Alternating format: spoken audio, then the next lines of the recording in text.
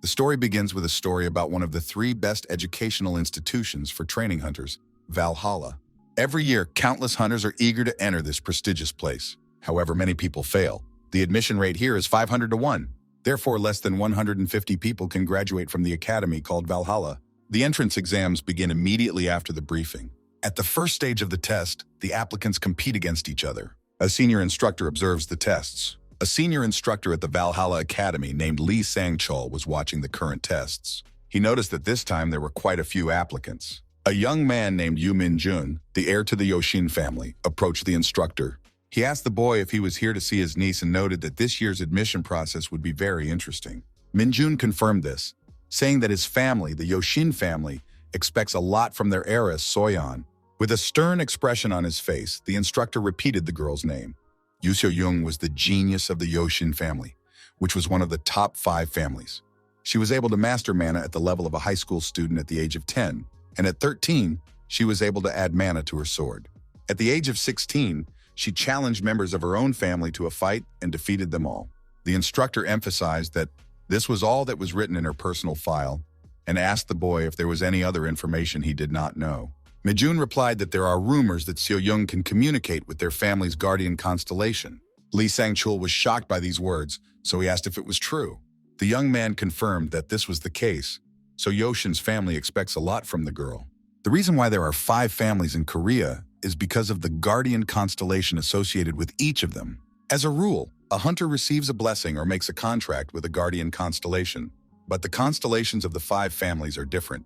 The guardian constellation of the Yoshin family was the god of the sword, and the guardian constellation of the Jangan-san family was the holy spear. In the Chojin family, the mischievous constellation was the king of Tao, and in the Osun family, the king of fist fighting. In the 5th family, the Dojin family, the guardian constellation was the god Luke. 5 members of these families received blessings, more talents and abilities from their constellations than other families. The difference between receiving a blessing and communicating with a constellation is enormous, because the latter is possible only under a contract with it. The instructor remarked that if this was true, the girl was undoubtedly a genius, to which Yoo Mi-jun agreed. The young man asked how his niece was doing, and the instructor replied that she hadn't started yet.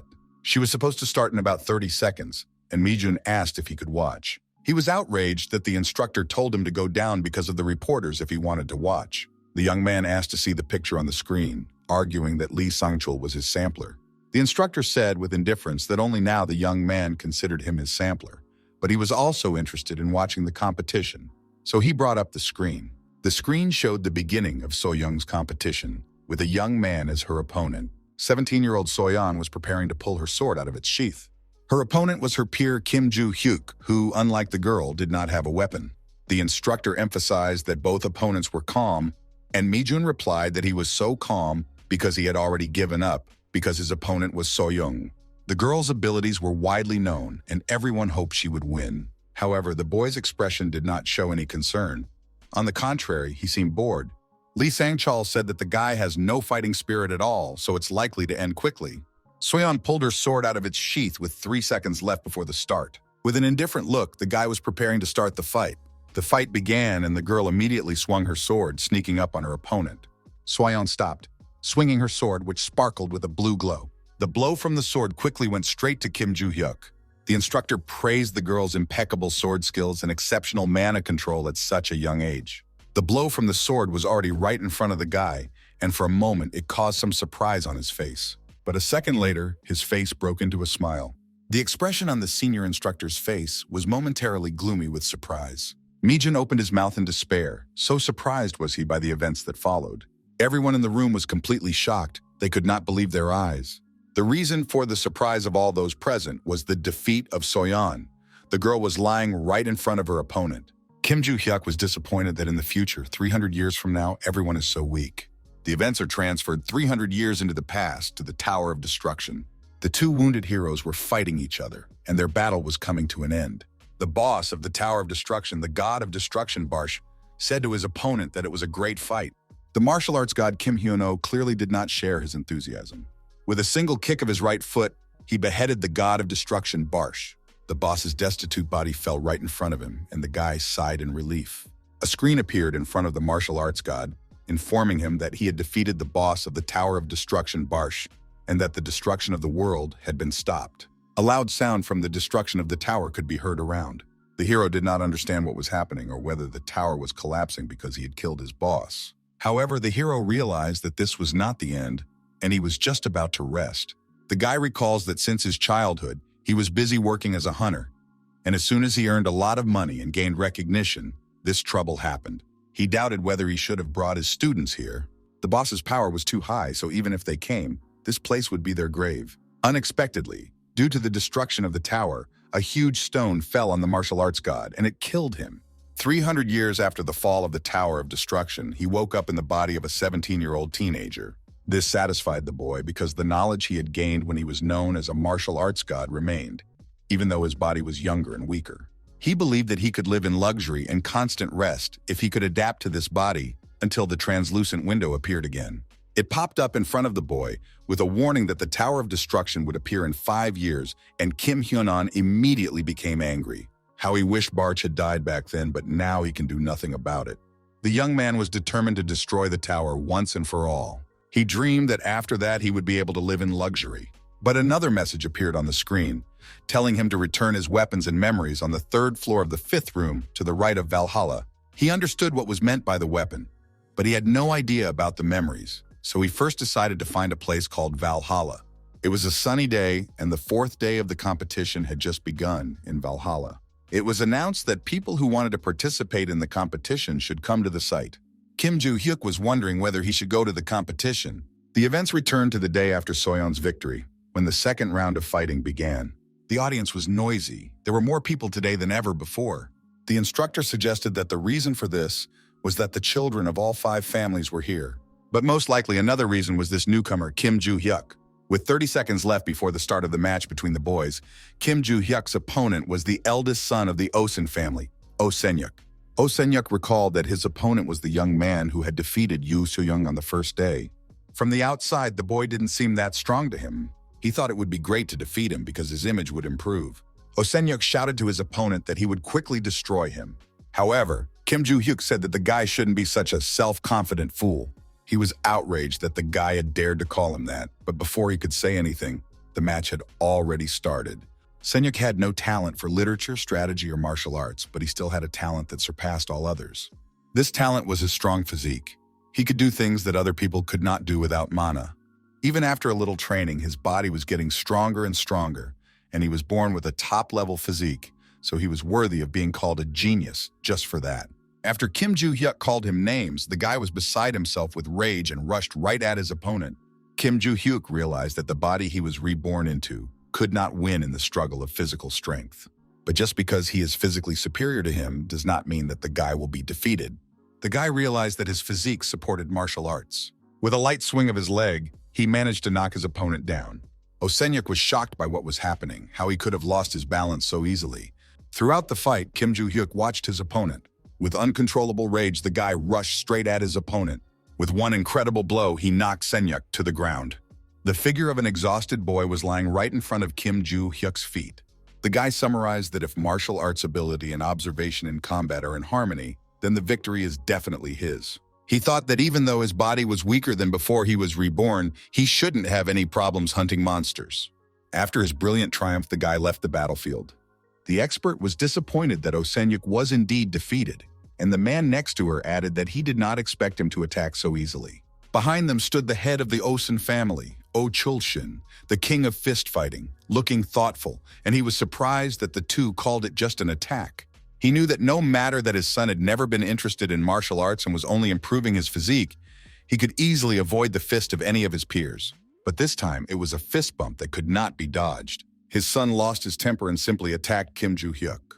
He used the magic that he rarely used before and sharply attacked the enemy to try to quickly end everything. However, Kim Juhyuk tilted his head slightly to avoid the blow. Since Oh Senyuk thought that Kim Juhyuk was definitely defeated with one punch, he completely shifted his center of gravity. Therefore, with a quick kick, his opponent was able to knock Oh Senyuk down.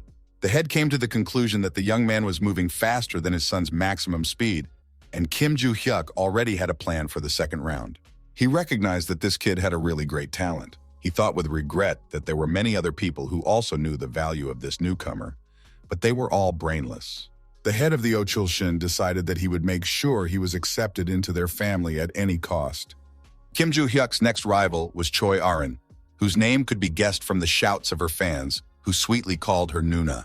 He was annoyed that men who had already been in the army called a 17-year-old girl a Nuna. The final match between Kim Joo-hyun and Choi Arin has begun. Choi Arin was a slender blue-eyed beauty, the second daughter of the Chojin family. When the match started, the girl was in no hurry to move. The guy was surprised that the girl was waiting for him to attack first. He acknowledged that she is already better than her previous rivals because she tries to assess the situation first.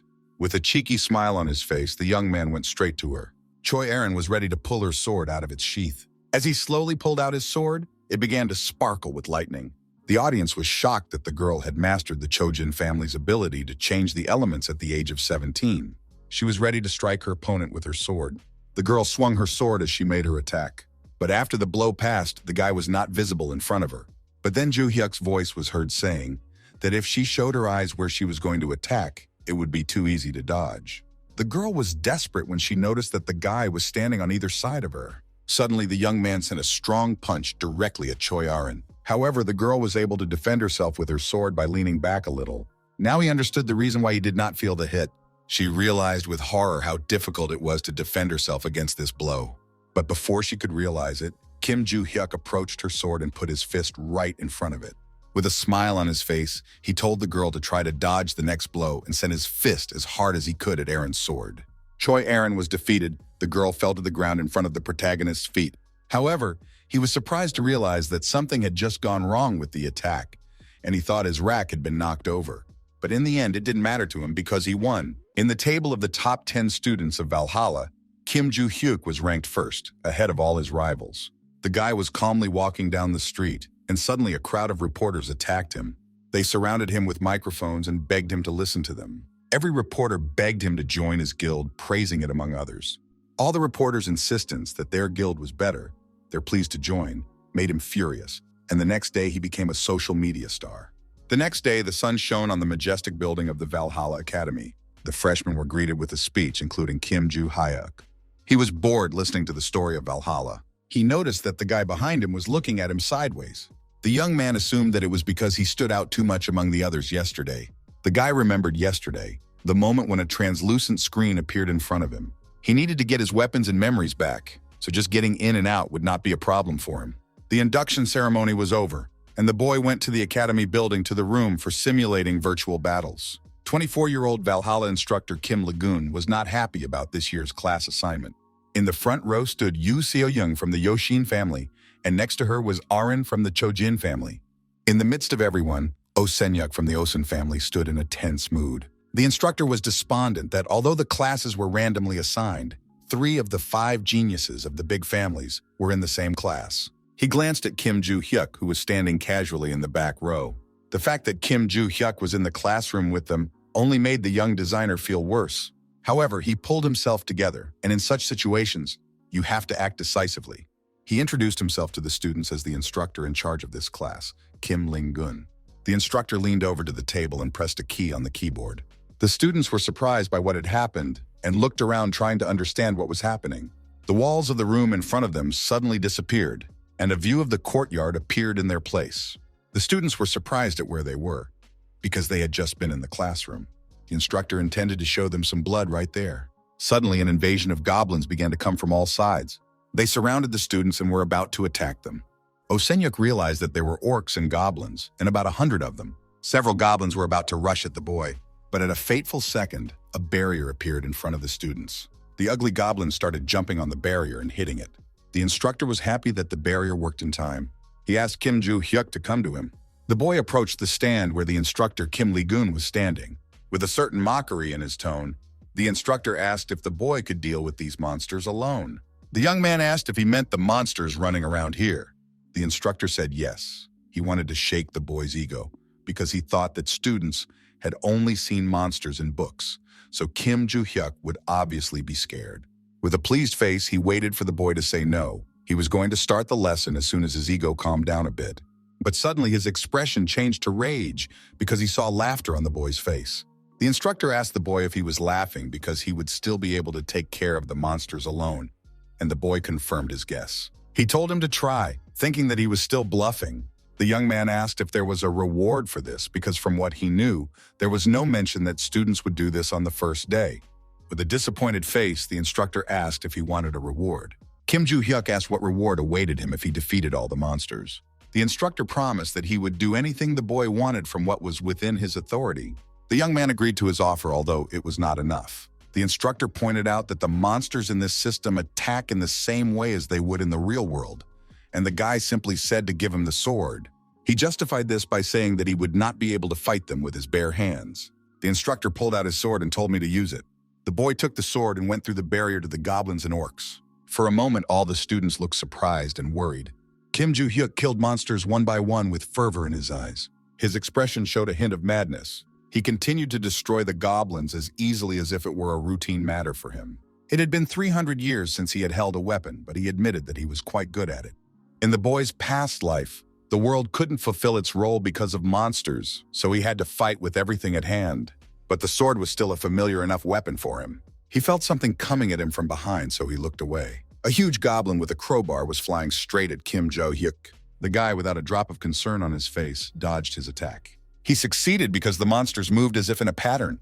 He assumed that it was an NPC monster that was very well designed. Everyone watched in amazement at the spectacle that stretched beyond the barrier.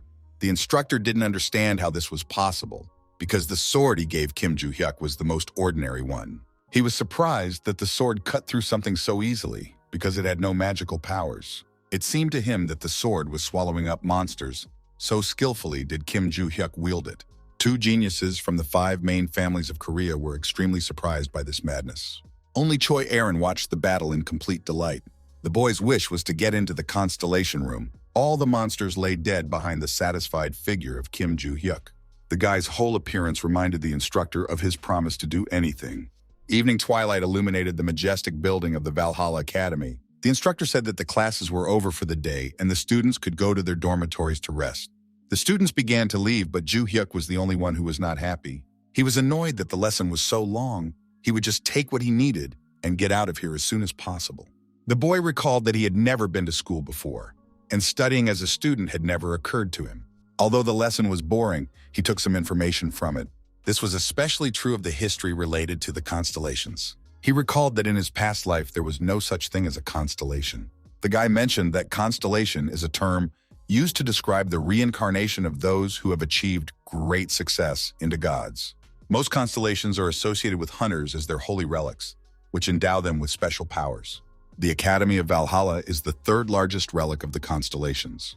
Juhyuk came to the conclusion that everything about fencing and how to destroy monsters makes no sense to him. His body was really weak, so he was going to go to the dormitory and take up martial arts seriously. He looked behind him and saw the slender blue-eyed beauty Choi Aaron. The story moves to the teacher's classroom, where the senior instructor Lee Chang-zeol remarks to Kim Legan that he has been through a lot, but he replied that it was more of an embarrassment than a difficulty. Involuntarily, he wondered if the guy was really a high school student, because this time he created 120 virtual monsters as a test. The senior instructor asked if the high school student who had never met monsters before had really killed them all. Kim Legan confirmed that this is what he had already said. Lee Chang-zeol said that the boy had no support, because he was an orphan who came from a small orphanage in a very dangerous neighborhood. Another instructor suggested that he might be a falsifier, but Lee Chang-zeol denied this because he had conducted his own investigation into the matter. He asked his interlocutor if Juhyuk had really asked for permission to go to the constellation room, and received a favorable response. After the first semester, he will indeed be able to get there if the senior instructor asks the director. He said that because of this, he had to take on quite a lot of responsibility. Kim Legan expressed his concern about what might happen next year. It will not be easy for him to control his class, because in addition to Juhyuk, there are 3 other students from 5 large families. The senior instructor informed the interlocutor that an exchange student from the Ventric family was studying in another class. It was a student named Rodkil Ventric, and this news really surprised Lagun. Legan remembered this guy. He had heard that he had been kicked out of the British Academy because of problems with his cousin. Hearing this, he felt relieved. He thought he would do better than the next class. The story returns to Juhyuk, who asked the girl what happened. She approached him and asked him to teach her how to use a sword. The guy pretended not to understand the girl's request. She repeated once again that she wanted him to teach her the sword skills he had demonstrated today. but with a displeased expression on his face, the guy refused her request. Aaron asked why, and Juhyuk asked why she was asking him, but he didn't want to do it. Asking if she had anything to say, Juhyuk was about to leave, but the girl asked him again to teach her sword skills. Her words made the guy's face flush with rage, and he repeated that he didn't want to. He told her to stop clinging to him, accusing her of having hearing problems. Juhyuk said he had no desire to teach her and left. The next day, the hero sat at his desk in his classroom at the academy. Swaying in his chair, Kim Juhyuk sat and thought. It was predictable, but his new body was much worse than he thought. Training in martial arts or anything else will be useless, because he has no magical power and it is difficult for him to control mana. The problem with magic power can be solved if he finds a certain thing for which he needs to prepare some mana inside himself. Someone approached Kim Juhyuk, addressing him by name. In front of him, he saw two blonde people, a boy and a girl. It was Confronting the Ventric and his maid Yuria de Felix, who was also 17 years old. Juhyuk asked the blonde man who he was with a casual face. Rokdil thought that this was to be expected from an uneducated person. He didn't even know about the Ventric family. He introduced himself to the guy and was going to ask him something directly. With an ominous expression, he asked if Juhyuk didn't want to get stronger. In most families, it is more difficult for the side branches of the family line to achieve power and wealth than for members of the main family line.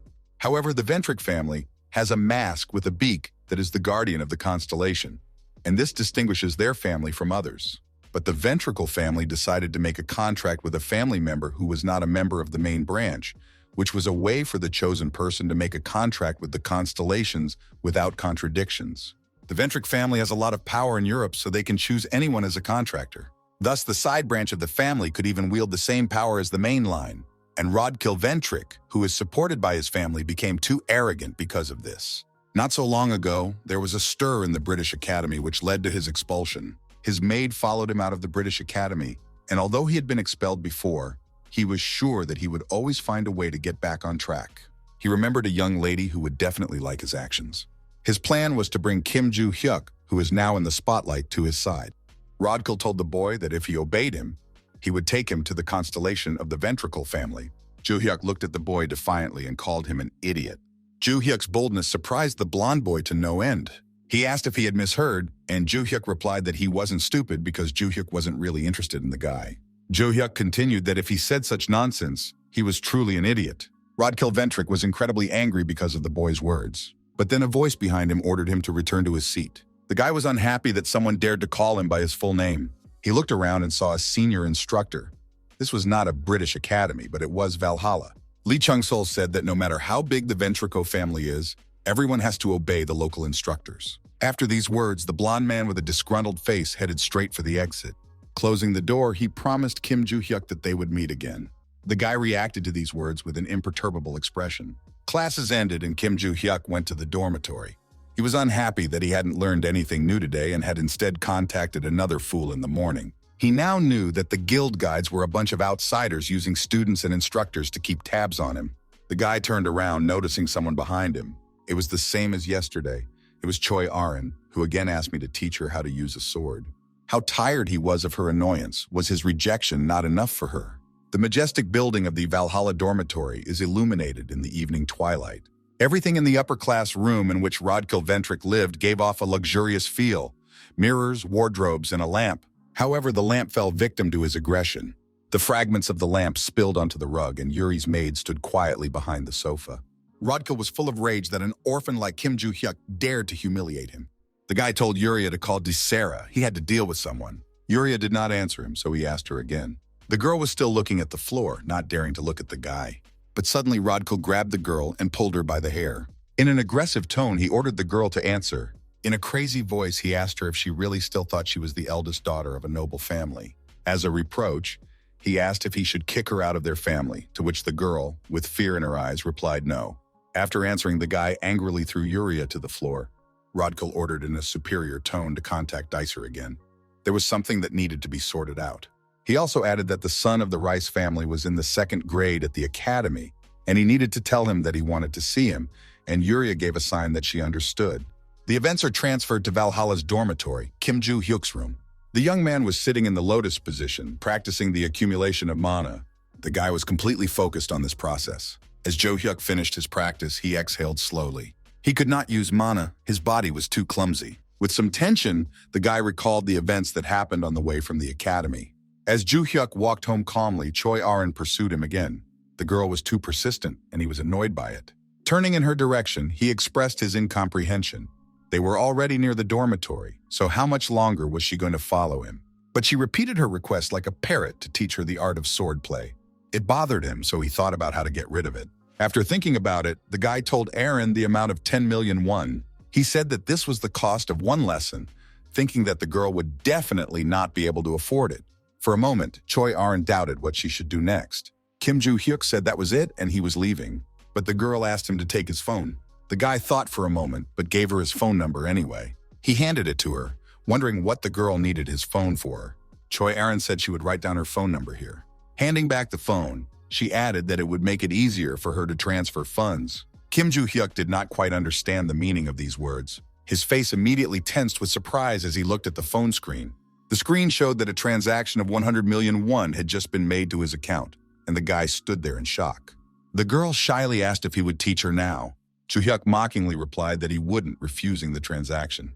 He recalled this and was surprised how the student was able to send 100 million won. The guy thought that if he agreed to teach her, he wouldn't have to give away all his secrets, which was a lot of money, but it didn't matter to him anymore. It was just money, and he needed to find something first, even though he had very little mana. Immediately, Kim Juhyuk began to dress to go on the road. His intention was to find his secret hiding place. So the boy went to the Valhalla Academy. He was walking through the forest near the academy, carrying a backpack with a shovel. He checked the area before entering the academy and found that most of the marks made 300 years ago had been destroyed. According to his observations, there should be at least 4 marks, but it was very likely that there were only 3 of them left. And most likely, he will have to look for them in the Valhalla Mountains. All he has to do is find them. The boy took a calm pose and began to synthesize mana around him.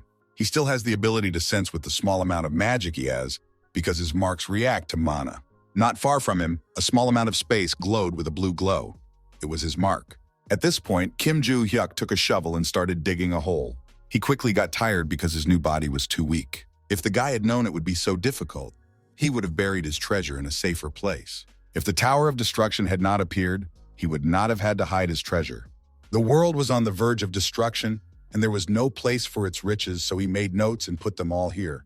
The glow of dawn illuminated the majestic building of the Valhalla Academy. Finally, Juhyuk managed to find the note, and he hoped that his treasures were safe. The morning rays of the sun harmoniously illuminated the figure of the boy standing near the newly found mark. The guy leaned over to the keyhole, which was quite large. An ordinary key would not fit in there, so the guy synthesized a magic thread. He made a key out of it and turned the keyhole. The door to his riches opened, and the light from the sun immediately illuminated the area. Kim Juhyuk began to slowly descend to his treasures. He landed on the floor right in front of his gold. He enthusiastically turned to the treasures, wondering how they had lived here all this time without him. The boy looked with pride at all the riches stretched out under his feet. He was relieved that he didn't have to worry about money anymore, and only had to find something. But immediately his eyes were filled with surprise at what he saw in front of him. In the middle of the pile of gold coins were dark blue guardian stones. The boy remembered that to keep the notes safe, he had put some magic into the stones, and now the day had come when he had to use them.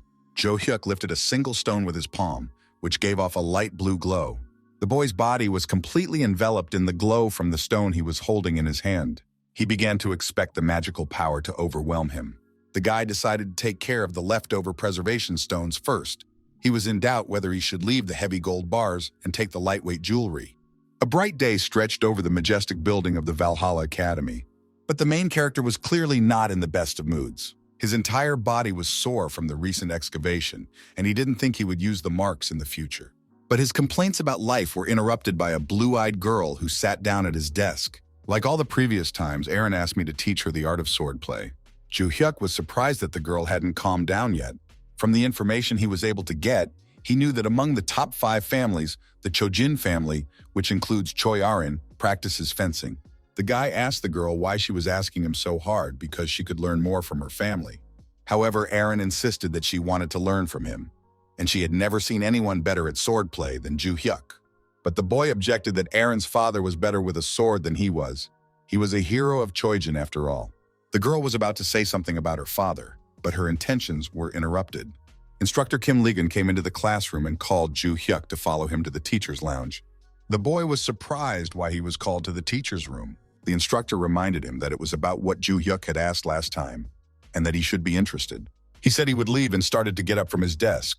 Choi Erin was upset that this time her request was ignored. However, the guy did not forget about her, and as he was leaving, he told her to come to the training ground at 6 in the morning tomorrow. The girl was surprised at first, but promised to come. Kim Ji-hyuk stood erect in front of the instructor in the teacher's room. Logan said he had a lesson coming up, so he would speak quickly. First of all, he said that access to the constellation room, as requested by the boy, was approved. He added that the guy would just have to go down to the ground floor, but he was also not allowed to go to any other floor than this one. Juhyuk understood and asked when he could get there. The instructor said that if he didn't have anything to do today, he could do it tonight, and he agreed. Logan was surprised that the boy did not make a fuss because he was not allowed to go to the second floor. The instructor and Kim Juhyuk agreed that they would leave tonight. After that, the boy turned around and left the teacher's room. Soon it was evening, and Kim Juhyuk was heading to the academy building. Together with the instructor, they arrived at the appointed place. This place was the treasure of the Valhalla Academy, the constellation room. Kim Juhyuk looked around, scanning the area. He saw guards in black suits all along the building's square. There were quite a few guards here, and the instructor explained that the constellation room was extremely important, making Valhalla one of the 3 great academies. However, he noticed that the interior walls also had their own peculiarity. All sorts of magic completely surrounded the walls, the only exception being the entrance. Juhyuk asked the instructor if he could ask him a question. The guy asked if he got to the second floor, would it be considered a crime? The instructor replied that he would not necessarily become a criminal, but he would be expelled from the academy. He also warned that the boy would likely go crazy before expulsion. He explained that the magic on the second floor was unstable, and if the boy touched it, his mind would collapse and he would go crazy. But this information had no effect on Kim Ji-hyuk. The instructor was embarrassed that the guy asked him this right before entering, whether he really wanted to get there. But he doubted that the candidate for the first place would have done such a thing, and Logan was sure that the boy knew it was better to stay in the academy. He warned the guy that he had half an hour during which time he had to get out. Kim Juhyuk assured him that he would return soon. When he entered the building, the translucent screen appeared in front of him again. He was thinking that he didn't care if he was expelled from the academy. He needed to get to the 3rd floor first. As he walked up the stairs, he wondered why there were so many stairs in this building, and he could not see an end to them. As he walked on, he was surprised by the place he found himself in. The guy suggested that it could have been a prison. Juhyuk was sure that the constellation room was on the 2nd floor, but now he doubted whether it was there. Kim Juhyuk doubted whether he should have gone further. But then a translucent screen appeared in front of him again, with an inscription that all the conditions were met, and he would now be moved to the room. A moment later, Kim Juhyuk's transfer to the room began. Suddenly, the guy opened his eyes and saw a familiar figure in front of him. It was the god of destruction Barchi, the boss of the Tower of Destruction himself. Kim Juhyuk was clearly surprised by this turn of events. God Barchi said that 300 years have passed. Is this really a reunion? But immediately after these words, he was punched in the face. Kim Juhyuk angrily attacked his former acquaintance. His face, red with anger, showed that he was very happy to see the boss of the Tower of Destruction again. Godbars begged the boy to wait and calm down so they could talk. However, in response, he again received a fist bump with a death wish. Finally, Kim Juhyuk got his anger out and calmed down. After all these blows, the guy was quite tired. He emphasized that he is not the kind of person who uses his fists in a fight. But he continued to beat Barch again, explaining that this time it was different because he had ruined his comfortable future. He recalled that all that time he had been training his students, but this guy had ruined his wealth and his honor. However, a former acquaintance stopped him by asking if he was interested in the place he was in. Juhyuk emphasized that there was nothing in this room. Barch explained that this is an imaginary world, that is, a space in a relic. He continued his story about how his real body ceased to exist 300 years ago, and the person he sees now is just an incarnation in the imaginary world. Juhyuk suggested that Barch had been wearing the relic all along. The boy wanted to make a guess as to what this might mean, but his old friend interrupted him. The boss of the Tower of Destruction said with delight that he was now a constellation. However, Juhyuk's face did not show the same enthusiasm. Full of rage, he struck his interlocutor again. Outside, Instructor Kim Lagun was still waiting tensely. There was some anxiety on his face. He was worried that the boy would throw something away this time. So Juhyuk came out of the building and the guard stopped him to scan him. The instructor asked the boy if he had done anything strange, and he replied that he was just looking around. He confirmed this by repeating the words that he could not go further because he would have gone crazy if he did. The teacher gave the boy a sign that he understood and told him to go home. With a smile on his face, the guy walked away from the building. As he walked along the road, he recalled the events of the evening. First of all, he recalled a conversation between him and Bars. Juhyuk didn't care if he became a familiar constellation. He was interested in getting an answer to another question. He asked Bodan Bars if he was the one who created the translucent notification window and what it was. However, he rejected his guesses, saying that he did not know who did it. Juhyuk took the boy by the collar and was about to hit him again, but he shouted that he was telling the truth. He explained that after Juhyuk killed him, Barch was inside this thing for 300 years without any energy. Juhyuk then asked who sent all the messages, but the boy replied that he had received them as well. Barch received a message that he could contact the reincarnated Kim Juhyuk and get his memory back. Then the suspicious person appeared in front of him, and he assumed that it was she who made the boy the owner of the Tower of Destruction. Juhyuk asked who this person was who made Barch the owner of the Tower of Destruction. The guy replied that he didn't know because all memory of that part had disappeared, and he didn't think that the memories would come back immediately. He then asked what was in Kim Juhyuk's message. The guy replied that it asked him to find his weapons and memories, and he could not read what was below because it was censored with squares. He also added that he does not remember losing any memories because he still has memories of the Tower of Destruction. Barch assumed that the boy did not have all his memories, but he had found a weapon, so his memories would return on their own. Juhyuk wondered what kind of weapon he had found. Barch explained that this space is the inner world of 4 types of weapons, pastoral swords which have become sacred relics. He also added that he became a constellation because he used his pastoral sword as a relic. The protagonist again went to Barch with an outburst of aggression. He came back from his memories to reflect that his pastoral sword had become a relic, and a constellation now lived inside it. The guy just wanted to destroy and forget this sword, but he couldn't. A weapon appeared in his hand, the same pastoral sword no matter how worn, but it hides Bars, who was once called the King of Destruction. So there's nothing to be done, because the quest that appeared in the translucent window is only available with a pastoral sword. A voice came from behind him, asking if it was really him who had won first place at the commencement ceremony. A group of hooligans with colorful hair was heading straight for the boy. A blonde guy named Lyric Sunrise said that they, his senpai, were on a trip, so could the guy introduce himself. To which the guy replied, how could such a bully be called a senpai? It was not enough for the blonde man to just walk up and say hello to the senpai if he was ranked first in his first year. A man came forward with a long wooden weapon in his hands and said that he would be the first to beat the guy, to which the gang leader replied to be gentle with him. He started to say something about the difference between the first and second year at Juhyuk, but this story was interrupted. But then the man was kicked right in the stomach. With his excited look, the boy challenged the hooligans to a fight. The next blow he delivered was a kick to the man's face. He flew back to the crowd of hooligans from such a strong blow. Everyone around was extremely surprised by this sight. The head of the gang, Lyric Sunrise, was immediately angry about this. A sword appeared in the guy's hands, and the hooligans noticed that he definitely did not have one before. Juhyuk rejoiced in the pleasant feeling of a perfect grip that had been so long ago. He threatened the hooligans that if they did not attack him immediately and stayed where they were, he would smash their heads. The story has moved back 3 hours to Rodkil Ventric's room. Rodkil said to Lyric that he needed to settle some easy business. He asked Lyric to deal with the impudent classmate. For this, he offered a reward of helping the Sunrise family. He said that this student was first-year student Kim Juhyuk and asked him to deal with him. It doesn't matter how he does it, he even authorized the use of weapons. With an ominous face, Rodkil asked if Lyric was willing to do it. In response, the guy said he understood. After the conversation, he left the room and headed out. Lyric thought that it didn't matter that this guy was ranked first among the newcomers. He couldn't be a rival for the seniors. Freshmen and seniors differ from each other because of the contract with the constellation.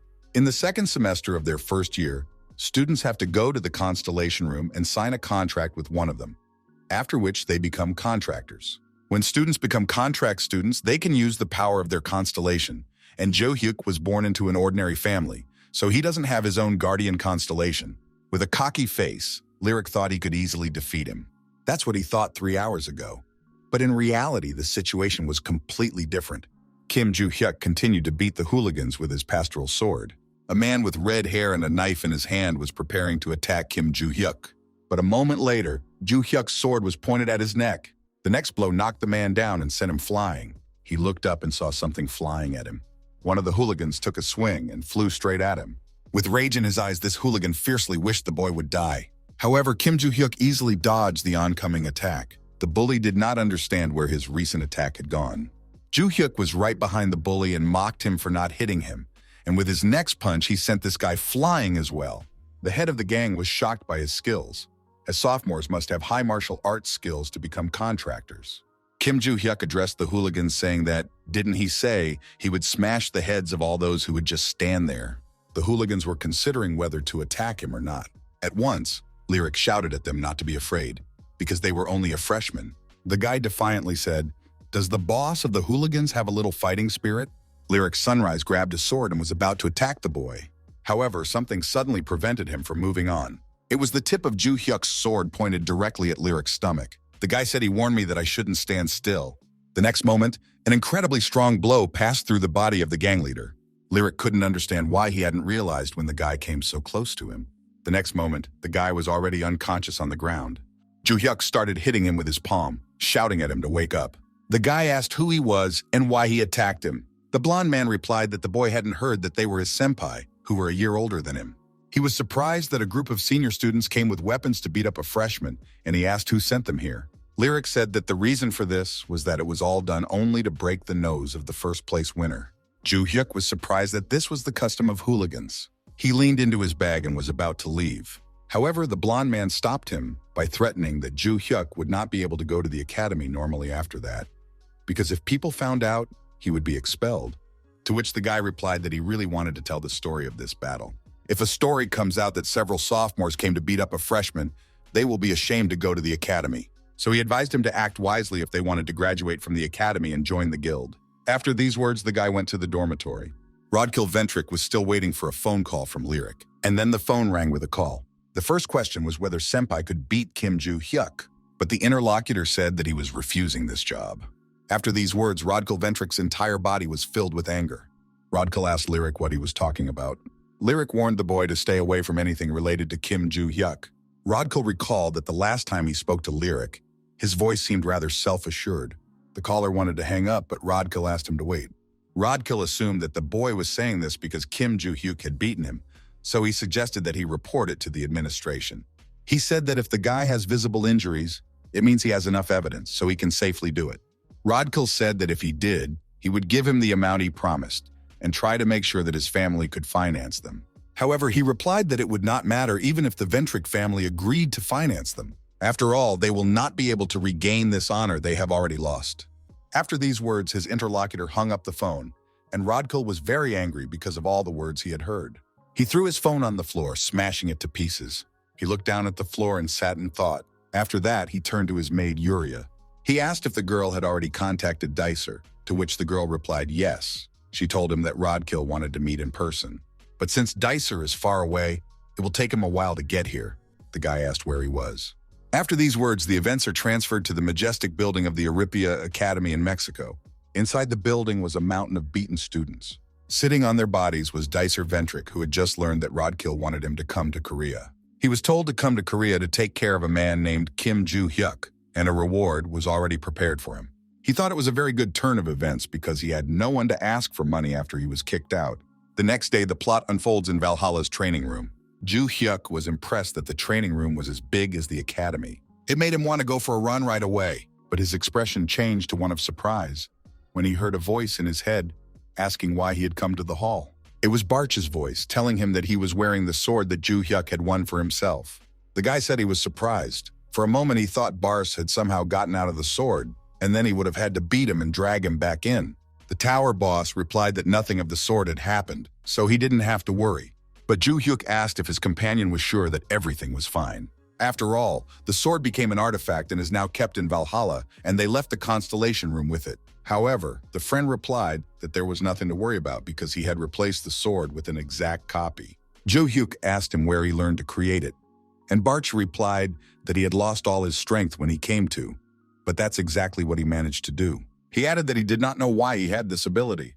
When the guy was doing stretches, he bent down and saw a familiar figure in front of him. It was Choyarin from the Chojin family, whom he had told yesterday to come to the hall. He was surprised that the girl did come. She asked if he was going to teach her the art of swordplay right now. The guy said no, they would start by improving her endurance first. With innocence in her voice, the girl asked why she was doing this. He said she could leave if she was not satisfied, but she said she would stay. Her boyfriend recommended that she start stretching. He also explained that the greater its stamina, the better it would be able to absorb mana and control it, although these were the basics of improvement. He reflected on the fact that, for some reason, traditional training methods put more emphasis on mana than on endurance. He noticed that although Aaron had a lot of mana, she had the stamina of a sword-wielding novice. The girl announced that she had finished stretching. The guy said that now they were going to start real training. They started the training with push-ups, and it was clear that Choi Irene was having a hard time with it. The next exercise was a chair pose, and Juhyuk was able to do it even with a barbell. The last step was lifting dumbbells, which was very difficult for the girl. After these exercises, Aaron, exhausted from the exertion, laid down on the floor. However, the guy said that this was just the beginning of the training. He was surprised that the girl was tired so quickly and told her to stop lying down and get up. After saying that she still had 20 kilometers to run, her face broke out in a cold sweat. Another school day has come at Valhalla Academy. Juhyuk was worried about Aaron's health, and they put more effort into it than last time, and her physique gradually developed. However, it was clear from the expression on Aaron's face that she was having a hard time with these training sessions. The lesson began, and teacher Lilia, the teacher of the subject on spatial monsters, announced that today they would have an easy written test. She recalled that she had briefly explained this on the first day and recommended that the students study spatial monsters on their own. So she announced that today she would check how well they knew how to fight each individual monster. At that moment, each student began to write his or her own test. Someone sat there thinking for a long time about the right answer. Some people took the test even though they were feeling unwell, but some students didn't even care how they would write it. The time was up, so the instructor Lilia said to pass the test from the end to the beginning. She added that the test result will not be added to their overall score, but the test will be used to assess their abilities in the next class.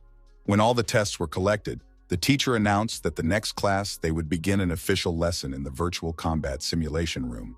Lilia said goodbye to the students and left the office. Barsh was again bothering the boy, asking if he had written all the answers to the test correctly.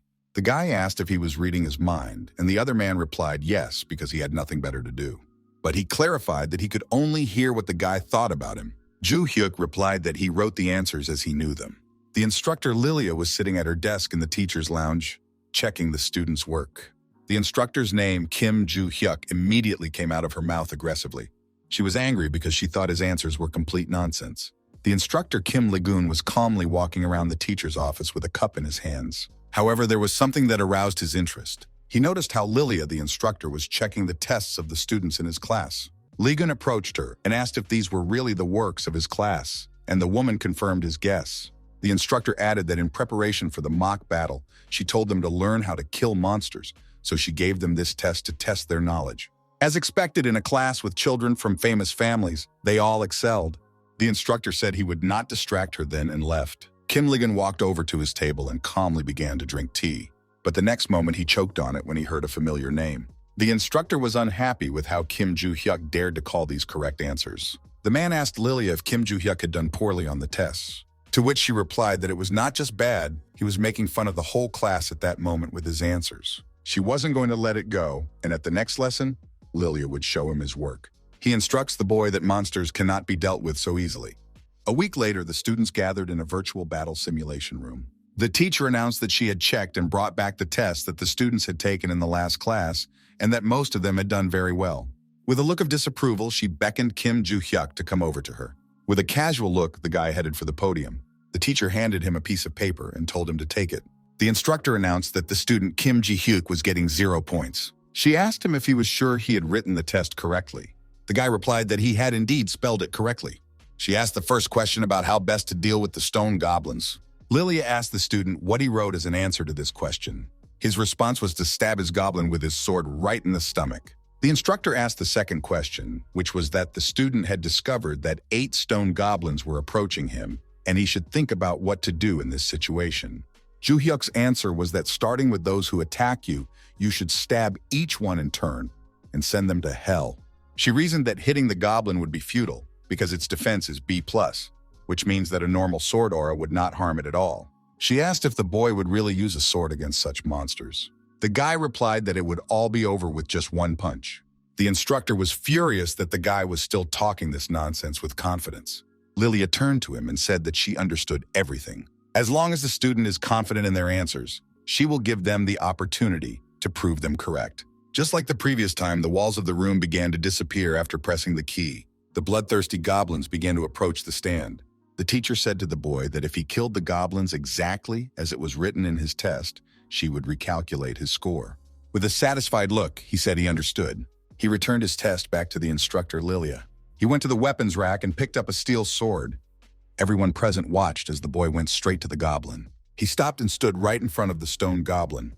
The instructor recalled that she had heard that the boy had killed all 120 goblins he had summoned, and she was sure he had talent. But she also believed that the stone goblin would not be able to handle any sword. A moment later, the stone goblin rushed straight to the boy. Juhyuk swung his steel sword right at him. The wariness on the instructor's face was replaced by surprise. The boy's sword was sticking straight out of the stone goblin's belly. After that, his disgusting body began to disintegrate. All the students were shocked that the goblin disappeared after the sword stroke. All that remained of him was a sword lying on the ground. But the greatest surprise was seen on the face of the instructor, Lilia. The guy really proved the truth of his answer. Soyeon wondered how the boy was able to kill the stone monster with one sword without magic. The wariness was evident in the eyes of all the students.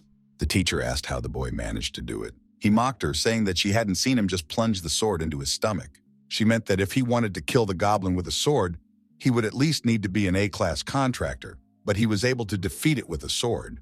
The boy told the teacher that he had now proved the truth of his answer, but she said that it was only one question, so she needed to confirm the veracity of the other one. The ground shook under Juhyuk's feet, and he was unhappy that he would have to kill stone monsters again. The terrain under his feet began to change rapidly. A dark stone tunnel appeared in front of his figure. He asked his instructor Lilia what it was that appeared in front of him. She told him to pay attention and look straight ahead. One by one, stone goblins began to emerge from the tunnel. It's quite difficult to deal with goblins because they can't control their anger. If you fail to deal with them, the goblin in front will use the howl skill, and all the other goblins will also leave. Usually, people fought them with magic and killed them all at once or just ran away instead of meeting them face to face. So even if a guy is good with a sword, it will be difficult. From what the instructor heard, his sword skills were quite slow. With a fervent expression on his face, the boy rushed straight at the goblin. At that moment, he stabbed him in the head with a steel sword. The goblin standing behind him was alerted by this blow, and following his comrade, he was severely wounded with a sword. The battle between Juhyuk and the goblins was over. The surprise on the instructor's face had nowhere to go. He asked her if he had also answered this question correctly. In the evening, the protagonist went to the academy's training room. Choyarin went to the gym with him to train, but before they could start training, the girl collapsed on the floor from fatigue. It was clear that all this training was not easy for her. The guy was surprised that the girl was not so hardy. He asked her why it was so difficult for her to do exercises of this level, since she should have been training in her clan. The girl replied that she usually doesn't strain so much. Then the guy asked her how she trains if she has to face monsters. She replied that she could simply use her magical power by borrowing it from the constellation. This answer was to be expected from the girl. Juhyuk has already realized that in their training there, they focus on their magical powers because they depend on the constellations. So even if they don't improve their physical abilities, that's okay as long as they train well enough to borrow power from the constellation. He realized that the risk remained, because what if they found themselves in the center of a maze or dungeon with a magic limiting spell? Or what happens if their mana runs out because the battle is too long, or the constellation does not lend them its power? Juhyuk turned to the girl who was still sitting on the floor. I asked her if she thought these endurance exercises were really helping her. The girl replied that of course they did, and started to get up from the floor. She also added that he said he would teach her the art of swordplay if she did, but the guy laughed at her answer because she was only doing it because he told her to. Choyarin was very surprised by this answer. The guy told them to finish up for the day because they had to go to the academy soon. The girl asked if he was going to leave the room too. He replied that he wanted to make another approach and asked if Aaron wanted to do it too. After hearing these words, the girl immediately imagined it and became puzzled. He realized that it was futile, so he just told her to leave. Choyarin walked to the exit of the hall and said goodbye to the boy. Juhyuk went on to continue his training. Barchi spoke to him, asking if the girl's name was Choyarin. He noticed that she continued his training without a single complaint and asked why he decided to help her with her training. The guy replied that it was only because she insisted so much on him teaching her his sword arts. The god of destruction asked if he had shown the girl his sword skills. The boy replied that he had never shown it to her. She had just noticed it when he used it during class. Barsh thought it was interesting how she realized his power just by watching the fight. and he was of the same opinion, so he planned to teach her a little of his art. Beside him, he heard the sound of someone sighing and turned to him. The guy was not alone. Juhyuk was training in the gym with him. His former rival was lifting a huge barbell. After this exercise, he sat down for a minute to rest. He also noticed that someone was watching him. At the same time, the two boys looked at each other. Juhyuk asked how long the boy had been here. Juhyuk said that his usual occupation before entering the academy was sports, so he has been training here ever since. After this answer, he left the training room of the academy. Juhyuk mentioned that Juhyuk was able to train for so long because of his talent. Barch asked why Juhyuk was interested in this guy. Juhyuk noticed that Juhyuk is clearly smarter than those who only practice their magic. After that, he asked what these guardian constellations were doing. The guy went on to continue his training. Barch said that he knew nothing about other constellations, even though he was a constellation, and all he had done for 300 years was to be isolated. He noticed that the guy would be able to learn more about them if he completed a new task in the system. On the translucent screen, it was written that the task of returning his weapons and memories had been completed. Instead, it was a chance to visit the house of Madagai Rona in the Eye of the Great Forest. The boy recalled hearing about the Eye of the Great Valhalla Forest in class, the last place they trained during the first semester. He thought that if it weren't for this damn quest, he would have just run away and taken his stuff. But it looks like he's going to have to be careful for a while. Barch was surprised by this decision because he had recently made a lot of noise because of a fight with hooligans. But the guy said that they had come up with it themselves. He added that he had already restrained himself for a very long time. If he hadn't done it, his head would have exploded, but he hoped that after completing the task, he would learn the secret. The action shifts to the Ventricle family's huge mansion in the UK.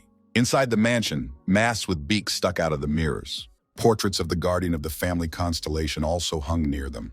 The vice president of the Ventric clan, Adelia Ventric, sat at a long table in front of the painting of the constellation's guardian.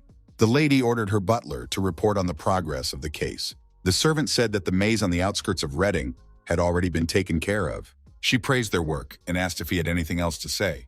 The servant said that he was considering hiring some competent people he had found on the way. One of Robert's destroyed clan had survived the maze. He added that the two people he found were quite strong, as they were A-rank contractors. Adelia ordered them to test their abilities and bring people to her, and asked if that was all he wanted to say for today. The butler added that he had information about Rodkill. The lady asked if something had happened to Rodkill again. The butler said that he had been given information related to Desera Ventric. He said that Rodkid had summoned Dicer to South Korea. When the vice president heard this name, her expression changed to fury. Dicer Ventric was a problem child in his family. He committed many terrible acts using the name of the Ventric family.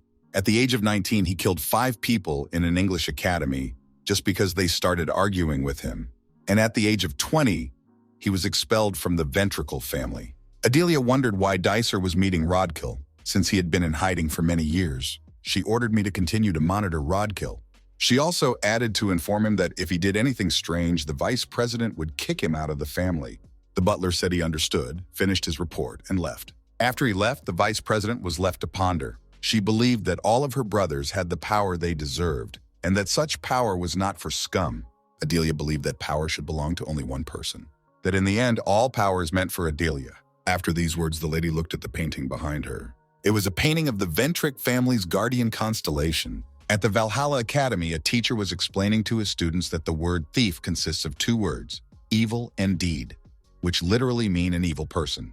He added that in modern society, the word thief is used to describe people who use the power of the constellation with evil intentions. Thieves usually act alone, but they can also create organizations. Among these organizations, the most notorious was the One God Group. Juhyuk reflected on the fact that he feels he is getting stronger from regular training. His body also has a talent for using mana. Although it was not at the level of genius, it was much better than his body before the transformation, but it still seemed strange to him. He did not understand why his body was in such a bad condition. The first day when he did the chi circulation, he could barely finish because he had less mana than a normal person. And his physique was so bad that after a little digging, he felt like he was going to faint. But he realized that even with a body like this, it shouldn't have turned out so badly, and he guessed that something had happened to the body in the past. But after a moment, he decided that there was no point in worrying about it. A thin woman's hand approached the boy's desk. When the guy saw it, he didn't realize what was happening at first. Looking closely, he saw that Juhyuk had put a note on his desk. Juhyuk took out and unfolded the note from the girl. When he opened it, he saw only the simple word hello. The fact that there was only one word in the note made him angry. It was already getting dark outside, and classes at the academy were coming to an end. The teacher told the students that they could leave the academy this weekend, but they had to submit an application. When the instructor finished his remarks, he said that was all for today. Juhyuk is really thinking about leaving the academy this weekend. The guy filled out an application and wrote that he wanted to go for a walk outside. Barch was surprised that the boy was planning to go outside. He asked where the boy was planning to go, but their conversation was interrupted by someone's greeting. He turned around to find out where the voice was coming from. Behind him was his former rival from the opening round, Yoo Soo-young. He asked what kind of joke she was making and what she wanted from him. He even kindly replied to the girl's note, but she did not respond in return. The boyfriend told her to hurry up because he had to hand in his application. The girl stood there unable to connect two words. All of her attempts to say something made Juhyuk very angry. He shouted at her to hurry up and just say what she needed, calling her crazy. Soyeon was immediately annoyed that the guy called her crazy. The girl asked why she was abnormal, and the guy replied that it was not normal to make someone angry just like that. Juhyuk asked her again what she wanted to say, and she immediately thought about it. She recalled a previous fight against stone goblins with only a sword. She was very impressed by the fact that the boy was able to defeat the stone goblin with just a sword, without any magic. It was very different from what was written in the books. Soyeon was just about to ask him how he was able to kill the stone goblin. The girl did not understand why her head hurt so much before she wanted to ask. As soon as she made up her mind, Instructor Lilia jumped in front of her with the same question she wanted to ask Juhyuk.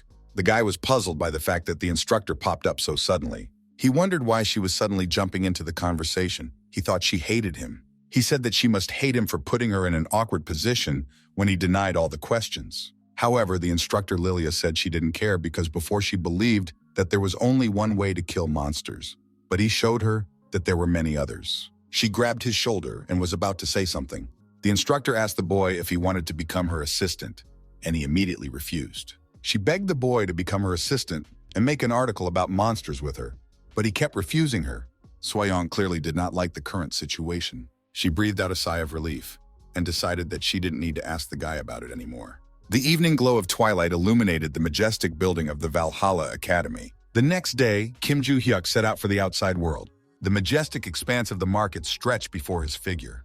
The action moves to the dormitory of the Valhalla Academy. Kim Juhyuk was sitting at his desk in his room. Barsh asked him what he was looking for, and he said that he was looking for information about the place he was going to. He needed to find one interesting place, namely a trading forum where he could sell his treasures from the vault. After flipping through some time, he managed to find what he needed. He came across an article that told him how to get into the market. After paying a fee, it is allowed to freely trade anything here. And this market is also considered black because of criminals who also have access to trade. The reason why this market exists is because the person who created it is a guardian constellation called the Secret Master. It is because the constellation created and actively supports it that many high-ranking people use it openly, and the government does not fight it. He decided he had to take advantage of the market for a while. In the article, it was written that to get to the market, you need to reserve a place where the location of the market within 50 kilometers is indicated, and you need to go there. The guy asked if there was a link to the reservation in the comments. A message from Choi Aaron popped up on his phone screen. She sent him a lot of emojis with a sad rabbit. The girl said that she would not be able to come to tomorrow's training. They had to leave. The guy replied that he understood. The training would not take place tomorrow anyway, and he also needed to go to a certain place. At first, Aaron did not realize that it was a boyfriend who had written to her. He replied that he just wished her a safe trip. The influx of emojis from Choi Aaron confused the guy. He didn't understand why she kept sending them. He gave up on it and went on to look for a link where he could reserve a seat and find out the location of the market. When he found the link, he clicked on it. After that, he headed to the location specified in the link. This place was supposed to be a building that looked like an old cafe. After some time, he managed to find the building. Juhyuk opened the door to the cafe and continued on. He just had to enter the cafe and head to the right corner. Looking around, he saw a metal door in the right corner. He went to the door and opened it, stepping outside. He looked ahead and saw the vastness of the market. It was evening and black smoke could be seen behind the buildings. All these landscapes seemed very strange to the boy. He was sure that he had come here for the first time, but these places seemed very familiar to him. The purple sky and cloudy moon seemed to him very similar to the night sky he had seen 300 years ago. A man approached the boy and asked if he was the first one here. The man in front of him was wearing a black leather suit. Juhyuk mentioned that this was the employee he had read about in the post. The guy confirmed that he was here for the first time, and the man in the suit asked if he knew how to use the market. The guy replied that in a certain way, yes, and pulled out 2,000,000 won. He handed the money to the guard, who thanked him profusely. Juhyuk had spent all the money he received for taking first place in the entrance exams, and he had only 30,000 won left, so he hoped to make money here. The guard asked him if he had anything to ask him, and he said yes. The guy said that he wanted to sell some jewelry he owned, but did not know where to go. The guard asked if he wanted to put them up for auction, but Juhyuk just wanted to sell them quickly. The man in the suit recommended that he go to the market in the 3rd district, where there are many traders who buy jewelry. The security guard recommended Maurice as a reliable person who had the best prices. To get to the 3rd district, the guard told him to go straight ahead, and when he saw a fork in the road, turn right. The guy wanted to leave, but the guard had something else to tell him. He handed him a mask and strongly recommended that he use it. The security guard explained that due to the nature of the goods sold at the market, almost everyone wears masks. Juhyuk agreed and put a mask on his face. The guy thanked the guard and was about to move on. The man in the suit wished him a good time. Kim Juhyuk made it to the 3rd neighborhood in the market. The masked man examined the diamond in his hand in detail. The guy came up to him and asked if he was Morris's husband. The man looked at the boy and replied that yes, it was him. Juhyuk told the seller that he had some goods he wanted to sell right now. The seller replied that if it was gold or jewelry, he would be able to evaluate it very quickly. The guy looked into his backpack to pull out what he wanted to sell. He was holding a small black bag. He then put it on the seller's desk and said he wanted to sell its contents. The man opened the bag and realized that it contained rings. He took one in his hands and began to examine it in detail. A moment later, a look of great surprise appeared on his face. The seller realized that he was holding an artifact from the era of destruction. Whichever way the man looked at it, he realized that it was an artifact of the era of destruction. He asked if the other jewelry in the bag was the same. The bag contained almost a dozen precious rings. The seller realized that they were all really from the same era. The guy asked how much the merchant could offer him for all these jewelry. For a moment, the seller thought about how much it should cost. He wondered how the guy got so many artifacts, since he sounded like he was a little over 20 years old. He asked Kim Juhyuk where he got these artifacts. The guy replied that he had heard that they don't ask about such things here, and asked if he was mistaken. The seller admitted that the guy was right and it was his mistake.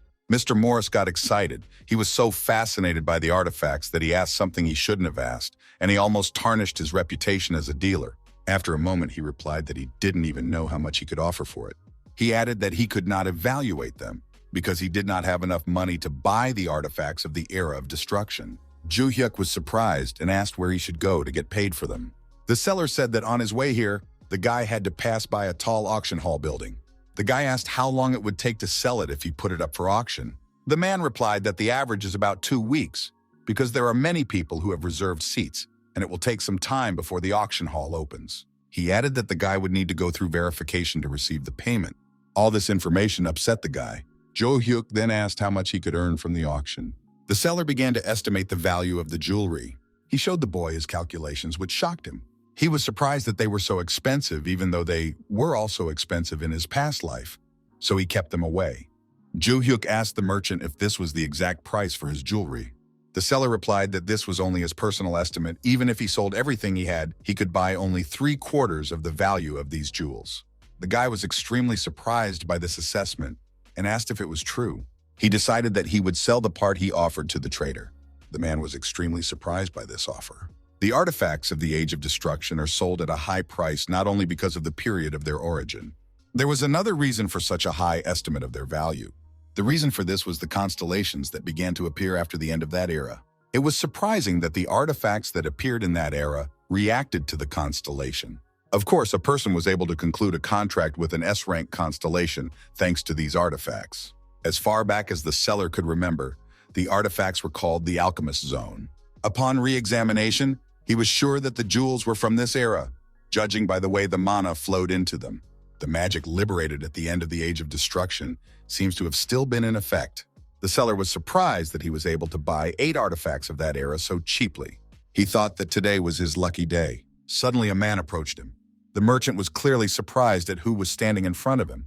Juhyuk returned through the same door in the old cafe. The mask was very uncomfortable for him. He thought he was going to die. As far as he remembered, if he went out the door he came in, he would return to the same place. He looked at his transaction history on his phone screen and saw that 2,500,000,000 won had been credited to his account. He was surprised that the problem with money was now solved because he was able to earn so much. Even if the guy runs out of money, there are still many things in the storage that he could sell. The phone in his hands vibrated with a call. He received a call from an unfamiliar number. Juhyuk cautiously picked up the phone and began to speak. It was Lilia, the instructor, and she offered him to have lunch with her today. The guy wondered how she got his phone number. The instructor told Juhyuk to come to Valhalla's fitness center and she would treat him to lunch. But before he could say anything, the woman hung up on him. He wondered whether he should go to get free food, given that he was now free. The scene returns to the seller, who is confronted by a man in a masked suit. Mr. Morris asked anxiously why this man was here. The man in the suit wondered if their relationship was so bad that he was treating him like that. Mr. Morris replied that even if they had met several times, an ordinary trader cannot just talk to a market owner.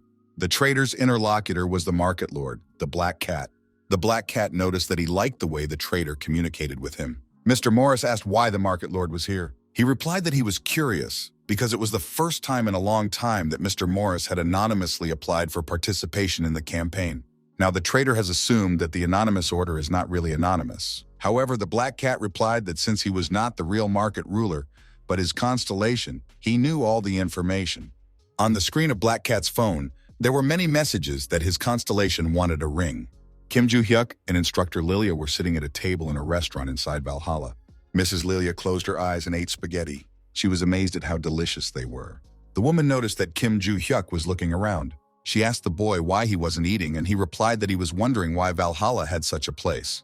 The woman explained that in addition to the school canteen and the restaurant for teachers, there is a faculty restaurant and regular restaurants like this one. Lilia was surprised that the boy didn't know this, but he said that he wasn't really interested and started to eat. He then asked why the instructor had called him here. After these words, the teacher persistently asked Juhyuk to become her assistant, but he immediately refused. The instructor first asked him to think before answering, saying that if he became her assistant, he would have many advantages. The woman thought that the guy guessed what they were going to talk about, so she asked him to at least listen to her. She started by telling him about the benefits he would get if he agreed. First of all, the boy will be awarded a scholarship, which, according to the instructor, is a big plus. But the boy was clearly not impressed. The woman then added that the boy would have the opportunity to write his thesis with her, and if he did, new horizons would open up for him. If this happens, the boy's name will become known in the world's Monster Research Institute, and wealth and fame will come by themselves. Also, instead of being allowed to go out once a month, he will be able to go out more often than twice a week. The guy asked if there was anything else. The instructor Lilia thought for a moment. As a final argument, she added that he could work with her, but the guy replied that she was just being narcissistic. However, the instructor continued to persistently ask him to become her assistant. He thought that if he could benefit greatly from it, he would consider it. But there was nothing special about the offer, so he refused once again. For the boy, it was more important to find the eye of the great forest that the message box sent him. He could only get there during the first-year performance evaluation, and he told the instructor again that he did not plan to be her assistant and write his thesis. The woman then asked if he would like to exchange information. If she would give him information that would interest him, in return she wanted to know how to hunt monsters. The guy asked what kind of information, and the instructor replied that it was about Choi Arin, with whom he was talking. The guy wondered if Choi Arin wasn't communicating with him because of training, but he said he wasn't interested. The instructor said in a loud tone that she had heard that Choi Arin would soon be expelled from her family. For a moment, the boy was surprised by what he had just heard, and he was about to leave the restaurant, but the teacher stopped him again. The guy said that he was leaving because he had finished eating and hadn't heard anything useful. However, the instructor argued that she had already given him the information, so he should do the same. Juhyuk denied everything because he did not want to hear this information. He added that there is something he is personally interested in. The boy asked the instructor why she behaved so childishly when she was quarreling, but was so strict during the lessons. The woman said that she was the most responsible instructor, so if she fiddled around for too long during class, students might have problems. Monster hunting is directly related to the survival of students, so if it becomes lenient during training, students will not be able to remember their goal.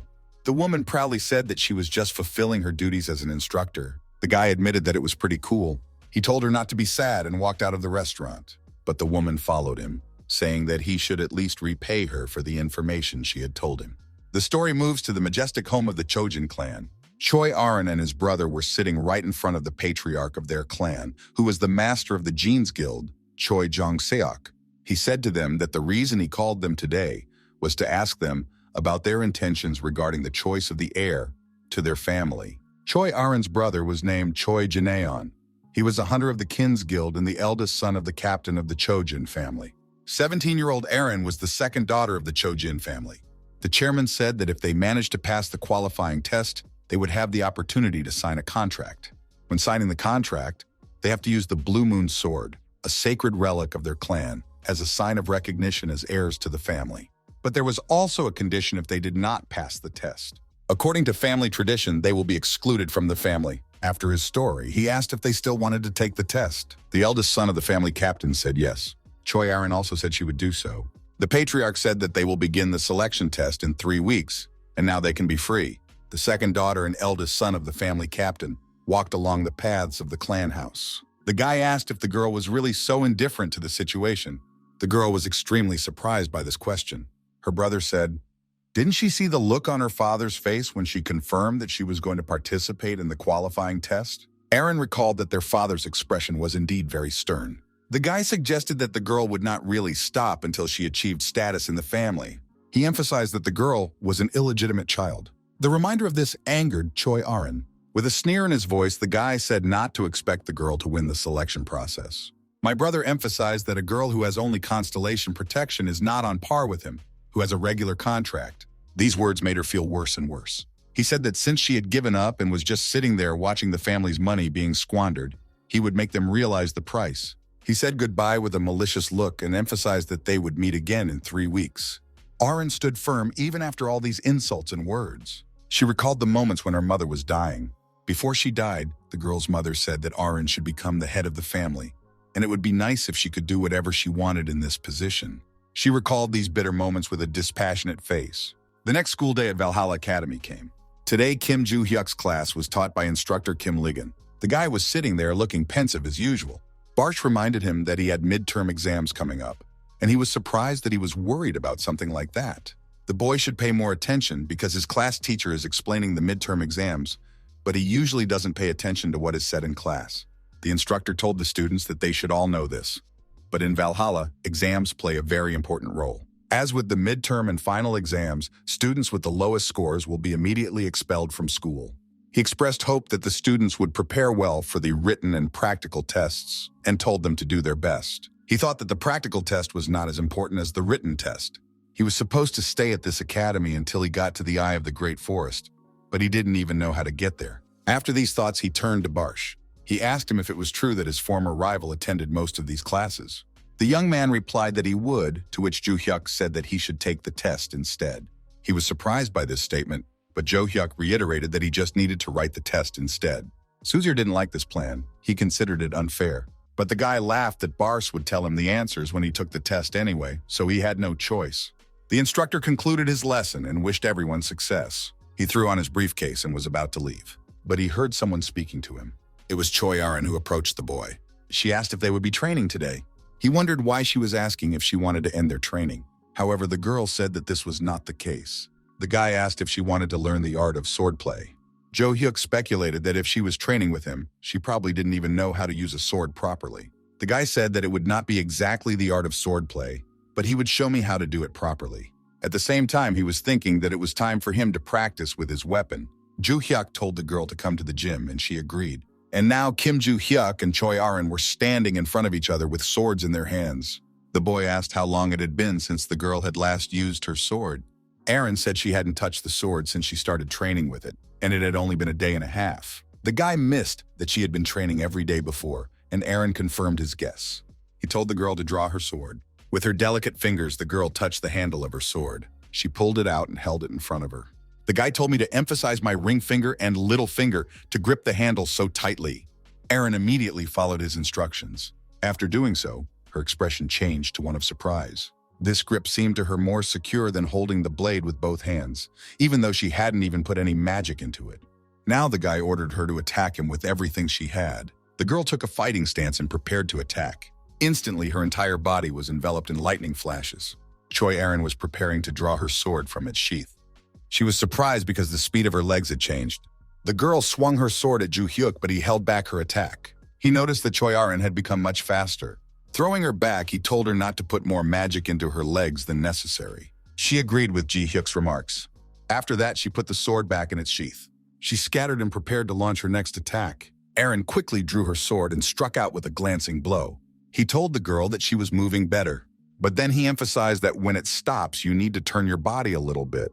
The girl backed away from the guy's blow, but after hearing these remarks, she said she understood them. Juhyuk told Aaron to attack him and not to stop. With tension in her face, she gathered her strength to attack further. After that, the girl was hit again, but the guy managed to dodge him again. He expected such a blow from Choi Aaron. The girl took a stance to perform the next attack. John Aaron rushed at Juhyuk with the next punch. She realized that thanks to her training, she was much stronger now. The guy continued to smugly resist all her blows. It was already getting dark in the courtyard of the academy and the day was gradually coming to an end. Kim Juhyuk and Choi Aaron were still training in swordplay. The girl was already at the limit of her abilities. The guy said that an hour had already passed and suggested that we end it there. After these words, an exhausted Choi Aaron sat down on the floor to rest. Juhyuk approached the counter to put down his sword. The girl realized that her sword skills had become much better compared to the level during the induction ceremony. However, there were still some things during the class that bothered Aaron. She could not touch the boy for a moment. She reflected on the fact that she had asked him to teach her how to fight with a sword. After a while, Aaron turned to the guy and asked if he would spar with her next time. After some thought, the boy replied that he did not know. He thought that sparring with her was quite useful, and it was fun to teach her because she had talent. He felt it even during the induction ceremony. She uses a breathing technique that feels different. These trainings made the boy relax, and if it were 300 years ago, her talent would have been worthy of becoming his student. But now he doesn't have that opportunity. The girl repeated the question of whether they would spar. The guy thought about making a little joke about it and again said he didn't want to. The girl was upset, and the guy was surprised that she gave up so quickly. The girl said he was right about her. If Aaron follows his words, she will definitely become even stronger. He thought about the meaning of her saying that he was right and said that they had enough training for today, so they were done for the day. The next day, all first-year students gathered at Valhalla Stadium. Yoo was nervous because it was her first time at the stadium after the induction ceremony. Mr. Senyuk was surprised that so many freshmen gathered. Choi Aaron stood among the crowd of students with an impassive face. Juhyuk didn't understand why they were all gathered here. Barsh recalled that the class teacher had told him about it 2 weeks ago. The senior instructor asked for attention and began to talk about the midterm exams in Valhalla. This time, the intermediate practical assessment was the dungeon attack. The students were informed that they would have to unite and go to an artificial dungeon. The terrain around the students began to change. Rooms appeared around them one by one. The instructor said that they were free to create any team with 8 people optimally in the team, and students could form them as they wished. Instructors will only grade students based on their level of contribution during a dungeon attack. After these words, he began to announce the criteria for disqualification. If students do not finish in 5 hours, they are eliminated. Lee Sangchal emphasized that the difficulty of the dungeon is F+. After that, he announced the start of the exam. There was an immediate commotion everywhere, and everyone started forming teams. Instructor Ligon noticed how excited all the students were. However, the senior instructor was counting on something else. Soyeon was telling her team that their dealer, the player who does the bulk of the damage in a battle, was not good enough, and they needed someone else. The girl reflected on the fact that she didn't need to choose someone better than herself. 5 hours is enough for 8 people in an F+ dungeon. Some guy offered his candidacy. The main thing was teamwork. With a group of 6 people, they could cope with the task. The test may look simple, but the main thing here is to show your abilities. The instructor noted that if a child comes from an influential family, the essence of this exam becomes immediately clear to him or her. Other students entered the room in groups of 20, or there were also groups of 8 people in one. If the team is not balanced enough, disputes often arise. The senior instructor told Lee Gun that in about 30 minutes, all the participants would enter the dungeon, so they needed to get ready to count the points. Kim Juhyuk looked at the groups of students heading to their rooms. After that, he looked at the instructors and assumed that students who had already entered would receive points immediately. He was thinking about what to do next. He saw the figure of Choi Aaron standing all alone. He approached her and asked if she hadn't entered the room yet. He emphasized that almost everyone had already done it and asked what she was going to do next. She replied that she would do as he said. These words put the guy in a temporary stupor. He was concerned that she had been following his words since the last training session. The boy said he would go there alone so the girl could do the same. She asked if she was sure she should go alone, and the guy said that it didn't look like a difficult task, so she should. After these words, the boy calmly walked into the dungeon room. Other students saw Choi Aaron standing alone without a team. They approached her and kindly asked her name.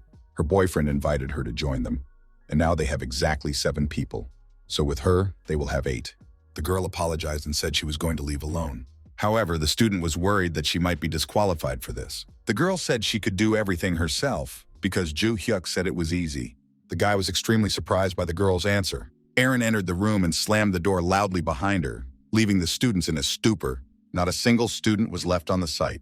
All the instructors were closely watching the exam. Kim Lee-gun was extremely worried about his students. It was clear that many of them were frightened when they met the stone goblin. First grade B student Yoon Kyung-hyun was awarded 2 points. Bae Ye-ji, a first grade B student, was awarded 3 points. Their partner from the first B class, Yoon Jin, was awarded only 1 point.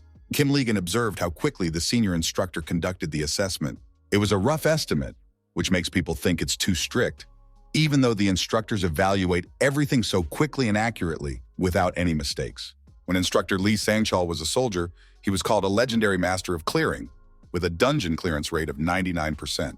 So the junior instructor assumed that he understood the essence of dungeon attacks better than anyone else, so he could give him such a score. For this, he did not respect the senior instructor Lee Sang-chul.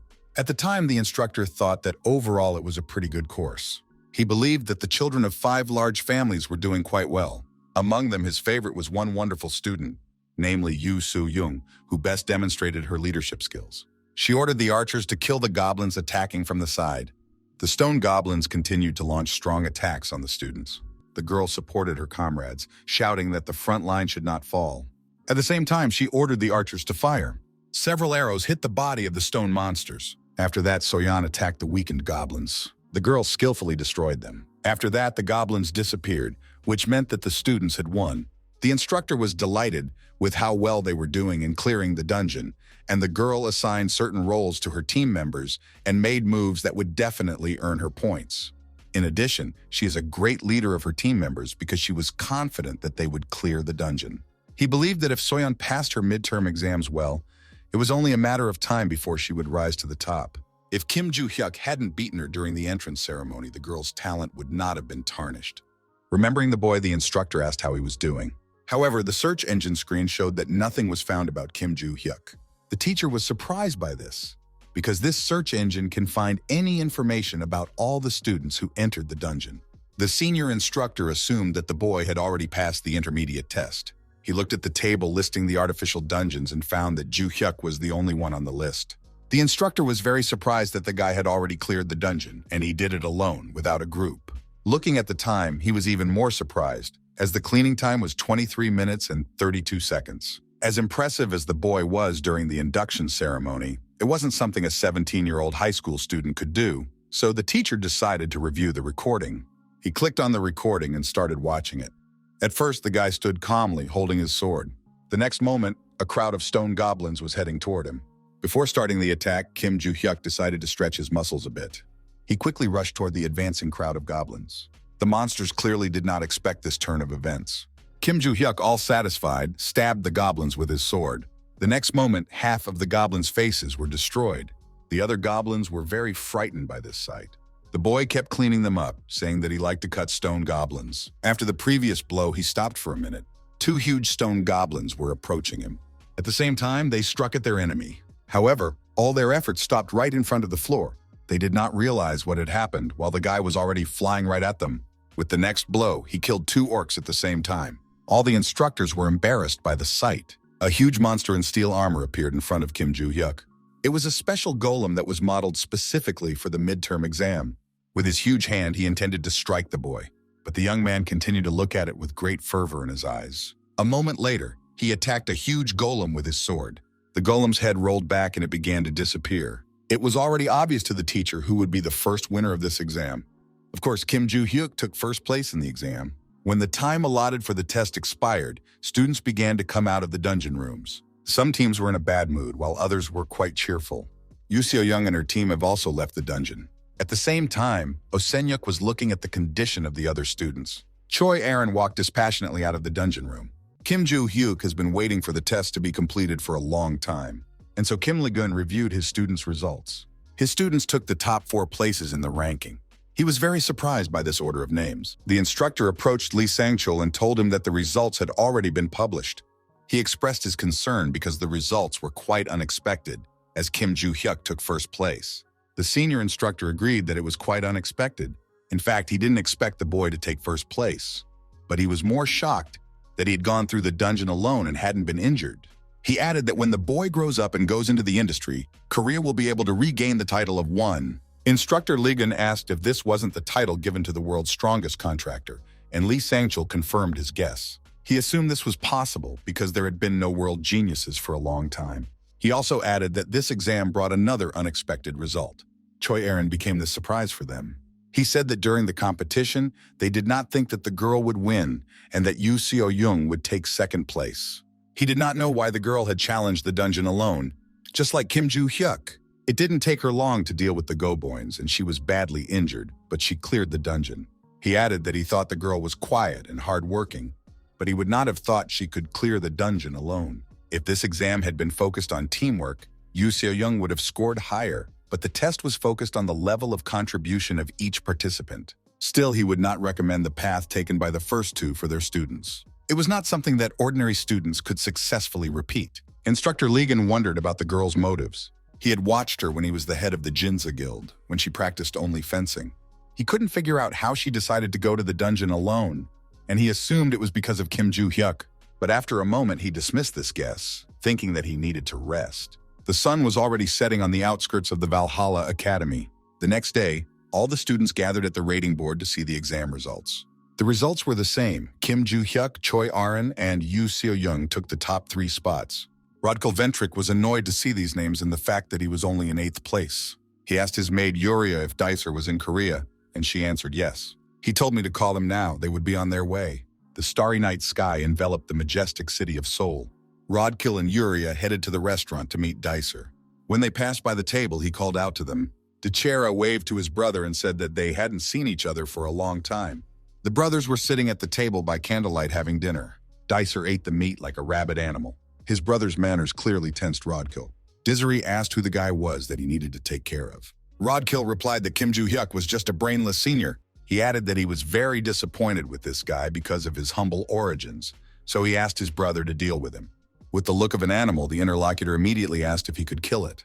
Rodkal got excited but said it was up to his brother to decide. Dicer said it was different from the last time and he needed to prepare.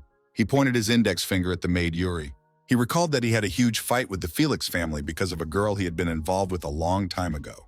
He added that because Felix's family didn't have many people, he couldn't kill anymore because the rumors had spread so far. However, the people in Valhalla were different. No matter how often the guy tried, it was hard for him to get in and make a mess. Rodkal Ventric said he understood everything. He added that he would do everything possible to keep the guy out of trouble, so he didn't have to worry. Dicer got up from the table and said to prepare a good reward for his work. A week later, Kim Juhyuk again held an application for permission to go outside. Barsh asked if the boy wanted to go out again. He noticed that the guy had been out recently and he needed to go out again.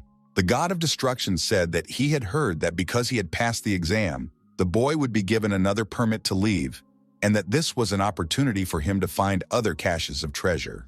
Barsh asked the boy where he was going. After the application was submitted, Juhyuk traveled to Suwon. He was walking along the road, looking for the possible location of his hiding places. However, the guy was distracted. Someone ahead of him was calling him. Dechera Ventric stood right in front of the boy and asked him how he was doing. The course of events is transferred to the market in the 7th area. From a huge window, the black cat looked out over the city. A moment later, something interrupted his peaceful contemplation. A screen appeared in front of him, saying that the constellation was asking where the ring was. It was already on its way and had to go through the usual procedures to pass through the portal. However, after these words, the screen displayed a huge number of lines with the phrase that the constellation was going crazy. The man in the suit saw this reaction for the first time. He was investigating whether this ring was an artifact of the era of destruction at the request of the former Black Cat. A box appeared on the table giving off a blue glow. The Black Cat hoped that if he gave the rings to the constellation, it would be quieter. He opened the box from which he could see the sparkle of the diamond on the ring. Then he said to the constellation that the ring had already arrived. Behind him, a huge screen appeared with repeated messages. This is it, this is it, this is it. The narrative returns to Kim Juhyuk and Dicer Ventrica. The guy asked the man he met who he was. Dicer asked in response whether the boy was sure or wanted to know. Juhyuk replied that he assumed that something was needed from him. Dicer confirmed it because he had to look for the boy on this remote mountain peak. Juhyuk asked him directly if he had come to get rid of him. Dicer said that the boy had good intuition. However, the guy replied that it was not his intuition. Juhyuk added that anyone would realize this if they looked at Dicer's face. Juhyuk also added that he had already seen the boy a few days ago. All these words made Ventric very angry. In an angry tone, he called the boy stupid for someone who had won first place in Valhalla. As he prepared to attack, he warned the boy not to disappoint him. However, Juhyuk dodged and Desera's shot hit the tree. The blow was so incredibly strong that only the trunk remained of the tree. Dicer said that the guy was lucky that he dodged the blow because if he hadn't, he would have been finished. However, the guy mocked the dizzy, saying that he dodged the punch because it was too slow. But Juhyuk was really worried about the fact that his punch had cracked a whole tree. He thought that this guy's physical strength was comparable to Osenyuk's, although he was probably stronger. It was dangerous for the guy to stop such a blow with his fragile body. But at that point, he had already developed a strategy. After a moment, he started to run away, which surprised Ventric. He thought that the boy had decided to run away and chased after him. Dicer believed that for a person in a similar situation, running away was a good choice. If the guy had done nothing, he would have been beaten to death. But the director had no intention of letting the guy just walk away. But at that moment, the guy was right in front of his face and asked him if he was going to use his head at all. Dicer was shocked that the guy managed to get so close. He didn't even notice his fist until it was right in front of his eyes. The next moment, a fist punch knocked Dicer back. He fell to the ground with a crash. However, before he could recover, another attack approached him. Juhyuk was preparing to kick Dicer with his foot, and his expression was crazy. In a split second, Dicer was able to dodge the blow. The incredible force of the attack shook the ground under his feet. Desera breathed a sigh of relief that he had managed to dodge it. Kim Juhyuk told his opponent that it was a great success that he was able to dodge it. Ventric was very angry at these words of Dicer's. In his surprise, he asked the boy what he had just done. The boy mockingly recalled that he had won first place in Valhalla, and Dicer should have known about it. Because of this mockery, Dicer's face immediately became angry, and he wondered what this guy had been using to become so strong. Next came a story about the memories of Dicera's past. He was forced to take elixirs to raise his family's status, even if it was only slightly. The boy's talent was his innate inclination to drink elixirs. The boy's parents used him to improve the status of their family. Dicer could drink any elixir that was given to him. His parents fed him elixirs worth hundreds of millions of dollars per flask. At the age of 16, Dicer became much stronger than a normal adult. Her parents wanted to use him to achieve recognition, but their plans were not to be. The 16-year-old boy turned into a real demon. He did not want to live his entire life under the control of his parents, so when the boy became very strong, he ruthlessly killed them. He believed that with his enormous power, he shouldn't have to worry about his family's recognition. Dicer was a real pain in the ass for the entire Ventricle family. The boy was kicked out of the family by a woman who considered herself the head of the family. But he didn't care. He believed that money solved most problems in this world, and he became bolder after his ties to his family were severed. Dicera accepted Rodkil's offer not only because of money, but also because of his personal interest in Kim Juhyuk. Due to the guy's popularity on social media, Dicer found out that he was the one who used profanity to drive the guild guides away. Before the fight, Dicer thought he was just going to have fun with the guy. However, his situation was clearly not so amusing. Now he was afraid of the guy he had to face. He asked the boy what drugs he had taken to become so strong, believing that some cheap elixirs would not help such an orphan. Juhyuk didn't expect to get a stupid question. After I mentioned drugs, he started laughing out loud. He was surprised that Dicer seriously thought he was taking drugs. The guy guessed that Dicera's strength was in her substance abuse. He replied by asking if the boy had become stronger without the help of any elixirs. Juhyuk said no, he had become so strong through training. He said to the guy that he wanted to compare him to his classmate, but thought it would be impolite to compare a naturally muscular guy with a dumbass like him. Dicer was very angry at these words and immediately wanted to kill the boy. He had a thing that he was not allowed to use here, but he decided to do it. The guy pulled a small blade out of his pocket, after which his body was enveloped in an ominous aura. Kim Juhyuk was surprised by the influx of this magical power. Dicer could feel his strength growing with the help of magic. He began to say something to Kim Juhyuk. The guy asked if he really thought he would let him go so easily, but before he could finish, Juhyuk attacked him. Attacking him, he called him a dumbass. He asked why they always talk so much before an attack. The guy's unexpected attack knocked Dicer back. But before he could realize it, he was punched in the face. With this blow, he smashed Dicera's face against a tree. The guy's jaw dropped from such a strong blow. Suffering from pain, he asked the guy to stop. Juhyuk took the attacker by the hair and said that he could not kill him yet. He would have forgiven him if all he had done was to get into a fight. But the guy said he wouldn't let him go that easily. Tensing his fist, he said to the boy that he wanted to ask him something. Before that, he told him to clench his teeth. Rodkal Ventric was sitting on the couch waiting for news from Dicer. He thought that Dicer had already dealt with Kim Ji-hyuk, and given his character, he may have killed him. He'll have to clean up after him, but it's good that it's not on the academy grounds, and the fact that the boy went outside at such a beautiful time made it much easier for him to wait. He leaned on the back of the sofa and called for the maid Yuria. Rodkal told her to get the car ready. He was distracted by the sound of a call on his phone. It was a call from Dicer, which he had been waiting for so long. He picked up the phone and asked if the guy had already dealt with Kim Juhyuk. However, for some time, only silence was heard on the other end of the phone. After that, I heard heavy exhalations, which really embarrassed the guy.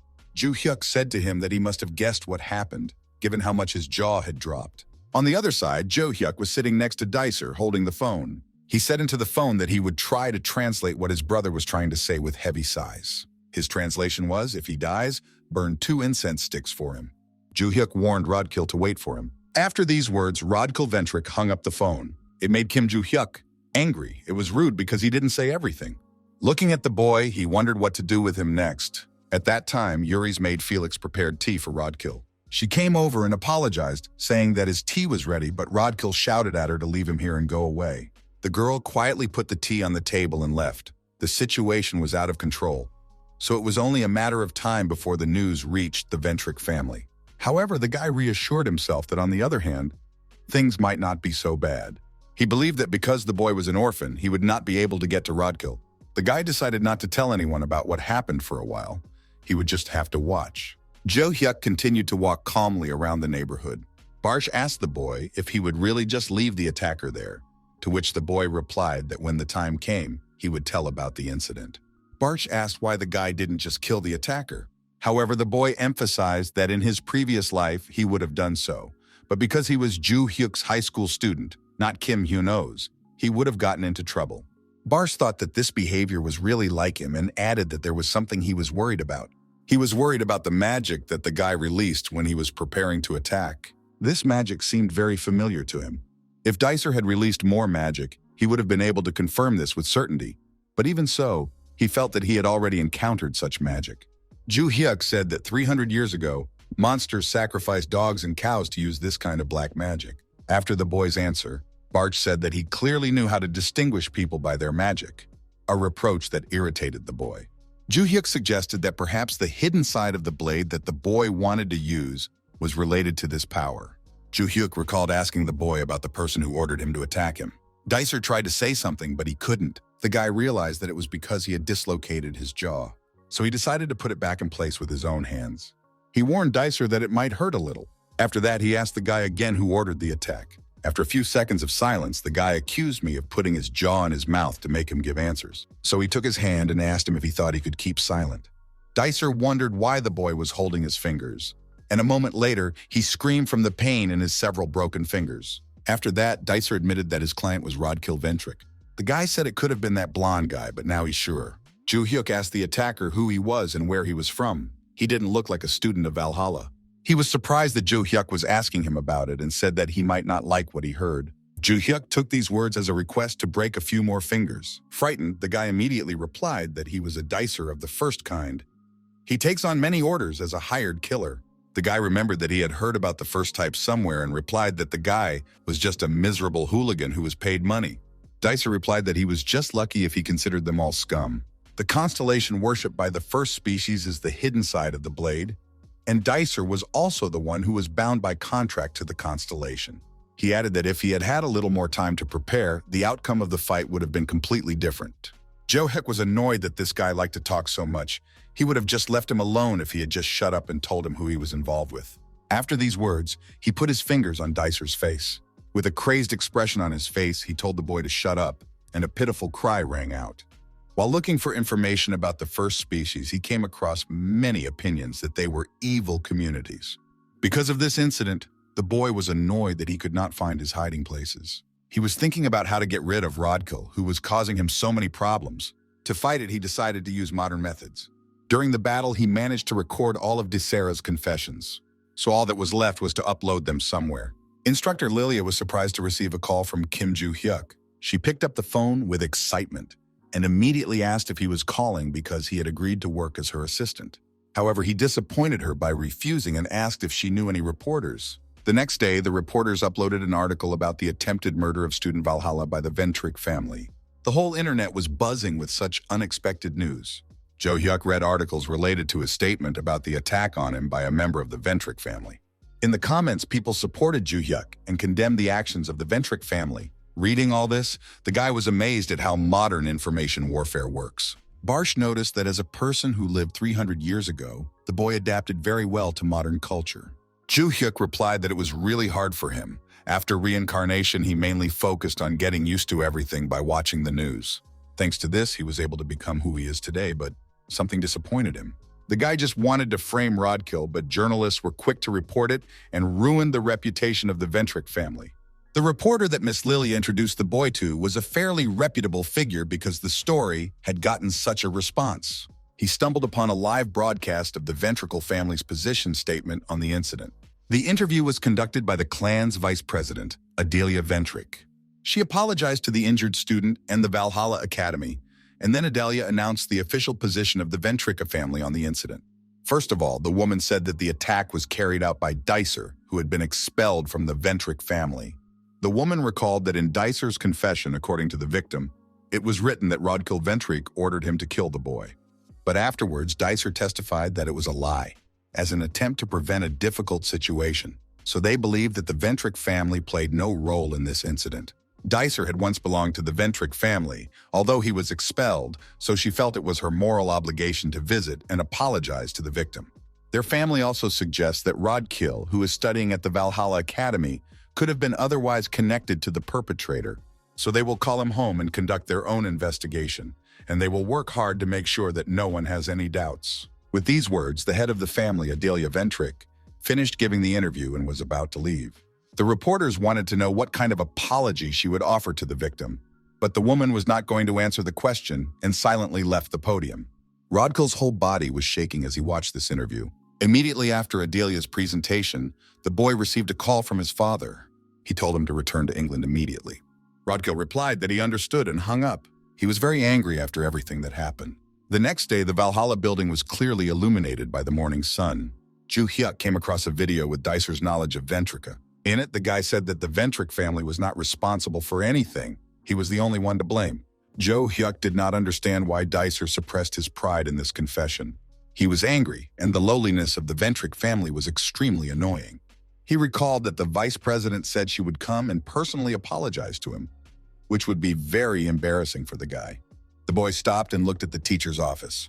Classes were already over, so he wondered if he should ask one person for help. The school corridor has been transformed into a spacious Valhalla cafe. The instructor Lilia sat with an extremely pleased face. Before she could say anything, Juhyuk immediately rejected her.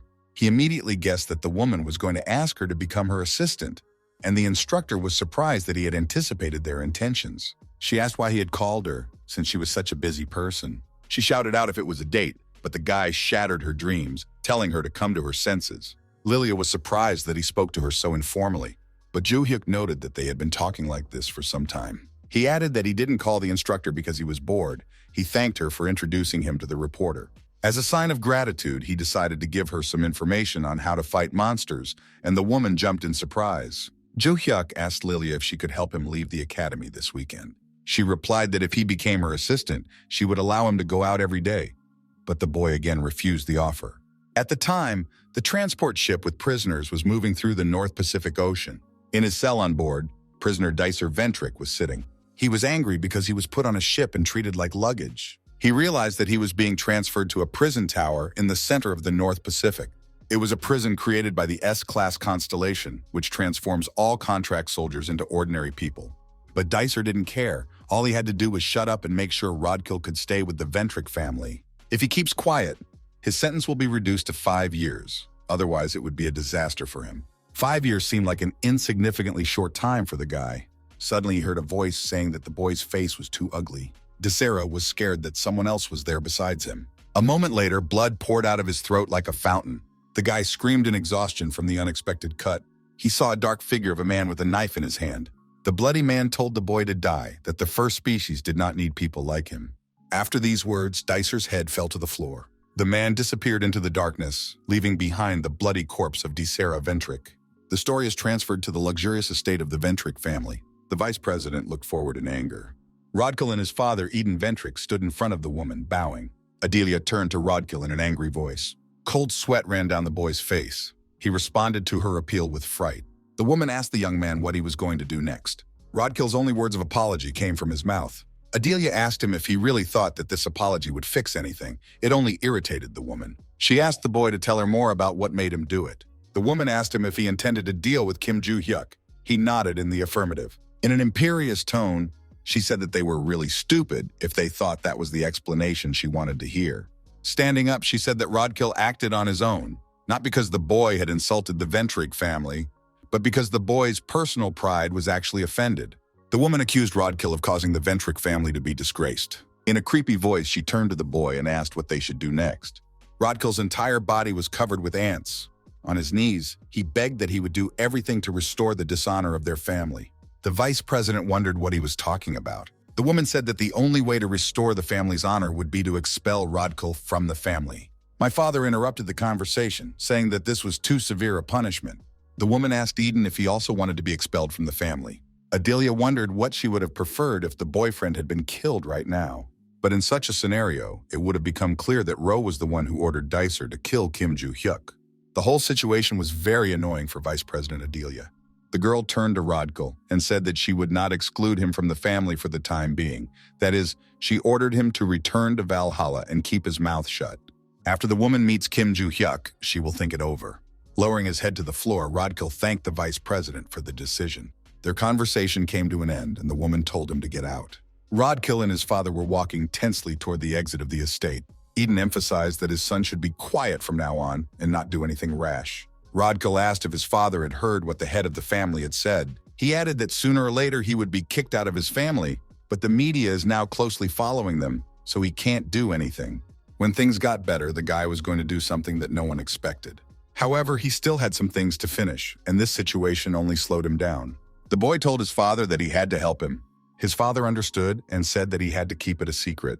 The next day came, and the sun shone brightly on the Valhalla Academy. Inside the academy, Kim Lee-gun and Juhyuk were sitting in an interrogation room. They were talking about how the head of the Ventric family would soon come here because she was going to apologize to the boy. The guy said that he had nothing to do with the head of the family because she said that her family was not involved in the incident. Even though she made this statement, she still decided to apologize for it. She even came to Korea. Juhyuk thought that the Ventricle family wanted to prevent Rodkill's punishment, so they had no other choice. This situation was very depressing for him. The teacher said that he and senior instructor Lee Sang-chol were also concerned about the situation.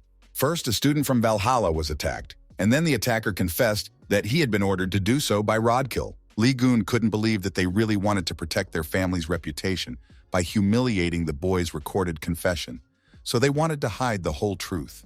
To protect the students of the academy, Rodkill should have been expelled, but not long ago the Ventric family donated a large sum of money. Therefore, it is likely that the academy will turn a blind eye to this, since most of Valhalla's funding comes from donations from large families. The guy realized the situation and said he would talk to the so-called head of the family. Kim Lee-gun was surprised that the boy had such a normal reaction. However, Juhyuk replied that he had always been normal. There was a knock at the door. Adelia Ventric came in, and Kim Lee-gun said he would let her in. He added that he would be leaving and wished them a pleasant conversation. The door opened and the instructor bowed tensely in front of her. He said they could take their time, and the head thanked him for his hospitality. The woman entered the room and looked at Kim Juhyuk. She introduced herself as the head of the Ventric family and said she was pleased to meet him. The guy replied that he was also pleased to meet him. With an angelic smile, the head of the clan sat down on the sofa. Kim Juhyuk watched her with his hands in his pockets. The woman started talking about the attack that Dicer had committed. She got up from the couch and bowed in front of the guy, apologizing for it.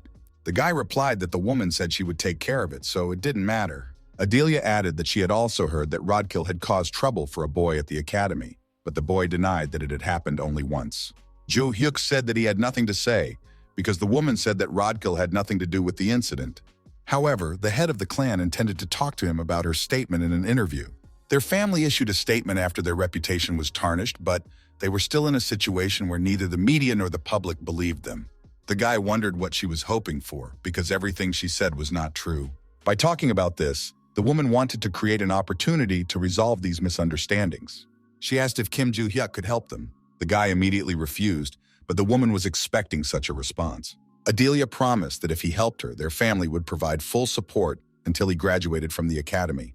Then she would recommend the boy to the guild they sponsor so that they can continue to support him after the academy, and he could become the best hunter in Korea. The guy asked if it would be over if he made his statement. Juhyuk started to mock the fact that they were willing to do so much to silence him, which proves that the family is really desperate. This audacity began to irritate the vice president. The guy was angry that they were pretending that nothing had happened. He had no reason to play along. He stated that he did not want a reward. All he wanted was to see the Ventric family disgraced. From an angelic voice, Adelia's tone of voice changed to fury. Her ominous aura enveloped the room, and she reproached Juhyuk for daring to speak to her like that. He was amused that the woman had finally shown her true colors. She said that she came to this academy to make him comfortable, but he dared to behave so arrogantly. She threatened that she should have just killed him. She wanted to be noble and give him a chance, but the guy just gave him up.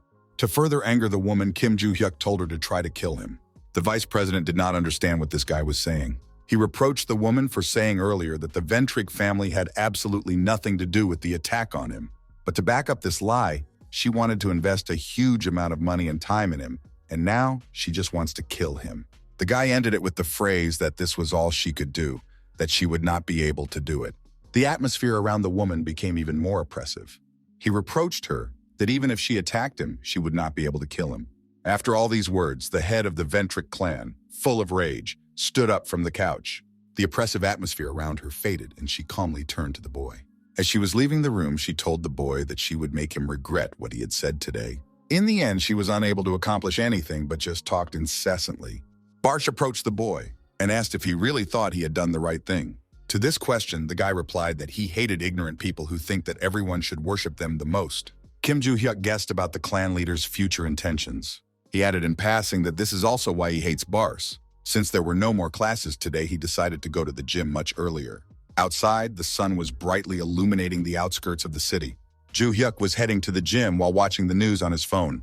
However, when he almost reached the hall, he saw that Choi Arin was also there. The girl was talking to some guy. Her interlocutor was Choi Jin-eon, the eldest son of the Chojin family. He asked the girl if she still really thought she could win. He also added that it would not make sense. No matter how hard the girl trains in Valhalla, it would be useless. So if she wanted to remain a member of the family, he told her not to come to the qualifying test this weekend. He backed this up with the fact that he did not want to see the girl humiliated. But the girl haughtily refused. He said that she really didn't understand what was going on and why she was refusing when he was giving her one last chance. But she sternly replied that he was a fool and didn't understand what was going on. Jin-eon was shocked that the girl had called him names. Juhyuk appeared and immediately asked the boy why he was so eager to stop someone who had invested so much of his work. Aaron's brother was surprised that the guy didn't even know him and dared to be rude to him. Juhyuk replied that he didn't care who was in front of him, whether it was the king, the president, or anyone else. He told the boy to leave the academy if that was all he had to say. Juhyuk asked Choi Arin if she agreed with him. The girl nodded her head in agreement. He was furious at the rudeness and told Choi Arin that they would see each other at the test. After these words, the eldest son of the family captain strode away from the academy. The girl thanked the guy and he offered to go for a workout. She added that when the guy asked her if she agreed, she wanted to answer differently. The guy asked her how she would answer, and the girl's lips started to use foul language and he asked her to stop. They went to practice, saying that he wouldn't be able to come on the weekend because he would be on a business trip. But today they would do their best to train. A few days passed and the landscape of nature and city life appealed to each other. In these mountains, Kim Hyuk wandered in search of marks. Barsh asked if the boy was looking for his hiding places again. The god of destruction did not understand why the boy had found many relics and jewelry in the previous hiding place, but the boy wanted to know how many hiding places were left. He believed that if he found them, there must still be something truly amazing in the hiding places. He believed that if he found them, he would be able to overcome all the shortcomings from his time as Kim Hyun-oh.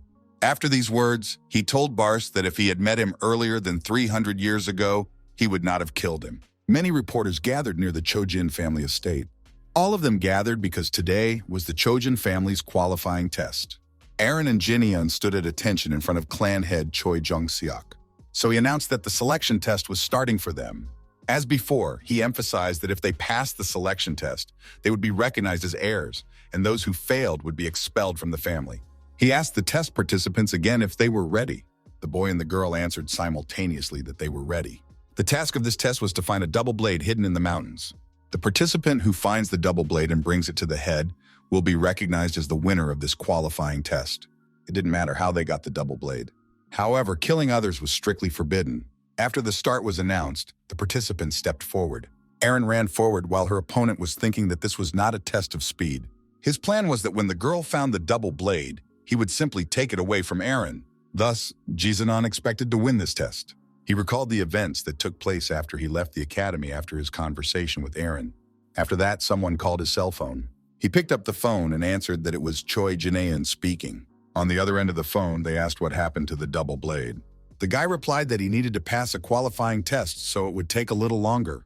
His interlocutor reproached him for talking about this qualifying test for the second time. He asked if the boy knew he was late, and Jinyan immediately apologized. He asked if he could get the blade, would the other man keep his promises?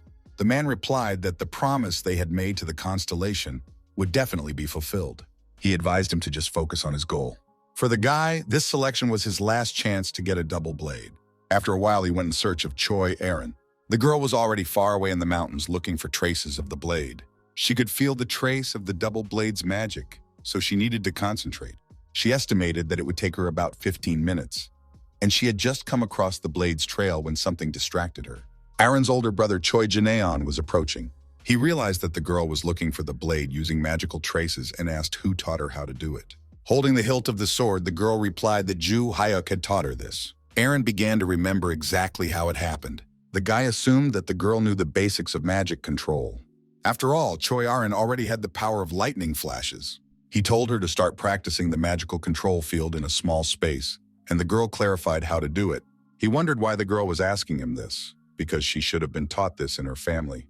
However, with a sad expression on her face, the girl did not say a word. He asked her if all she knew was how to borrow the power of the constellation and how to collect magical energy, and Aaron nodded. The guy also added that he was not very good at it himself.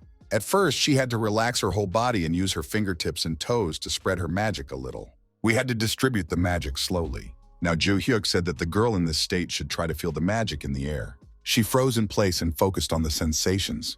A strong flow of magic was felt from Kim Juhyuk. Choi Aaron immediately felt his fiery form.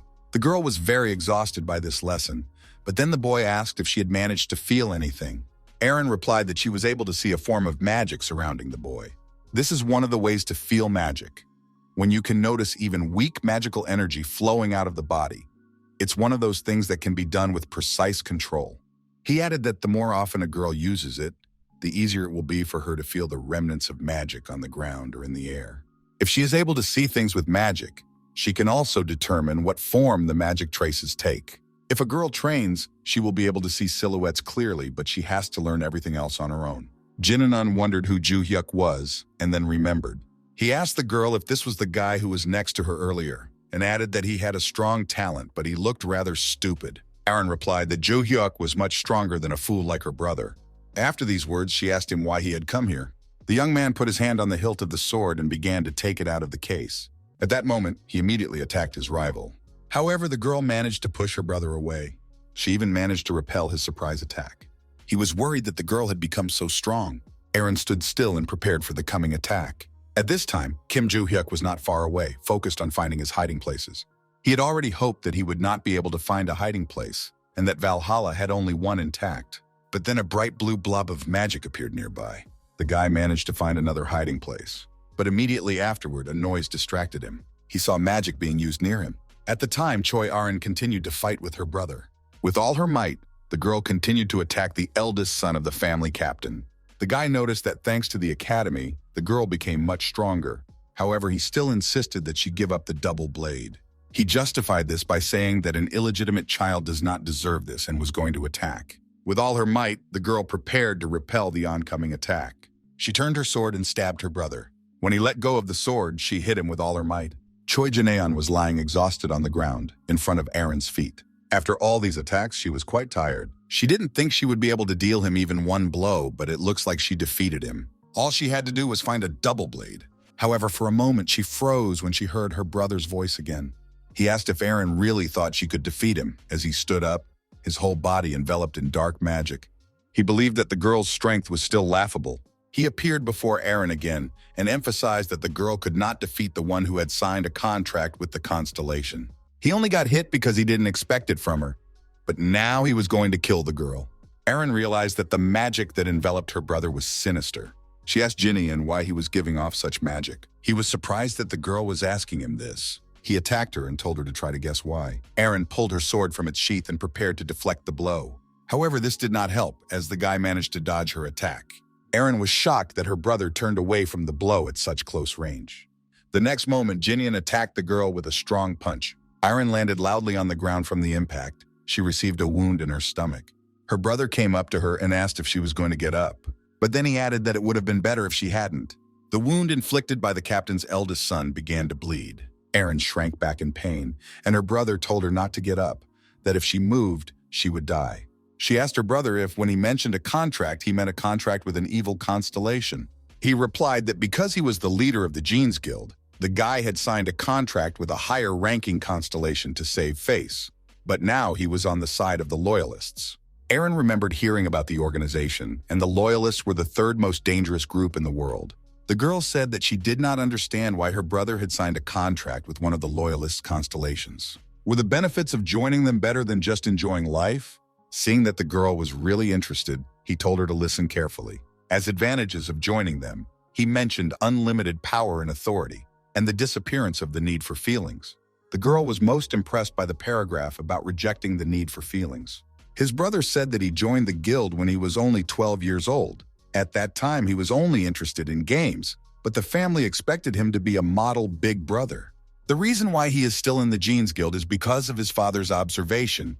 Being there was never his own choice. In his teens, he met a man from the devotees. As soon as the boy met him, the man invited him to join them, encouraging him that he would be able to satisfy all his desires that were in his heart.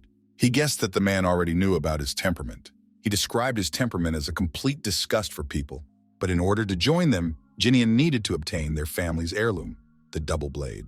He added that if the girl had simply given up, there would have been no second test, and the guy would have automatically received this double blade. Eren was confused that it was already the second test. 10 years ago, the family's eldest daughter, Juhyuk, took part in the first selection test. When she heard about her older sister, she was shocked. She recalled that Juhyuk had gone missing during the first qualifying test. However, the words Eren heard next frightened her. Jinyan admitted that he had killed his sister on the mountain before searching for the double blade. But in the end, he couldn't find the double blade, got injured and failed the test, and if not for that, he would have joined the Loyalists 10 years ago. The boy left his crippled sister behind, hoping that she would disappear, but his father somehow managed to find and hospitalize Juhyuk in the hope of saving her. Eren asked where her sister was now, but the guy was surprised that she was asking and said that the girl should disappear. He said that after the incident, the sister's mother fainted. The reason for this was that she saw the image of her eldest daughter in Eren. Now her brother knew where the double blade was and was about to leave. Jinyan took up his sword and finally intended to kill Eren. He pointed his sword at the face of the weakened girl. However, something happened that turned all his plans upside down. Juhyuk appeared behind the girl and stopped Eren's brother's attack with his sword. He asked Eren's brother what he had just been about to do. Jinyan told him not to interfere in their family affairs. Juhyuk was very angry after hearing the answer. The guy said that it was completely insane to put a knife to his sister's neck, not family matters. After Juhyuk's attack, the captain's eldest son flew into a tree. Eren asked the boy why he had come here. Juhyuk came to the mountains to find his hiding places. One of them was in this direction, but he did not tell the girl about it. He saw that blood was oozing out from under the spot on her stomach that the girl was covering with her hand. Although he did not show it, the injury made him extremely angry. When the girl asked him, he replied that he had some business to attend to and told her to go away and gather some magic to heal her wound. The rescued girl listened to Juhyuk's words. Jinyan asked the boy if he was the student he had met in Valhalla. He again told the boy not to interfere in his family affairs. After these words, he attacked Juhyuk, intending to kill him. His sword was enveloped in flashes of lightning, similar to those that enveloped Eren's sword. He attacked Juhyuk, but the boy managed to dodge the blow. Eren's brother was extremely shocked that he failed to carry out the attack. Immediately afterward, Juhyuk, without even being naked, struck with his sword. He criticized that one shouldn't aim at a guy who is standing still. The attacker should think that the opponent will be able to dodge. The guy jumped on Aaron's brother with the intention of launching another attack. Jinaeun did not think that at the moment he attacked Juhyuk, he was ready for it. Juhyuk stunned his opponent with a blow of incredible force that even the ground beneath them cracked. Jinaeun lay defeated with a disfigured expression. After the battle, the guy immediately asked Choi Aaron if she was okay. He asked the girl if she was able to walk, and Aaron was not sure. At that moment, the guy's face became confused. He felt an unusual flow of magic behind him. This sinister magic emanated from the body of Aaron's brother, Jinaeun. Kim Juhyuk realized that this guy was also a thief. Jinaeun picked up a sword and intended to attack the boy. When he attacked, he reproached the boy for saying that an ordinary newcomer to Valhalla would not be able to defeat the guild leader. However, with an impassive face, Juhyuk stopped the boy's attack without even drawing his sword. Jinaeun was angry that, despite the fact that he had struck with magic, Juhyuk did not even move. Attacking him, he told him that the fact that Jinaeun was the leader of the guild would not help him defeat the boy. Jinaeun was thrown back by the previous attack. He was surprised that the 17-year-old blocked all his attacks and did not even counterattack. He had no choice, so he decided to use this. There were a lot of side effects to what he wanted to use, but he thought that if he took one more hit, he would definitely lose. From his jacket pocket, he took out a stone of the past. Having bitten through it, he had to enter into a preemptive contract with the constellation. Kim Juhyuk watched the boy's actions with displeasure. After that, I could feel a huge amount of magical power coming from Aaron's brother.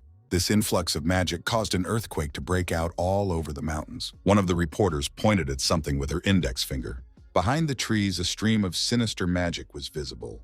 The head of the clan also looked in that direction and was shocked. He realized that it was sword magic. It was dense enough to be seen by the general public. There was also a double blade in the place where this stream of magic was visible. The chairman decided that he should go and see what was going on. At that time, the two boys continued their argument. Kim Juhyuk watched the boys' actions, but it all ended with Jinaeun simply strengthening his magic. However, his opponent replied that the guy was dumb enough to realize that it was just an additional effect. This was part of the power he gained through a temporary contract with the constellation. The dragon that was killing everyone recognized the sacred relic and was about to descend, showing his teeth as if he was glad to have come down after such a long time. After that, the dragon activated its all-seeing eye ability. At that moment, the dragon saw that even more terrible magic was emanating from the boy's body. When he saw this, he was not terribly frightened. He blinked and instantly deactivated the all-seeing eye. However, when he opened his eyes, the boy's terrifying aura had not disappeared, and the dragon that was killing everyone panicked and fell into despair. The dragon that was killing everyone shouted that he had to get out of here. Jing Anung was shocked that the dragon withdrew the sacred relic summoning and canceled the contract. After that, the dragon that was killing everyone took his power and fled. All of Aaron's brother's ominous magic power disappeared at once. Juhyuk put the tip of his sword to Jinaeun's body. He asked the boy if he still thought he could kill him. A terrible blow went through his opponent's body. Choi Jinaeun lay defeated at the feet of Kim Juhyuk. The leader of the devotees, the Dragon King Kan Nibal, sat shocked that the dragon who killed everyone told him that he was in big trouble because of the man. He then threatened to ask him if he wanted to leave the world of mortals, and the leader immediately began to apologize. He bowed his head in front of the screen all the way to the floor. The message on the screen emphasized that they should not distribute artificial relics in the future. The last message on the screen was to behave, and then the translucent screen began to disappear. Kan Nibal was shocked by what had happened. He wondered what could have caused the constellation to split apart like that. From the words about the artificial relic, he guessed that the boy he had placed in the Chojin family had done something wrong. The leader of the organization tried to ask the constellation what went wrong. He decided to find out what had happened. Nighttime enveloped the Valhalla dormitory building. Kim Juhyuk returned to his room. He was tired of the events that happened today. He started looking for something in his briefcase. He took out a book called The Divine Arts. Barch asked what the book was, and the boy told him that it was the main reason he was looking for his hiding places. It was a breathing technique that helps raise a person's magical power to a very high level. The difference between this breathing technique and his previous one is that his previous technique was worthless. He bought it on the market, learned it, and used it to the end. When Juhyuk found these divine arts 300 years ago, he was unable to change his breathing technique because it was ingrained in his body. The boy recalled that in the battle with Barch, he was badly injured because of his poor breathing technique. He ran out of magical power, but thanks to this body, he could start all over again. He intended to stop training his body for a while and start studying the divine arts. The god of destruction asked about the situation that had happened earlier. He reminded the guy that he had left the wounded girl with her crazy brother. The guy said that he left her because he heard someone approaching them, so he decided that they would deal with it themselves. During the last battle, Bars asked the guy if he had killed his opponent. Juhyuk hoped that he hadn't killed the boy, because he had already been involved in another incident in Valhalla, so he would be in trouble if someone found out about this incident. There were tiny traces of magic on Aaron's brother's body, so he had to survive. Then he asked Aaron if she could stand up and wanted to give her his hand, but at that moment he heard someone approaching. He thought that Choi Aaron's family was already on their way after seeing the sword's magic. This made it difficult to find the hiding places. After thinking about the situation for a while, Juhyuk turned to the girl, telling her to sit and wait for her family to get here, and added that he had something to do in this place, so he had to leave. Finally, he asked Aaron to say that she had defeated her brother, and added that her brother was just fainting because the guy had overdone it a bit. Juhyuk said goodbye to the girl and left. Aaron understood everything and also said goodbye to the guy just as her family arrived. Juhyuk hoped that once he mastered the divine arts, he would return the remaining guardian stones. He recalled that the last time he absorbed the magical power hidden in them, he failed to absorb all of it because of his low magical ability. After all the thinking, he turned off the light and went to rest. However, at that time, the Chojin family was still awake. All family members gathered around the table to discuss today's events. The head began by telling us that because of the reporters who came to film the test, articles about today's events appeared immediately. He asked his interlocutors whether they had already read them, and they replied that they had already read most of them. The headlines of all the articles began with the fact that the Chojin family was linked to the world's most feared gang of thieves, the Loyalists. Articles with similar titles went viral very quickly. The head of the clan said that he could not believe that there was a criminal in their family. He said that the association had published an official letter and he had received a statement from them. He added that when this happened to the Ventric family, it had nothing to do with them, so they just kept quiet, but this approach will not work anymore. Jinian was handed over to the police, and a man wearing dark glasses said that Choi Aaron had been transferred to the family's own hospital for treatment. The chairman asked about the girl's condition. He was told that the wound was significant, but the bleeding had stopped. Her organs were not damaged, so Aaron would not need any serious surgery. And the head breathed a sigh of relief. Another man added that there are also several articles about Choi Aaron.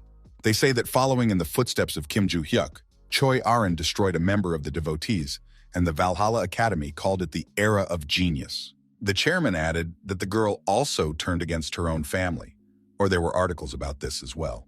Other participants in the discussion added that although it ended in chaos, the next head of the family has already been identified, and articles like this will help her to establish herself as a successor. The chairman replied that they were right. However, at the time he was thinking, it's good that Aaron has a legitimate chance of success, but it's very strange that she defeated Jinian on her own. He began to recall the moments when they found the boy and girl. The wounded Aaron was sitting next to her unconscious brother. She explained that her brother had attacked her with sinister magic, so she knocked him out. He asked her how she could defeat him because there was a lot of magical power over the mountains. At that time, other family members were lifting the wounded Aaron. She said that Kim Juhyuk taught her this. The head recalled that she was talking about a guy who was famous for openly chasing away guild guides. The next school day at Valhalla Academy began. Kim Juhyuk walked into the classroom and grabbed the back of the chair to push it back. However, his attention was diverted by something else. He looked at Choi Aaron, who was sitting silently at her desk. He thought that the girl was hospitalized, but if she was here, everything should be fine. The girl turned and waved to Juhyuk. Behind him were two boys, one of whom thought Choi Aaron had smiled and waved at him, but the other told him to stop dreaming. It would never happen. He recalled how he had mastered the divine arts technique yesterday. Then he suddenly received several messages on his phone. Aaron wrote to her boyfriend that she would not be able to attend training for a while because her doctor had forbidden her to exercise, which was to be expected. He told the girl that he would be doing his own thing for the next few days so she could do what she wanted, and Aaron started spamming with nodding rabbits. Then Barsh approached him with a message that there was something he should know. The black magic they encountered seemed familiar to the god of destruction. Juhyuk asked him if he remembered anything about this magic. Barsh said that he felt like something was blocking his memories when he thought about it. The guy asked if it could be because of the bad guy Barsh mentioned last time. The god of destruction thought this was possible and also suggested that if he could fulfill the second condition, it could help overcome this mental block. Juhyuk recalled that the second condition was the Eye of the Great Forest, which he considered to be just an area for assessing students' performance, and the final exam was also held there. He then suggested that people with the lowest total scores for the midterm and final exams would be expelled from the academy. He was disappointed that all he had to do was wait for the final exam, but he still needed some time to get used to it, and then he would go in search of the Eye of the Great Forest. Instructor Kim Lagoon came into the classroom and told everyone to take their seats. Before the lesson began, he announced that he would make a short announcement. The instructor asked if everyone knew about the competition between the academies that would take place next month. The students answered in the affirmative. Juhyuk was not impressed by this news, and Bars reminded him that the instructor was talking about the competition between the academies after the midterm exam. The teacher announced that they were going to select the best students based on the results of the midterm exams. After that, he told Kim Juhyuk to follow him to the office, and the boy was surprised that he was the one who was called. The instructor said that they met quite often in his office, to which the boy replied that they kept inviting him here. He confirmed this and started a conversation about the boy's participation in competitions between the academies. However, before the instructor could go on, Juhyuk immediately refused to participate. He asked what kind of competition it was, so the teacher started explaining everything again. This is a competition between the 3 largest hunting schools in the world. In Korea, it is called Valhalla. China was represented by the White Lotus Academy. In the United States of America, such an educational institution was an academy called Heroes. Each of the 3 academies invites several freshmen as representatives. Competitions include sparring, maze escape, and more. So Valhalla plans to send those who scored the highest in the practical exam. Listening to all this information, Juhyuk felt like taking a nap. The instructor also said that if the academy took first place, all participants and not only would receive scholarships, but Juhyuk was not interested in being showered with money. Teacher Kim Lagoon was embarrassed by the boy's reaction. However, he added that he knew that the boy wanted to get into the Eye of the Great Forest. Juhyuk was shocked by these words. The Eye of the Great Forest was the place where the final exams were to be held. The last test in the competition will be the entrance to the Eye of the Great Forest, and those who complete this task will be exempt from the final exam. The instructor added that if Juhyuk couldn't pass it, he would have to wait for the final exam. The boy understood that. Full of enthusiasm, he replied that he would take part in this competition. Meanwhile, at the Ventricle family estate, Adelia talked to the servants. The head of the Ventric family asked them how the training was going. They told their mistress that everything was going smoothly. After that, they added that the preparation would take about a month. Adelia told them to keep up the good work. She asked how Rodkal was doing now, but there were no violations that could be reported. The woman told them to notify her immediately if something went wrong. One of the servants said that there was some important news that he had to learn. He said that the construction of a building made of paper banknotes had begun at the market, and they believed that the Black Cat was directly responsible for this. Adelia wondered what it could mean, because he had never done anything like that. A translucent screen appeared in front of the woman with a message to tell the constellation about everything in more detail. At that time, construction was in full swing in the 7th area of the market. The Black Cat watched this process from his huge window. He told the constellation that they would do whatever it told them to do. However, he did not understand the purpose of constructing a building made entirely of paper bills. Constellation replied that this building would be a gift. He was surprised by this message and wondered who this gift could be for. After that, a message appeared on the translucent screen asking if they had found the person who had sold the ring. The Black Cat replied that so far, they hadn't succeeded in all that the seller had pointed out to him, which were the basic facial features and voice. But since all of the customer's contact information was recorded that day, they looked through all available records to find him. Behind the Black Cat, a message appeared with the repeated word, "Hurry up." At the time, Instructor Leon was sitting at his desk in the teacher's office. In the process, something disturbed him. A senior instructor approached the man and asked if he had chosen all the participants for the competition. Legon replied that everything was ready and showed the list of participants to Lee Sang-chol. Apart from Jungjin, all the other participants were from his class. It was a surprise to the senior instructor that Kim Juhyuk would also participate. The instructor said that at first the boy was reluctant, but as soon as he told him that the competition would be held on the territory of the Eye of the Great Forest, he immediately changed his mind. Lee Sang-chol replied that it was strange. Most people would hesitate when they heard that. He assumed that maybe the boy did not know what the Eye of the Great Forest was, because he slept during every lesson when something was explained. However, he thought that the boy was attending the academy for some ulterior motives. He offered to give the students a small training session.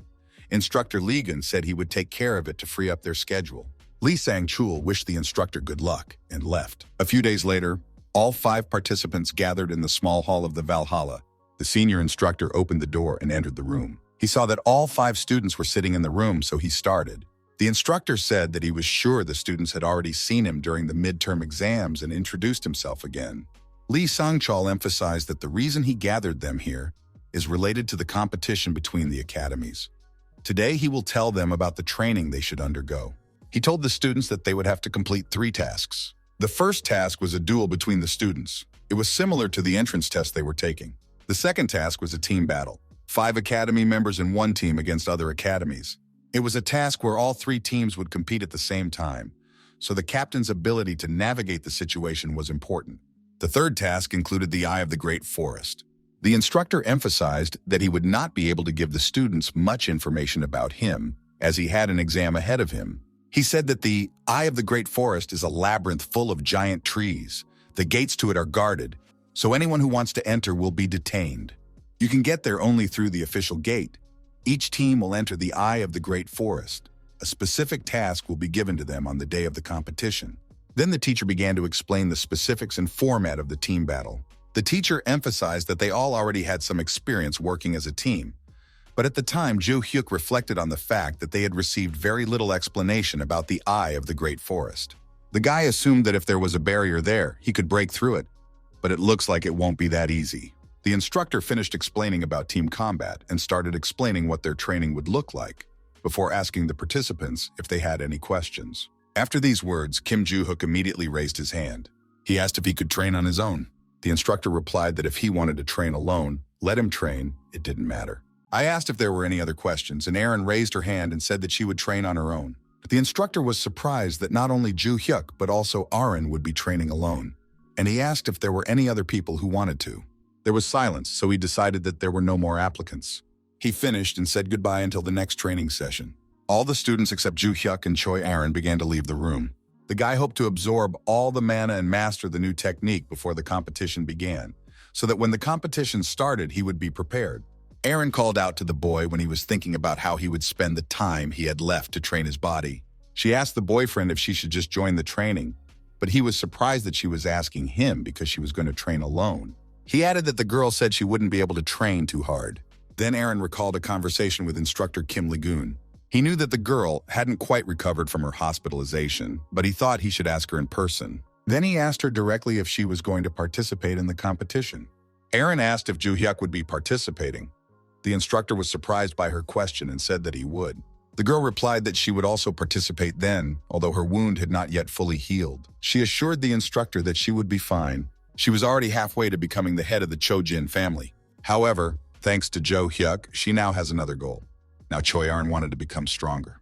She also wanted to help the boy achieve what he wanted, just as he had helped her. He was nervous that the girl was talking, and then suddenly stopped and laughed. In any case, she couldn't have been practicing very hard. The guy recommended that she stick to light walking for most of the workout and keep all her energy to a minimum. Before leaving, he added that when he finished his work, he would help the girl a little more and said goodbye. At that time, in another city, screams were coming from an eerie abandoned building. The beaten man asked to be released. He promised the attackers to give him whatever they wanted. A bald man with a creepy face was holding a knife. The next moment, the knife flew straight into the guy's heart, and at that moment, he bowed his head and died. Lisa's companion reproached the man for not finishing the guy off faster. The two were from the Samsal Alliance, and the hairless man's name was Al. She received a message. She thought it was a new order. Al asked her if they had already sent a new target to kill. The woman showed him an image on her phone. It was Kim Ju-kyung from Valhalla Academy. Lisa pulled the knife out of the guy's dead body. Her partner asked why they were ordered to kill the student, but the woman replied that the client must have paid a lot of money. She added that the client wanted them to kill him in a month during a competition. Al was unhappy that they couldn't kill him now, but Lisa replied that the security of the academy and the dormitory was very strong. They wouldn't be able to simply break through the barrier. He also noted that there would be participants from other academies during the competition, which could be more dangerous. Lisa answered that on the third day, the competition would be held in a town called the Eye of the Great Forest, in a maze of trees. Students will have to find their way out of it on their own, so there will be no instructors in the forest. The participants will be monitored from above by a large drone, apart from the guards at the entrance, while others will be watching from the observation room. So these two will have to hide and wait for the right moment. Al replied that it wasn't fun, but Lisa emphasized that they would have to do it anyway. A month passed, and the first day of the competition between the academies began. All the students were excited before the start. Rodkill Ventric sat tensely in thought. He recalled a phone conversation with his father. Rodkill told his father that he had received the money from him and added that he would figure out what to do with the money himself. A moment later, he told his father that he had ordered Kim Juhyuk's assassination from the Samsel Alliance, and his father was shocked by the news. The boy replied that there was nothing that could link his father to his actions. Samsel Alliance accepted Rodkill's order. My father recalled hearing about them, especially Il-shin, the head of the Samsel Alliance. It was a team of 3 people who worked together to become invincible. His father told Rodkill not to do anything that would give the boy away. Rodkill promised him that and hung up.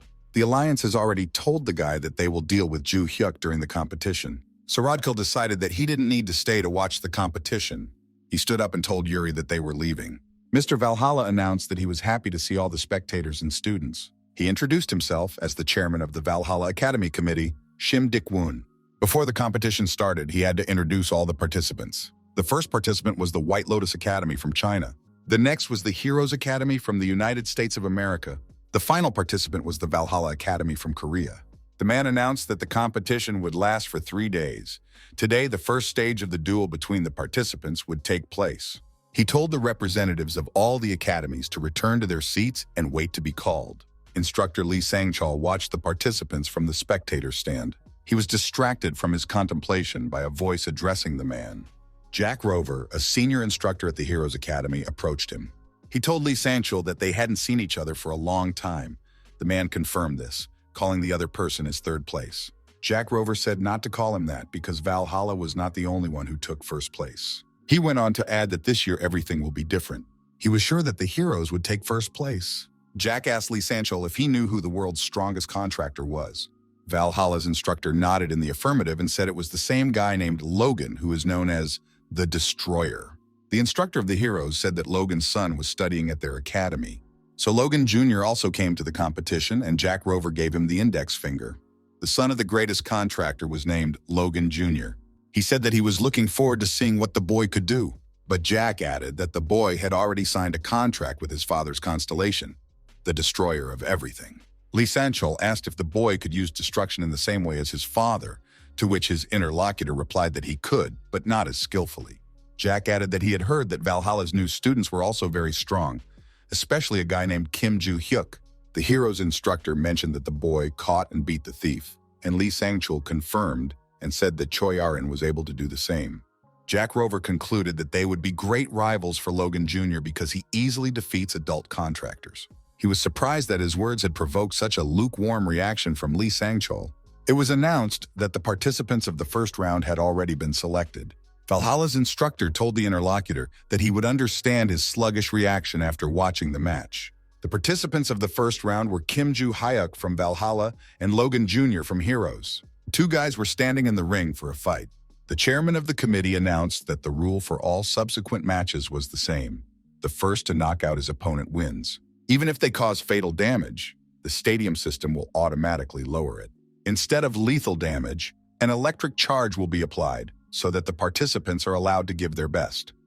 When the participants hear the start, the battle will begin. Juhyuk didn't understand why the protection system was used, but Barch said that the participants had to be fine to take part in the next tasks. The countdown to the start of the match was already coming to an end. Both guys stood calmly in the ring. After the start was announced, Juhyuk attacked his opponent with a punch. However, his attack was immediately stopped. In a supercilious tone, Logan Jr. asked Juhyuk if he thought he was really strong. But Juhyuk told the boy that he didn't think so, because he still had a long way to go. Logan Jr. replied that the guy was more modest than he thought.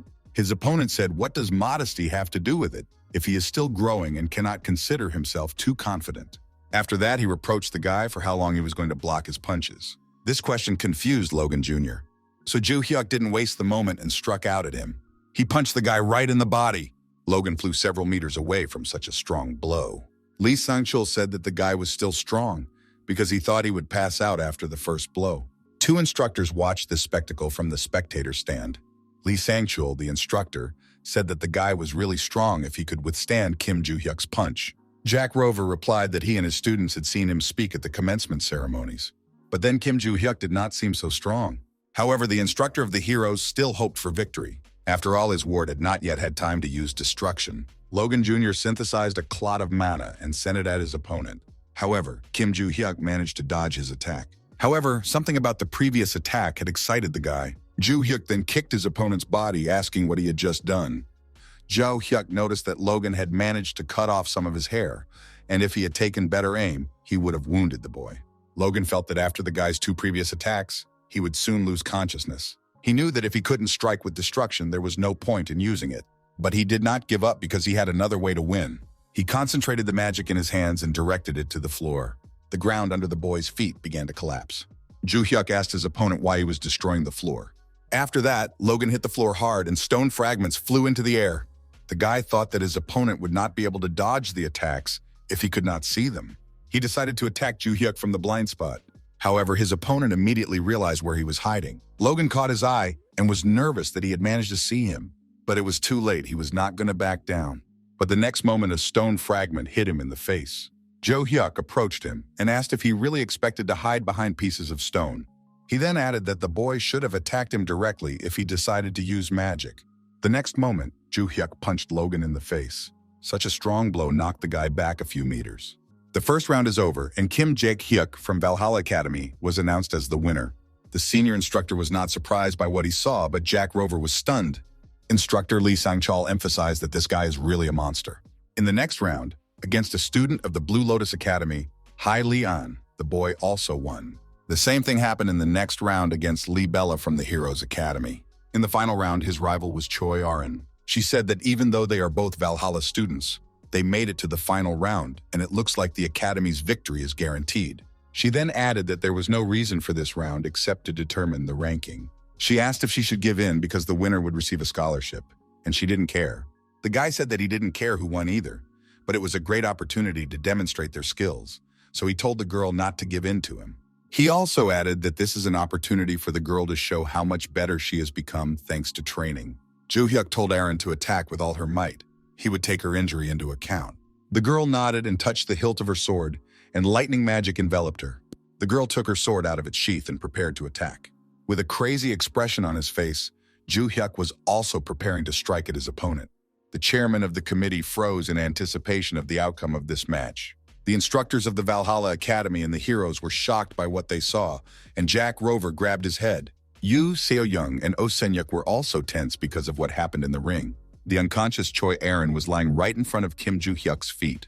The final round is over, and Juhyuk was declared the winner of all the competitions between the academies this year. Barsh said that the attack was ruthless, although the guy should have taken into account the girl's injury, to which he replied that he really restrained himself because he did not hit her in the stomach. He added that his attack was improvised. The trajectory of the girl's blade was heading for his stomach, so he hit the sword with his fist, and the boy became stronger because he could now hold some mana and increased his reserves. He also added that Choi Arin had also become stronger. The space around Valhalla is shrouded in night. The instructor walked into the room where the students were sitting and asked if everyone was okay. Although they were not injured thanks to the protection system, he recommended that they go to the infirmary and get checked out. Juhyuk thought it was a waste of time, that he would have to wait another day before he could see the eye of the great forest. As usual, he listened to everything, and Lee Sang-chul had already finished his story and told the students to rest. After that, the senior instructor left the room with the students. However, he was stopped when one of the students called him.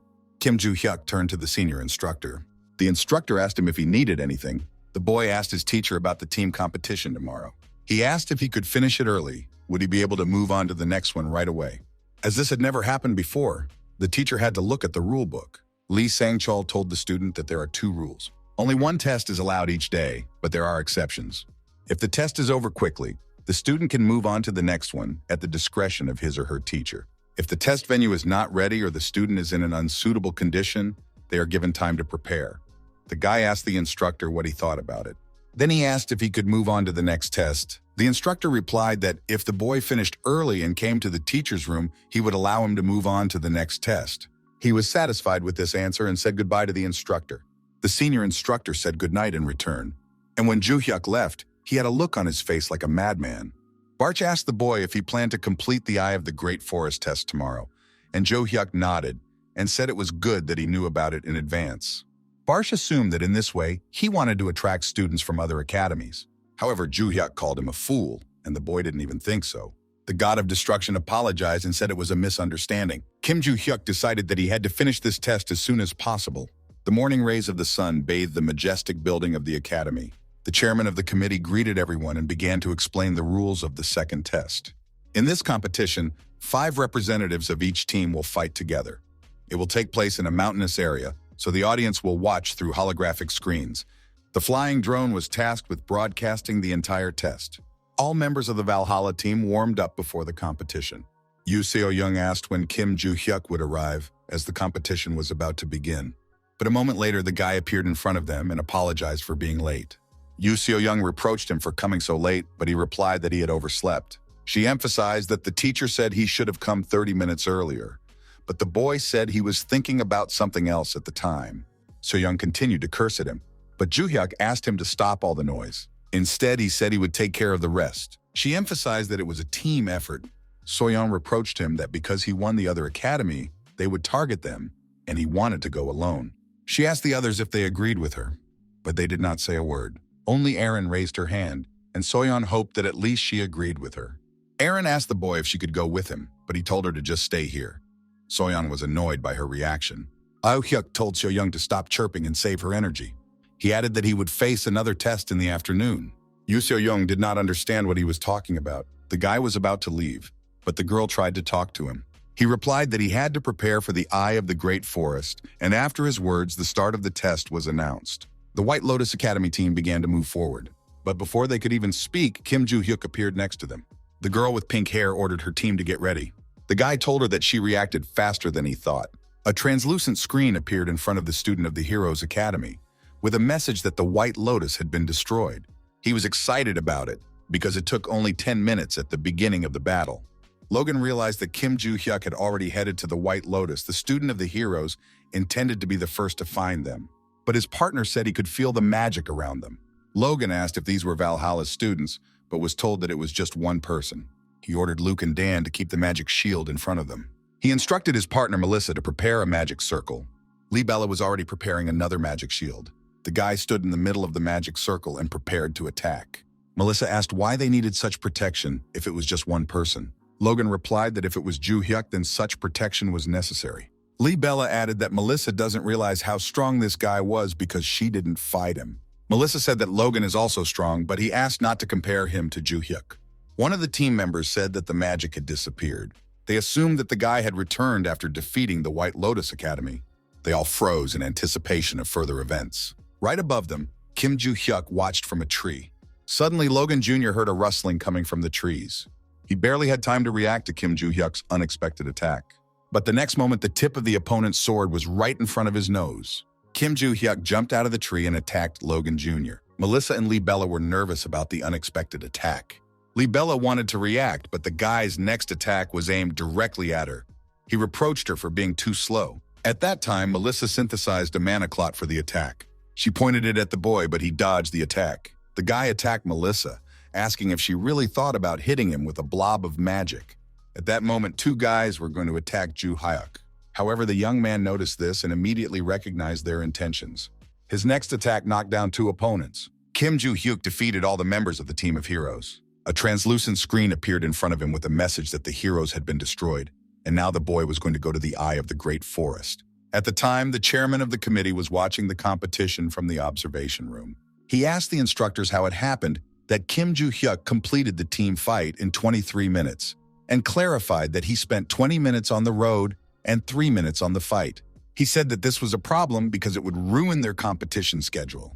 Instructor Lee Chang-sol said that according to the rules, if the competition ends before noon, they can start the next competition. He then added that he would like to discuss the next competition with other academies. The chairman of the committee allowed it and told him to let him know the result when they finished discussing it. The instructor recalled that the boy had asked him yesterday if he would let him go to the next competition if he could do it faster. Instructors Lee Chansol and Jack Rover were walking down the hallway of the Valhalla Academy. Jack Rover said that the heroes are not against starting the next competition, so we need to talk to White Lotus. He also added that after watching the team battle, he didn't think the results would change, so there was no point in postponing the next competition. Now he understood why instructor Lee Changsil called Kim Juhyuk a monster. The senior instructor reacted with a smile and said he understood Rovera.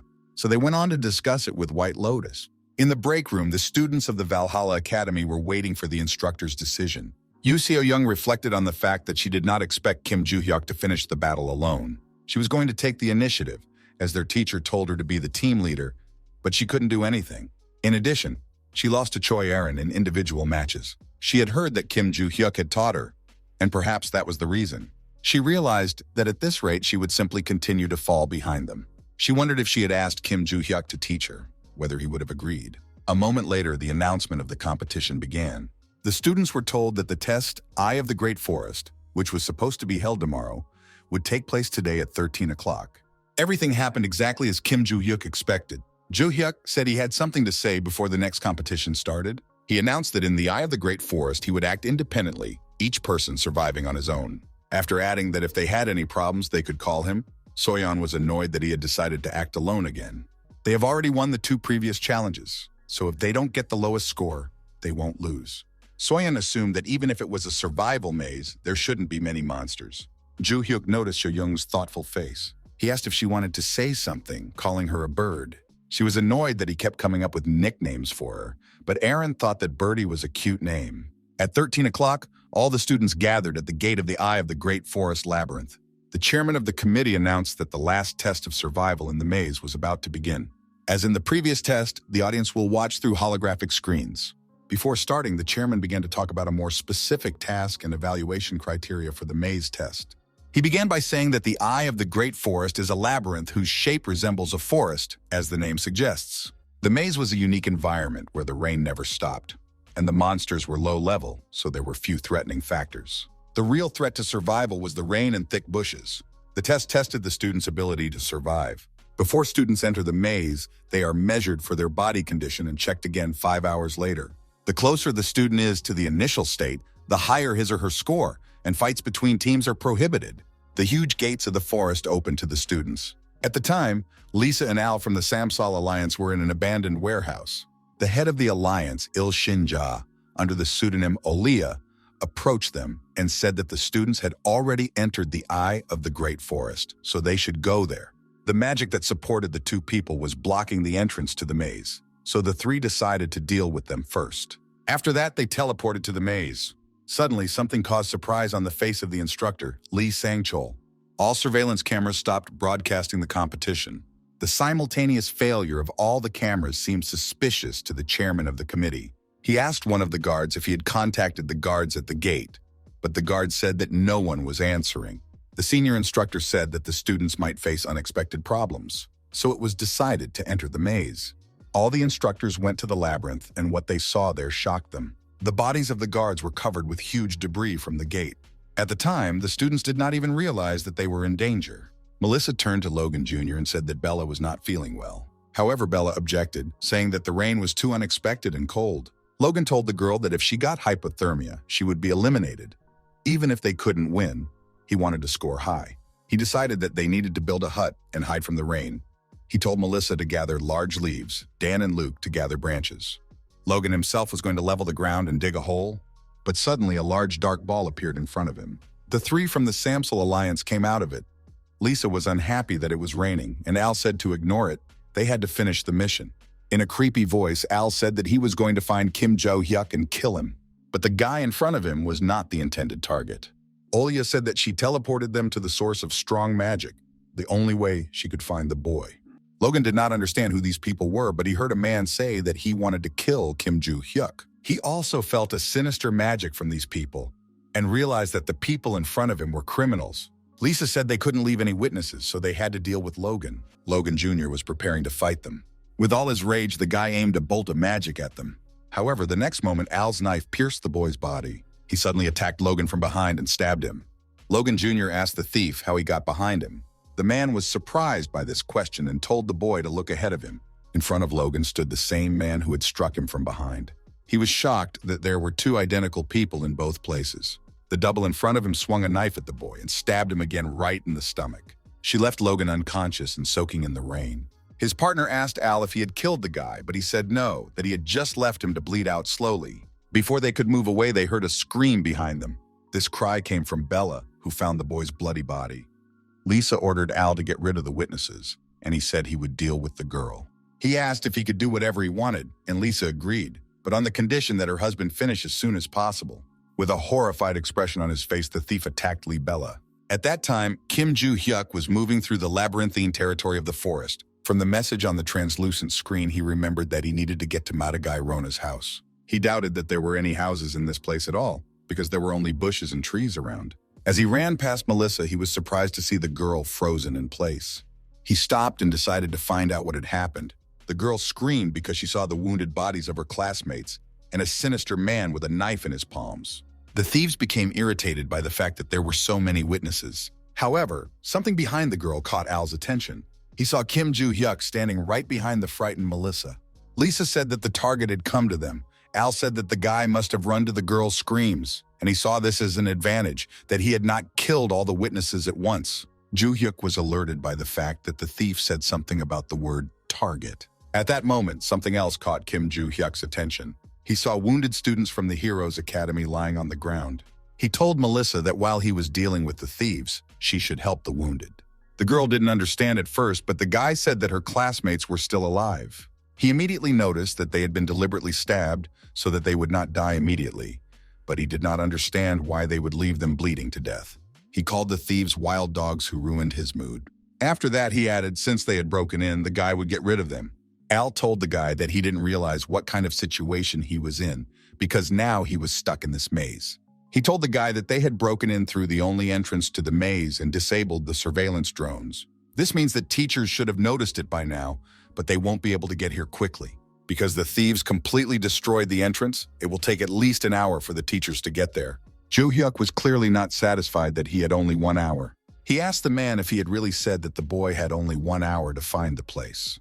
Al didn't understand anything the guy said. Both of the thieves' doppelgangers rushed at Juhyuk. However, Al stuck the knife into the ground instead of into the guy's body. He did not understand where the boy had suddenly disappeared to. But the next moment, Juhyuk attacked the thief, threatening to kill him. The tip of Juhyuk's sword slashed right into Al's face. This blow sent the thief's body flying back several meters. With a loud crash, his body fell straight to the ground. The man's partners just looked after him. After that, Juhyuk immediately rushed to attack them next. He stunned the women by hitting their heads. All 3 thieves were lying unconscious on the damp ground of the forest. Juhyuk told Melissa to use her magic to heal the wounded. If she felt that she was not coping, he told her to run to the west, where Valhalla's students were. The girl began to make every effort to cure her comrades.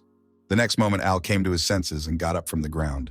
He was surprised to see his partners lying unconscious right next to him. Juhyuk told the thief that his comrades were quite weak, but he immediately prepared to attack with a knife. Juhyuk turned to Al and reminded him that he had called him a target before he attacked, and that he wanted to know who the customer was. However, the thief said that he was not a beginner to give away the client so easily. The guy said it was strange because usually people immediately say who sent them. For a second, his opponent was confused, but then he decided to suddenly attack the guy with his double. However, Juhyuk again skillfully dodged his attack.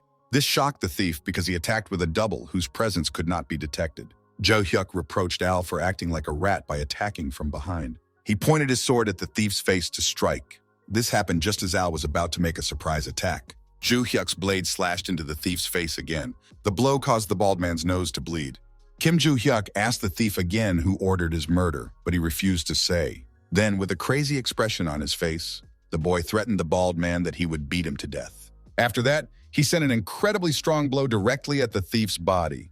The teachers were in a hurry to help their students. When they got there, they saw that all of them were alive.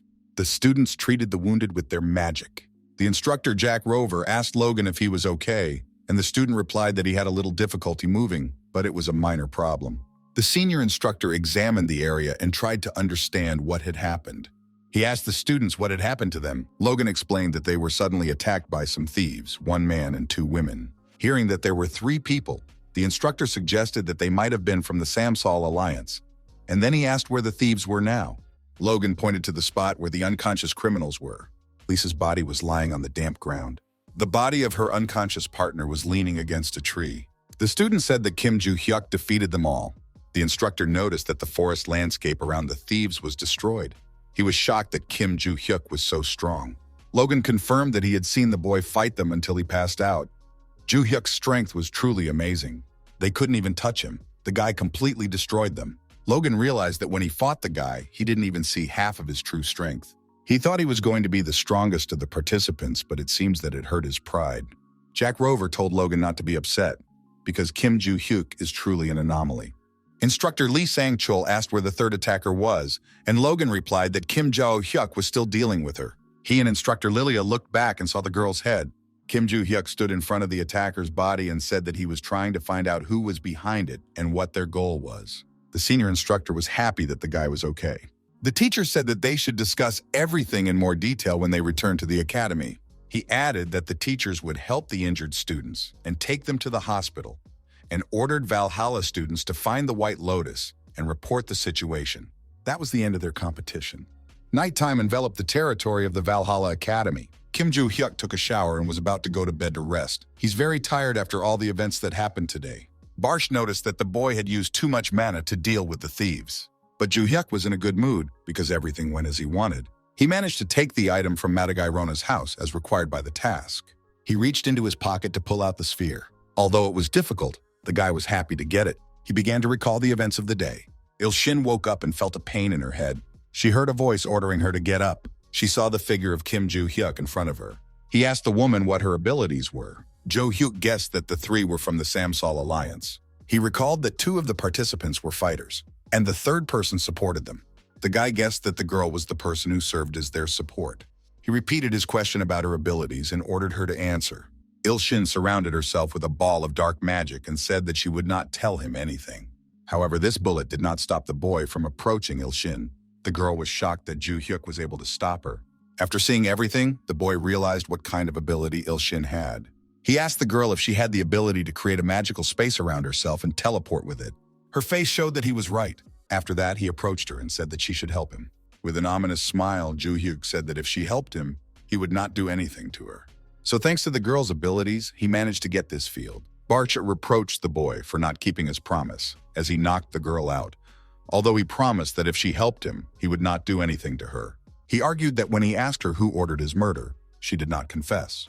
Now that Juhyuk knew they were from the Samsal Alliance, he could guess who their client was. Of course, it was Rodkill, who had already made 2 attempts to attack the boy with other people's hands. To proceed further, he needed more information. He doubted whether it was worth destroying the Rodkill family if they interfered with him. But whatever the case, he had already found the sphere and completed the previous task. The next task appeared on the translucent screen. To meet his lost memories in a dream, the boy was surprised that he would just have to sleep. Barsh assumed that if the boy succeeded in finding his memories, he would also get his back, as he had received a notification with the same task. So Kim Juhyuk decided that it was worth a try. He turned off the light and prepared to fall asleep. Juhyuk still didn't understand what lost memories she was referring to, because he didn't think he had lost any part of his memory. But he still fell asleep, hoping to see something. The dream began with events that happened 300 years ago. The wounded Kim Hyuno leaned against the wall, waiting for his own death. Just like 300 years ago, the stone block was coming at the boy, portending death. And now the fateful second for our hero was about to come.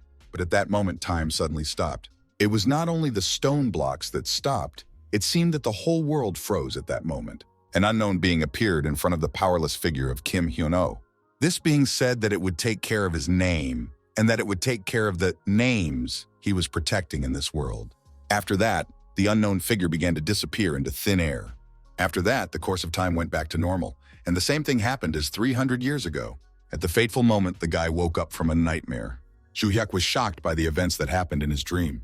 He could not believe that these were lost memories. The guy asked Bars if he could remember anything. The god of destruction replied that he was a tiger. Juhyuk did not understand this answer. The boy imagined a fluffy, fat tiger, but Barchi argued that it wasn't as cute as Juhyuk's imagination. The guy asked him if he remembered what it looked like, but Bar said he did not remember any details. The answer of the god of destruction meant that he had not seen the unknown creature, and Juhyuk decided that he would find out who it was himself. The guy asked Bars if he could remember his name or if he had heard his name pronounced, but he was denied. So he assumed that the memories Barch had seen were meaningless, but he was surprised that he did not remember his name. At that moment, a translucent screen appeared in front of him again. The next moment, a message appeared on the screen with the text, "Study of the Great Palace of Valhalla Alfredi, Johnny's secret room." The last line contains a request to face the truth. Juhyuk didn't understand what kind of palace Valhalla was and what kind of truth he had to face.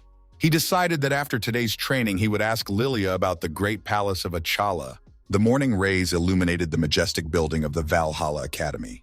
Kim Juhyuk and Choi Arin had already been working out in the academy's gym. Along with them, Senyuk was also pumping his muscles in the building. However, something momentarily distracted him from his studies. Juhyuk approached him and asked why he was here. However, the guy replied that he should have asked why the girl was here. Ashamed, she replied that she thought her reason was similar to his. She had a great sense of pride, but she was a little jealous of Kim Juhyuk. However, Senyuk replied that this was not why he was here. He had been involved in weightlifting for a long time, so his stay had nothing to do with Kim Juhyuk. He suggested that the reason Seoyoung is jealous of Kim Ju is because she lost to Choi Arin. At first, the girl was concerned about this question from her classmate. However, Soyeon admitted that his words were true. The girl began to remember the duel between her and Choi Arin. She was about to pull her sword out of its sheath and strike her opponent. However, Choi Arin steadfastly blocked all of Soyeon's attacks. Then Soyeon was going to strike with her mana. She sent a magical strike directly at her opponent. Arin raised her sword above her head and was about to cut off the oncoming attack. The girl managed to destroy the magic with her blade.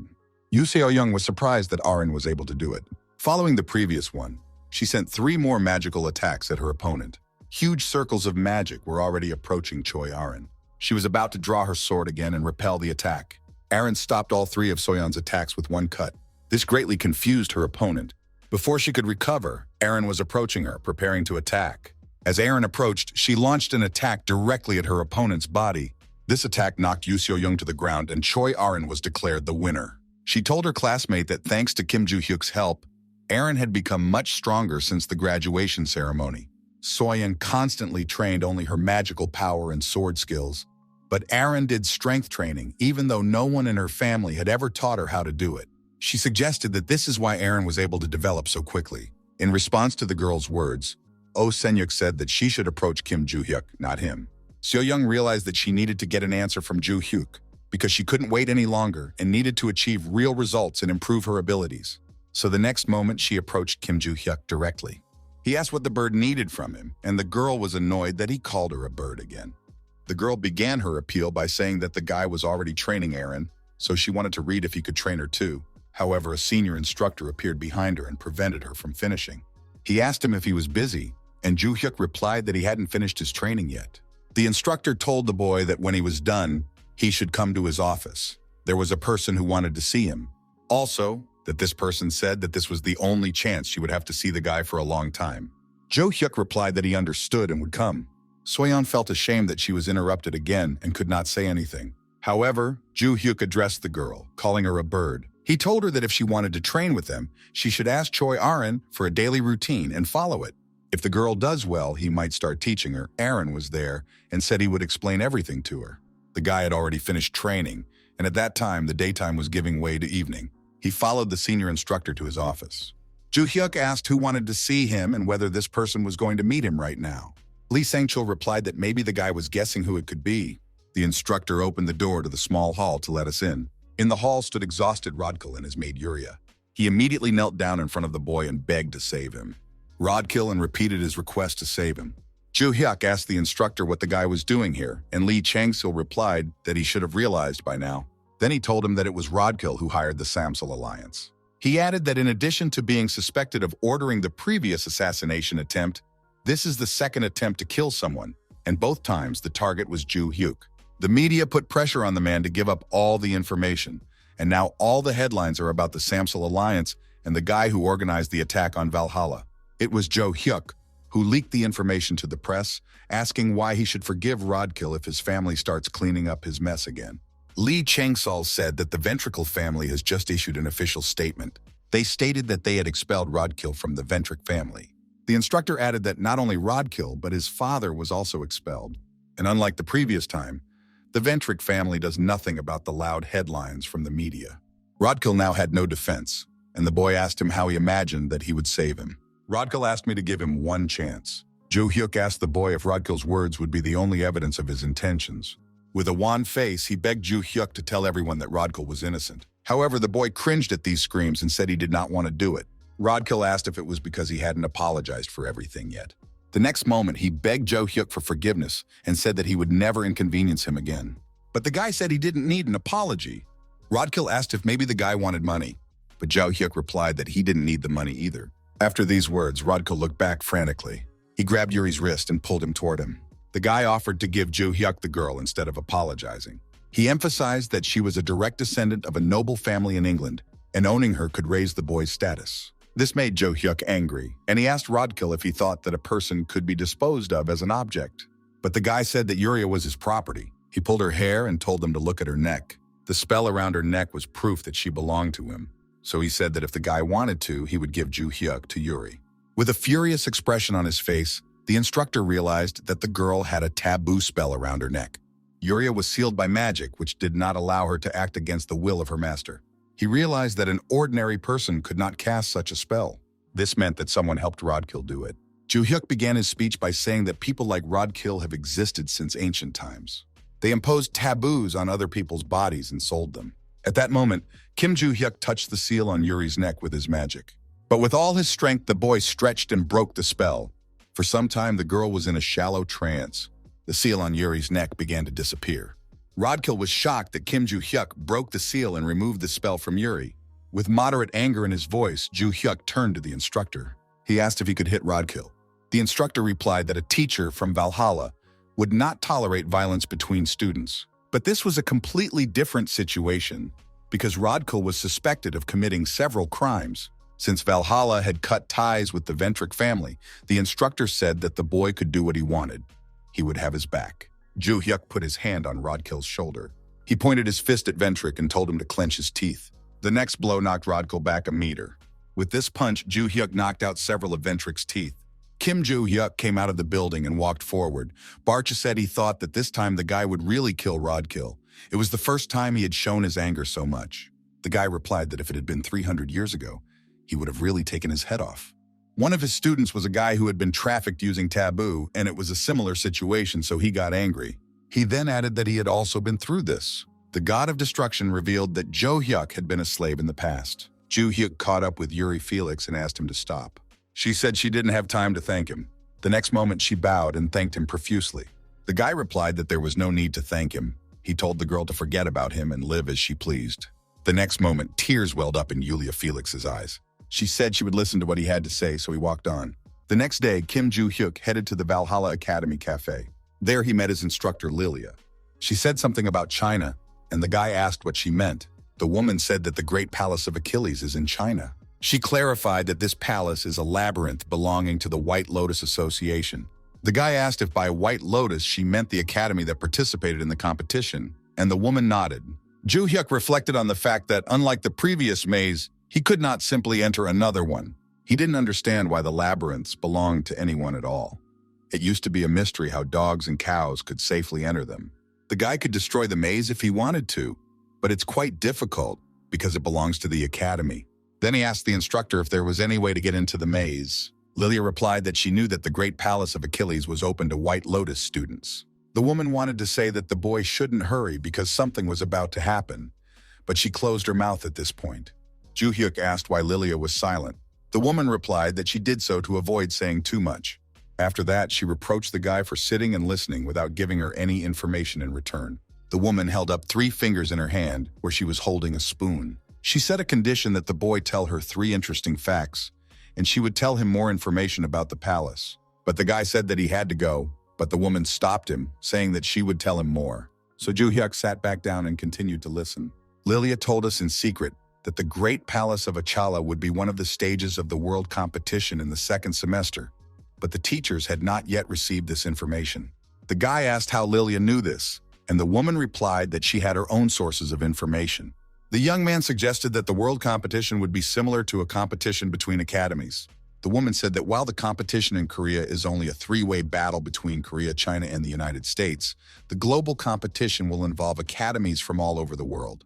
Juhyuk was annoyed by the fact that it was basically just a bigger competition than the last time. He thought it was too long to wait to participate in the 2nd semester, so he asked the instructor if there was any way to get there earlier. The woman remembered if she knew of any other ways. She remembered that there was one way, but she didn't know if it was possible to take that chance. Before telling me about this method, the woman said that the boyfriend should help her.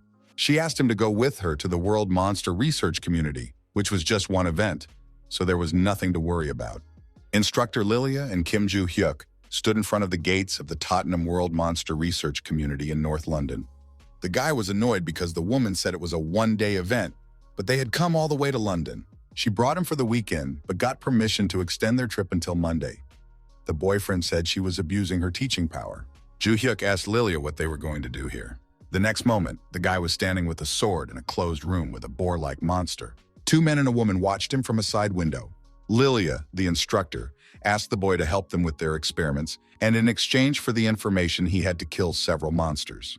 The next moment, the boy stabbed the monster's forehead with his sword. After that, the boar's silhouette began to disappear. He was informed that the boar had been successfully killed and that he should prepare to meet the stone goblin. An hour later, the guy laid down on the couch, exhausted. Juhyuk reproached Lilia for asking him to kill only 3 monsters, but he had already killed a dozen. The instructor pretended that he was making it up. Afterward, he asked why the atmosphere was so tense. As soon as they entered the room, all the people stared at the woman with an angry look, and the guy asked if she had been in a quarrel with these people. The instructor Lilia was calmly drinking coffee. She replied that these people had been steadfast in their monster hunting theories for decades, and suddenly, out of nowhere, data appeared that contradicted what they were saying. However, the boy criticized that the way he fought monsters there was too old-fashioned, and the woman replied that it was the most reliable way. That is the tradition of the association. Juhyuk asked why they didn't do the experiments themselves if they wanted to check.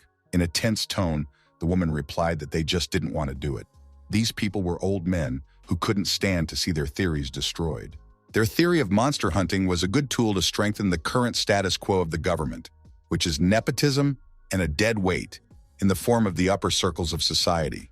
The guy felt disgusted with these people and asked why they needed to constantly update their documents. Lilia answered that this is because documents without public recognition are nothing. Their focus is on the ideal hunting strategy. She added that these people were willing to do anything to find new data. Juhyuk told the woman that since he had helped her, she should help him. The woman said that the decision to come here was a good one because a special woman came here, namely the chairman of the committee of the White Lotus Association. Lilia had heard that this woman was in the association of the World Monster Research Community, so she assumed that this lady might have been watching the boy during the trial. He was sure that the instructor knew what the lady looked like, so he offered to go and talk to her. But suddenly there was a knock at their door. The voice behind the door asked if Kim Juhyuk was in the room and added that he needed to talk to the boy. Juhyuk assumed it could be this girl because he heard a woman's voice outside the door, so he told her to come in. A beautiful woman with a fan in her hands came into the room and greeted the boy. The woman said she was the head of the White Lotus Association, and her name was Solian. The guy said his name was Kim Juhyuk and asked how he could help her. Solian replied that she was actually looking for him to ask him to do something for her. She asked if he could take care of one person. The instructor assumed that the two were going to have a serious conversation, so she used this chance to walk away. After these words, the instructor Lilia immediately left the room. Juhyuk asked the lady to tell him more about her request. The woman began by saying that she is the head of the committee of the White Lotus Association, but she is originally a member of the Seal family.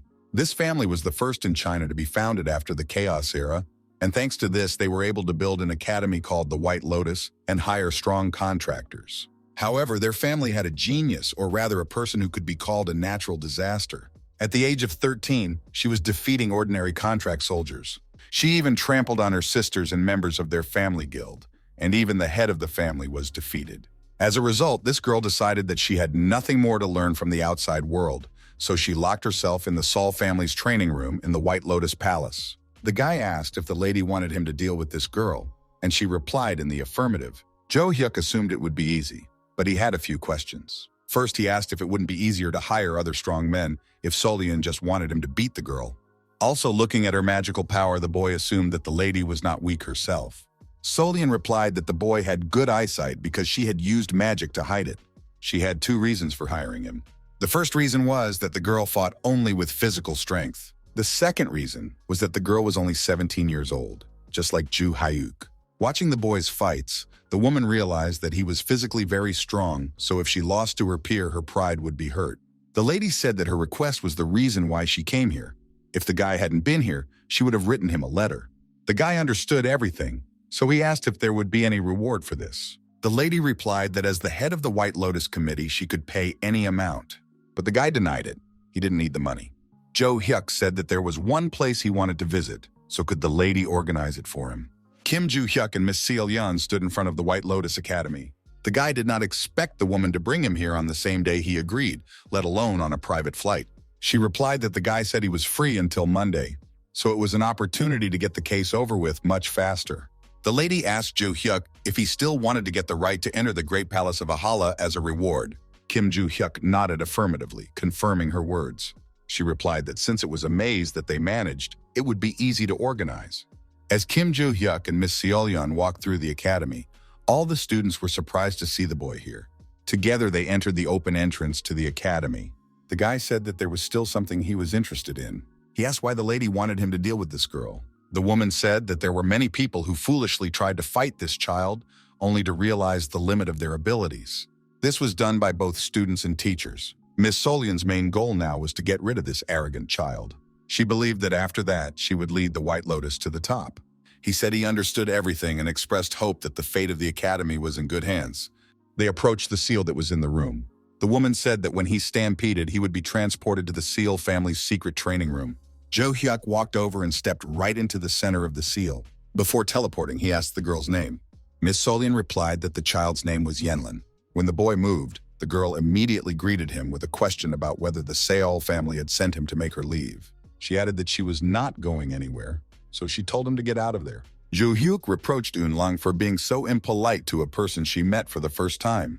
After that, he attacked her, asking if she was really as crazy as they said she was. However, the girl stopped the guy's punch with displeasure.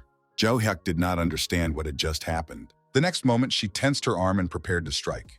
She suddenly attacked Juhyuk right in the chest. Yenlin said to the guy that he really underestimated his opponent. She couldn't believe that he started with such a stupid punch. Juhyuk asked if the girl really couldn't believe it. The boy's previous words puzzled Yenlin. He suddenly grabbed her hand that was on his chest.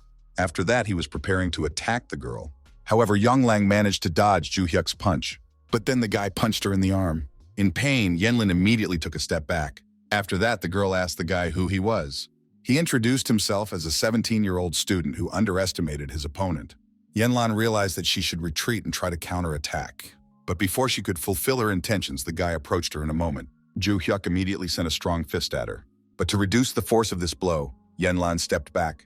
He admitted that the girl was moving quite fast because even his students of 300 years ago could not demonstrate such mobility. Eunlang was straining all the attacks and abilities demonstrated by Juhyuk. She could not believe that this 17-year-old student was on the same level as her. But she was satisfied that Juhyuk was much stronger than all the old men who had come before her, and she decided that she would not lose to him. The guy was satisfied that he could tell from the girl's appearance that she was not going to give up. At the time, Lady Seol-yeon was watching the fight between the boy and the girl from the room. A secretary came up to her and interrupted her observations for a minute. He wondered if Kim Juhyuk would be okay. He believed that a student from another academy could not harm anyone from their White Lotus Academy. He could tell from the boy's expression that he was desperate, and he asked Lady Seol-yeon if the boy would be able to defeat Yenlan. After all, Lady Seol-yeon also once lost to Miss Yenlan. The Adazu secretary added that it was without the use of magical power. The lady fought her using only physical methods. The lady agreed with the secretary that she had indeed lost to the girl. She added that even if she had used her magic, there was no guarantee that she would have won. The secretary replied that this only made the situation more risky, as he believed that this student, Kim Juhyuk, could never have defeated his lady. However, Miss Seol-yeon replied that she could not be sure, because the boy had defeated several thieves and won first place in a competition between the academies. In any case, she realized that Kim Juhyuk would not give up easily. All they could do was watch the battle. Yenlan tensed her claws and was about to attack the boy. However, he again continued to dodge her attacks. The next moment, he realized that the girl's knee was pointed directly at his face. Yenlan slammed her knee into the student's forehead with all her might. She was pleased that this time she managed to hit the guy. But before she could rejoice, she was puzzled by something the next moment. After the attack, she felt severe pain in her leg. She was unhappy that the boy's head was as hard as a stone. The guy replied that the blow was unexpected, so he just ran into it with his forehead. He mocked that his forehead was harder than her kneecap. Yenlan realized that if she used all her attacks, the guy would just block them. She didn't know how to beat him. It was hard for her to admit it, but the guy's physical strength was greater than hers. She asked the boy if he fought without magic, and Juhyuk said yes because he knew that the girl preferred physical attacks. Yenlan replied that the rules are now changing. She announced that she was going to use everything she had. The boy realized that the girl had begun to accumulate magic. In a supercilious tone, he told Yenlan that the time had come to shatter her pride. The girl was shocked by the amount of magical power coming from the guy. She thought it was crazy that a student had such powerful magical powers. Yenlan decided that she no longer needed any tricks. With lightning speed, she charged at the boy and decided to finish him off with a single blow. She pointed her magic-enhanced fist directly at Juhyuk's face. Yenlan hoped that she had managed to hit the boy with a punch. However, he was able to dodge the attack with lightning speed, and he told the girl that he had had enough fun and it was time to end the fight. The next moment, a fist pierced the girl's body. Before he passed out, Yenlan shouted that the guy was a real monster. A second later, the unconscious girl was lying defeated in front of Kim Juhyuk. Lady Solian and her secretary were shocked by what they saw. The boy returned to the room, announcing that he had defeated the girl and dragged her out. The unconscious girl was hanging from Kim Juhyuk's hand. Miss Solian said that she really could not believe that the boy had managed to defeat Yenlan and asked the boy if he was injured, but he said that he was fine.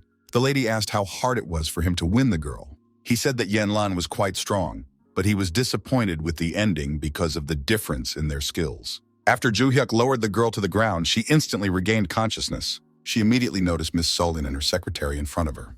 Yenlan was clearly not happy to see the woman in front of her. Celine told her that she hadn't seen her in the outside world for a long time. The woman began to talk to the boy about his reward for completing the assignment. She asked him again if he wanted access to Valhalla's great palace, and Juhyuk nodded in the affirmative. Solian replied that she could let him in right now and asked him how he felt about it. The guy replied that he did not mind going there immediately. Lady Solian took Juhyuk's hand and they left the room together. The secretary told Yenlan that if she was injured somewhere, they had to provide her with medical care. However, the girl only asked what the guy's name was, and the secretary replied that his name was Kim Juhyuk. Then Yenlan said that she was sure he was one of the strongest people in the world. She had a desire to fight him again. At that time, a mysterious man in armor heard the girl say that the boy was one of the strongest. When Kim Juhyuk entered the place, he thought it didn't look like a maze. He stood right at the entrance to the great palace of Achala, which was surrounded by guards in knightly armor. He recalled Lady Solian's words that Acala's great palace was a unique labyrinth, like a castle. If the boy does not disturb the monsters, which are called living armor, there will be no difficulties. He asked Miss Solian how long he could stay there, and she said about 5 hours, and if he wanted to stay longer, he could come back tomorrow. So the guy had only 5 hours to search in peace. He looked ahead to see what awaited him. He was facing a large number of knights in armor, so he had to deal with them first. One of the knights swung his sword at the boy. However, Kim Juhyuk was already preparing to repel his attack. With one swing of his sword, he cut the steel armor in two. The figure of the monster in living armor was scattered to pieces. After that, he dealt with all the other knights. He was surprised that he was able to deal with them so quickly. Although he had already searched more than 20 rooms, he still could not find the office. He still couldn't find it and was beginning to wonder if the office was even there. However, Barch told the boy to look at the law. He added that this door was a little different from all the others. Juhyuk opened the door and entered the room. A portrait of a man immediately caught his eye. This room definitely looked like someone's office. However, he doubted whether it really belonged to Alfreda and not to someone else. Barch said that it could be his office, and added that he should look at the signature under the painting. The golden frame under the painting read Alfredi. Juhyuk asked Barch how he was able to read it, and the god of destruction replied that he didn't know, but he suggested that it might be information he remembered from the past. The guy decided to search the place thoroughly because there must be a secret room somewhere. He would have needed a lot of time to look at each item individually. So he decided that even if something destroyed everything here, he could definitely find the secret room. The guy smashed to pieces all the furniture in the room. Then he saw something that looked like an iron door under the carpet. He took a closer look and realized that this was the entrance to the secret room. He grabbed the handle and was about to open the entrance, which went directly underground. The guy started to walk down the steps, annoyed that there was no lighting. Then a message appeared on the translucent screen saying that the conditions were met. What he saw in the secret room surprised him. In the old room, a girl dressed as a witch sat at a wooden table. Juhyuk asked what kind of place it was and who the girl was. The girl replied that she was glad to meet the guy and would answer his questions, but first asked him to sit down. The guy fulfilled her request and sat down at the table next to her. A girl with red hair introduced herself as a guide. The guy was surprised by this answer, but the woman immediately replied that it was not her real name, but a pseudonym. A girl in a witch's outfit added that her name was taken away from her. Juhyuk recalled a moment from his dream about an unknown being saying that it would take care of his name. He asked the girl if her name had really been selected. The guy added that it sounded like nonsense and asked me to tell him what it meant. He didn't understand how a name could be used, and the girl replied that names have power. All beings build their lives on the name given to them. All efforts, achievements, and undertakings contribute to the greatest work of their lives, to their name. A name adorned with great achievements gives a person great power, but there is a person who steals such names who absorbs the power they have. Juhyuk asked what happens to a person when their name is stolen. The woman replied that these people become constellations. She assumed that Juhyuk was an exception because he had come back in reincarnation. He found it suspicious that this girl knew about his reincarnation as well as Barsh. The guide asked if the boy now thinks about who allowed him to be reborn and sent him messages. However, the girl added that it wasn't her. The guy just got a lot of facts about the guy through the message windows. After that, the guy asked who the loot was that took his name. The guide replied that this man is called the King of the Labyrinth. His goal is to create towers of destruction in the labyrinths and grow great names to steal their power. The girl asked if Kim Juhyuk understood everything now. The guy replied that it was rather strange that this man could create towers of destruction on Earth. He remembered that this lord could only create them in a labyrinth, and he immediately realized. By the look on his face, Gid assumed that the guy had guessed everything. The girl said that the world they live in, the place they call home, is a labyrinth.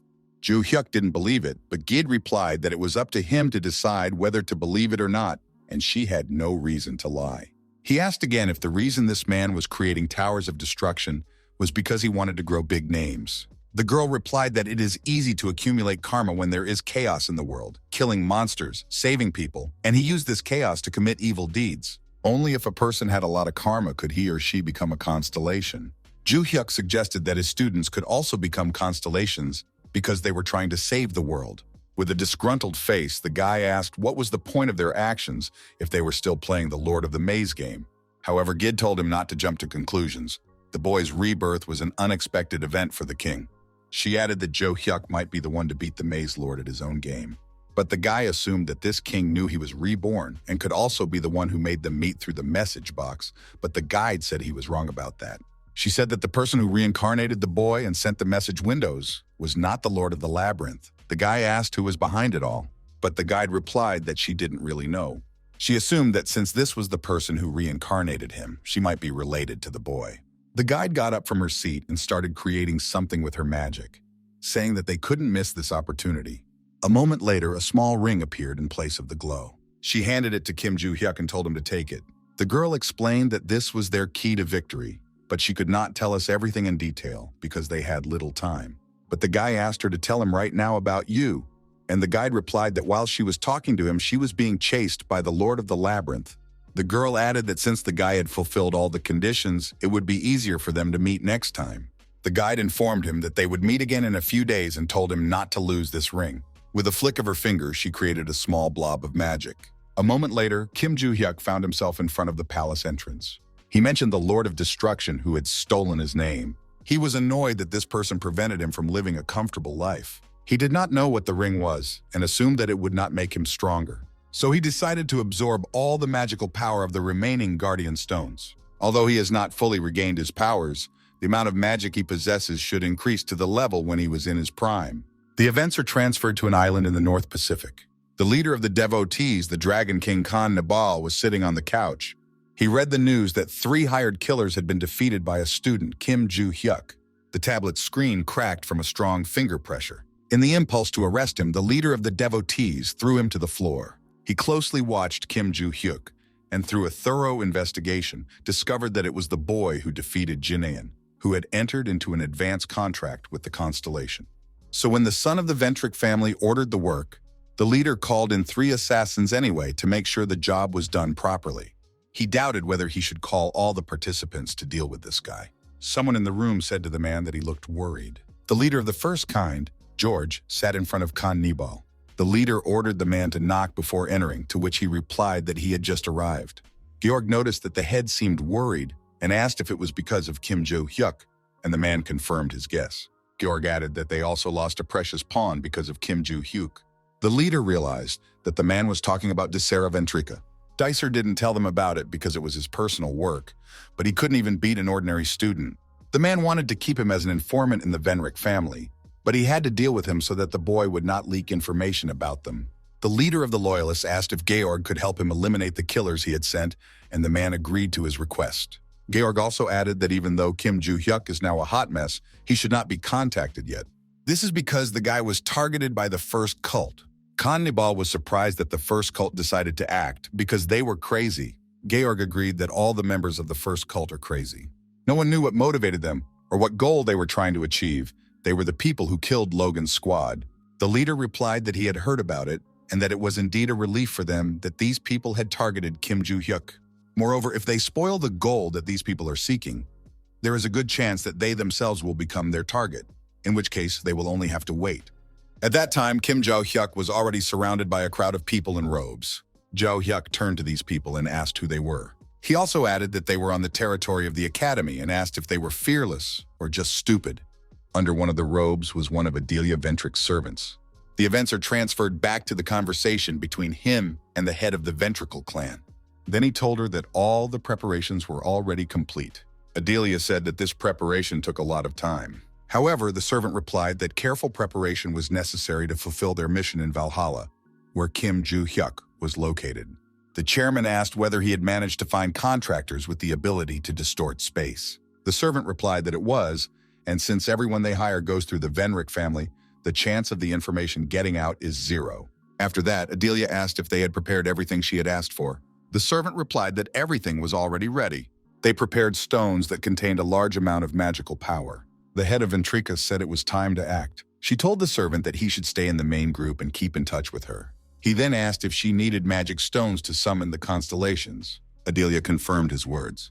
The servant also asked if the lady was really planning to contact the constellation. However, this question clearly did not satisfy Adelia.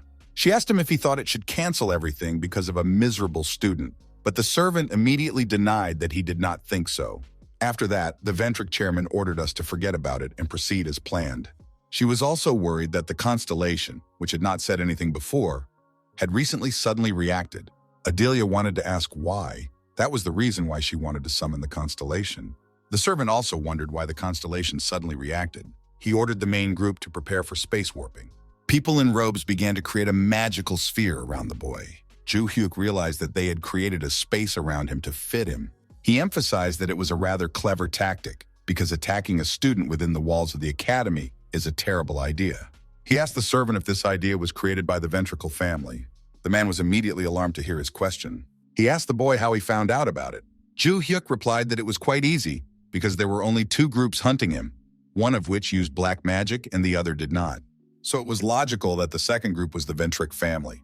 There was no point in disguise anymore, because they were discovered, and the servant ordered a cleanup team to be called. After he said this, all the servants immediately took off their hoods. A huge number of people surrounded him on both sides. The guy mocked the fact that so many people were called to deal with one student. The servant replied that it didn't matter, because they were just following orders. Juhyuk was annoyed that Adelia decided to play dirty. In a loud tone, the servant ordered everyone to kill the boy. As a chorus, they immediately rushed at Kim Juhyuk. However, he was ready to attack back. With a single movement of his hand, he threw all his opponents back. They all fell to the floor from the boy's magic. Adelia's servant swung his sword and prepared to attack the boy. Juhyuk managed to dodge it, but he still didn't expect this attack. In a defiant tone, he asked the man why he was waving his sword. Before he could do anything, 2 enemies were flying straight at him from behind. However, their weapons clashed. Juhyuk managed to jump up, so the 2 of them hit the floor. After that, the guy immediately knocked them down with a single kick. He was unhappy that they didn't even give him a break. At that moment, Adelia's servant was about to attack the boy again. He was flying at him with an attack right from the back, but he again failed to hit Kim Juhyuk with his sword. The servant was shocked that an ordinary student had such fighting skills. He attacked him again, but Juhyuk dodged again. He was annoyed by these constant attacks from behind. The boy's next sword was aimed directly at the body of Adelia's servant. With a crazed expression on his face, the guy was preparing to strike. With a single thrust of his sword, he pierced the man's body and threw him back. The servant made a big mistake, thinking that if their opponent was a student, they had overdone their training. He admitted that they had all been defeated against Kim Juhyuk. Suddenly, another figure appeared behind the unconscious servant. The head of the Ventrics, Adelia Ventric, was on her way to the boy. She looked at the unconscious bodies of the cleanup team. Although they were stronger than many contract soldiers, they still could not defeat the guy. So Adelia decided to deal with Daehyuk herself. She told the boy to be proud because he would be able to see their family's holy relics that even ordinary people had never seen. It was he who mocked her. She wanted him to be proud just to see this dagger while it brought a crowd of people here to deal with it. These words made Adelia angry, and she pointed a dagger at the boy. Suddenly, a magic stone appeared near the servant's body. Magic stones, sparkling with gold, appeared in the hands of the entire cleanup team. Adelia was surprised to see the magic stones appear. Immediately, a stream of magic flowed from the relic in her hands. With a frightened face, she wondered what would happen next. A huge amount of mana scattered to the sides. All the members of the clearing team froze in their places. It was as if the flow of time around him had frozen. Adelia Venric could not return, but she was still conscious. But her entire group was completely immobilized. However, only Kim Juhyuk was able to move. A golden translucent screen appeared in front of him. There was only one message on it with the word teacher. Juhyuk did not understand what this could mean. A figure appeared in front of Adelia, radiating golden magic. The Ventric family's guardian constellation, the mask with a beak, has appeared. The next moment, the constellation took off its mask. The girl with blue eyes addressed the boy, calling him a teacher. The guy was shocked to see this girl. She was surprisingly happy to meet him. The events are transferred to Kim Hyun-oh's memories in her past life. The guy looked into the eyes of the girl sitting on the chain. He told her that he saw hatred for the whole world in her eyes. However, the girl told him not to pretend to understand her because he knew nothing about her. Although the guy didn't know much, they had something in common. Kim Hyun-oh told the girl that he too had once been a slave. When he was young, he was kidnapped by a slave trader. After that, he spent his life in slavery because of the chains and taboos that were imposed on him. He asked the girl if she wanted to be free. She reminded him that he had just said that he was also a slave. She shouted that then he should know the answer, but because of the taboo, she could not even dream of freedom. She told him to stop provoking her. She didn't know how the guy got here, but the slave trader would be here soon. The rules of the taboo were that it could be removed only when the person to whom it belonged either removed it or died. However, there were cases in which it could not disappear even if its owner died, and this situation was one of them. The girl asked if the slave trader was really dead. She assumed that now she had no other choice. But Kim Hyun-oh said there was another way. He grabbed the taboo spell around the girl's neck. Using the magical components of the taboo, he could remove it. Although this was not his specialty, he expected that there would be no problems. He added that this was the only way he could end his unbearable slave life. Our girl's taboo ring began to crack from the boy's magic, and the next moment the spell was shattered. The girl cried because the taboo that constantly tormented her was finally broken. Kim Hyun-oh said that since he got rid of the spell, everything else now depends on the girl. He asked her what she would do next, having gained her freedom, and suggested that she might return to her family. However, the girl said that the slave trader had killed her entire family and burned down her house when he kidnapped her, so she had nowhere to go. Kim Hyun-oh said he was going on a trip. His goal was to kill every slave trader because they did not deserve to live. So he asked the girl to go with him. She thought about it for a while and then accepted his offer. The guy was extremely happy to hear the words. He told her to consider him her teacher from now on. And since he is now her teacher, she should show respect when communicating and not speak informally. The guy said they were leaving, but before that, the girl wanted to ask him something else. She asked how she could address the teacher, and the boy replied that his name was Kim Hyun-oh. Then the girl wanted to tell her name, but her memories were interrupted at this point, and now she was standing in front of her teacher again with a smile. He remembered her, and as expected, the girl became a constellation. Juhyuk could say that he knew her better than anyone else, but there was one thing. He couldn't remember her name and thought it was because the Lord of the Labyrinth had told him that he would take care of his name. In the end, nothing can be done about it. The main thing is that he still remembers her. He called her a fool and said that a lot of time had passed. Adelia was shocked that the boy dared to call the constellation a fool. She said that before they celebrated their meeting, she had to do something. She approached Adelia and took the relic from her hands. Then she swung her blade. At that moment, Ventric's head began to lose consciousness. She and all the members of her group fell to the floor at the same time. The girl asked Juhyuk if she should kill all these fools. However, the guy replied that he had another idea. The next sunny day came and illuminated the Valhalla Academy. The instructor Kim Legan's face showed great surprise. The teacher was surprised to learn that the Ventricle family had become Kim Juhyuk's personal sponsor and deposited 5 billion won into his account. He couldn't imagine the Ventric family personally sponsoring Kim Juhyuk. The senior instructor approached Kim Lagoon and noticed that the teacher had already seen it. Lee Sang-chol said that it was really surprising that the donation came now. Kim Leung suggested that it might be because of Rodkill, who sent 3 assassins last time, but the instructor said that was stupid if they wanted to cover it up with money. He added that when Dicer attacked the boy, they sent him sponsorship to keep him quiet, so they wanted to preserve the image of the Ventrico family, but they had already given up on Rodkill. If they hadn't, they would have made a fuss to exonerate Rodkill, but nothing of the sort happened. So the question of why the Ventric family sent sponsorship to Kim Juhyuk remained unanswered. Moreover, they assumed that the boy might refuse this sponsorship. The senior instructor said that they could find out the answers to these questions if they asked him personally. They gathered in a room for negotiations, and the guy immediately said he would accept the sponsorship. Kim Lee-gun was extremely surprised by the boy's answer, but he said that he meant that there was no point in giving up 5 billion won. He also asked if he could go now, because he had answered the question, but the instructor told him to wait. Because the academy also received sponsorship, he was allowed to move to a premium dormitory, so the teacher asked him what he thought about it. Juhyuk replied that he was satisfied with everything now, but that he might contact him later. After that, the guy left the interrogation room and the instructor was left alone with his thoughts. He didn't understand the guy's answer because he had already refused to sponsor him when Adelia came in person. But I decided that if the academy was not losing anything, it was not worth paying attention to. Kim Juhyuk walked around the academy's grounds with satisfaction. He recalled a conversation he had with a student yesterday.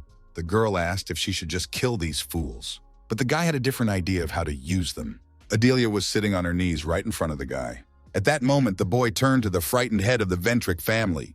He said that her constellation wouldn't care if the guy did something to her, so he asked her opinion on what he should do to her. His student confirmed that she had created the Ventricle family in the first place to serve him, so he could do whatever he wanted with Adelia. Adelia asked the constellation about the phrase "all for one" that has been passed down from generation to generation in their family. In an aggressive tone, the girl replied that this phrase was meant for her teacher and reproached that the woman was so stupid that she had only now realized it. Adelia asked the constellation if this student was really her teacher, and she replied that his appearance had changed, but she was able to recognize the magical power of her teacher. The boyfriend told Adele to stop asking questions about him because she had to worry about herself first. Juhyuk was very annoyed by all these people, but he also realized that they had power and authority. He decided that he would use them to the fullest for his comfortable life. He asked Adelia if she was managing the Ventric family well. The woman replied that even though she was only the vice president, it had been 4 years since she had taken over as head of the family. They managed to restore the strength of the family and become one of the strongest families in 4 years. After these words, Kim Juhyuk told the girl to continue managing the family, adding that they should support him and telling her not to ask why. He threatened that if something went wrong, she knew what could happen, and pointed to a constellation. The girl replied that she would personally make sure that this would never happen. The figure of the constellation began to dissolve in the air. The girl told the teacher that she had to go, and the boy asked where. She explained that the space in which a constellation can be located requires a large amount of magical power. This required a dozen stones filled with magical power. Since the magic power is fading and the girl has also used her powers, she needs to rest. The guy was surprised that even though she was a constellation, she faced such restrictions, but the girl said that everything was fine. It was enough for her to be able to see the reincarnation of her teacher in person. Kim Juhyuk was embarrassed by these words and told the girl to go rest. Before she left, she had one more thing to say to the teacher. She assumed that the other student had also become a constellation, and that Juhyuk would meet him soon. After these words, the constellation of the ventricles left this space. He expected another student to become a constellation, but he didn't understand how it happened. He assumed that all his students had become constellations and that he would soon meet them. After all, he had already met 2 constellations, the god of destruction Barsh and his disciple. The meeting with Barsh was inevitable because of the message window, but the meeting with the student was an accident. In addition, there are a lot of constellations, and it makes no sense for a guy to meet each of them. Juhyuk also noticed that Barchi had been silent since the moment he met the guide. Barchin immediately responded to this thought, asking why he had been silent all this time. The god of destruction replied that he was sorting out his thoughts. His consciousness blacked out when the guy entered the secret room. He felt Juhyuk leave the room as soon as he entered it. Barch also added that for a short time, his memories came back.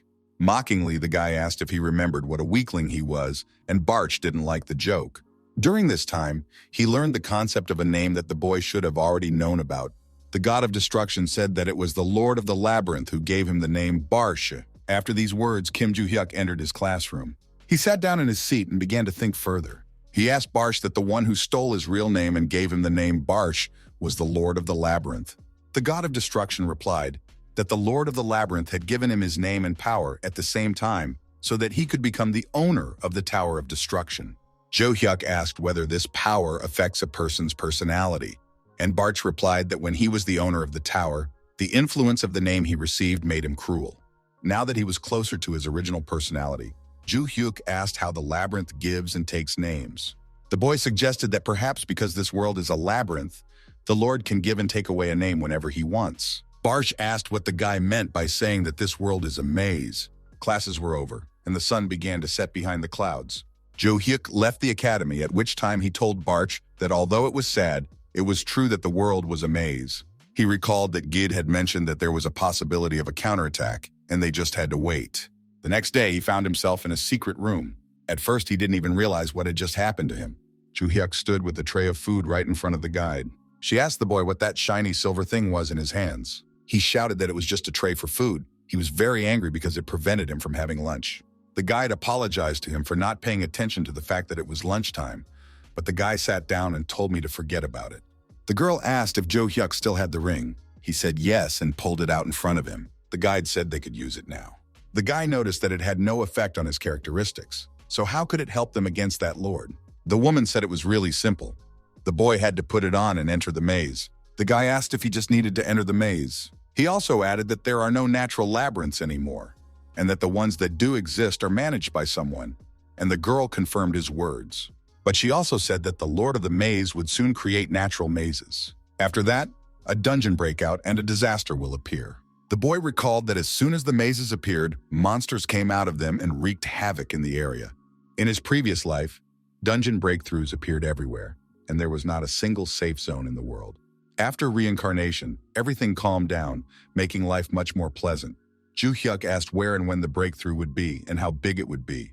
The guide replied that it would happen in 3 months. She knew for sure that he would appear in a country called Korea, and the guy said that they could prevent it because he lived there.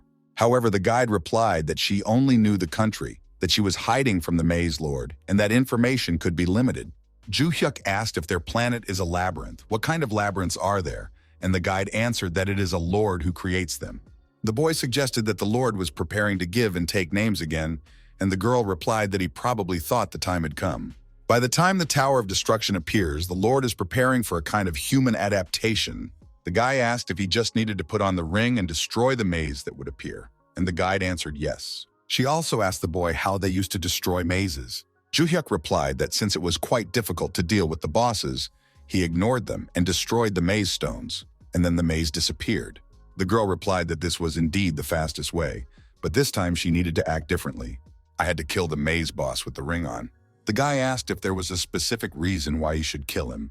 The woman replied that even though this world is a labyrinth created by the Lord of the Labyrinth, things like breaking through a dungeon or towers of destruction are not easy to create. She added that labyrinths are created by the power of names. And among the components of the mazes created in this way, the main point is the boss of the maze. After killing the boss with this ring, the guy will be able to absorb the name given to the maze. She added that this would be the starting point of their counterattack.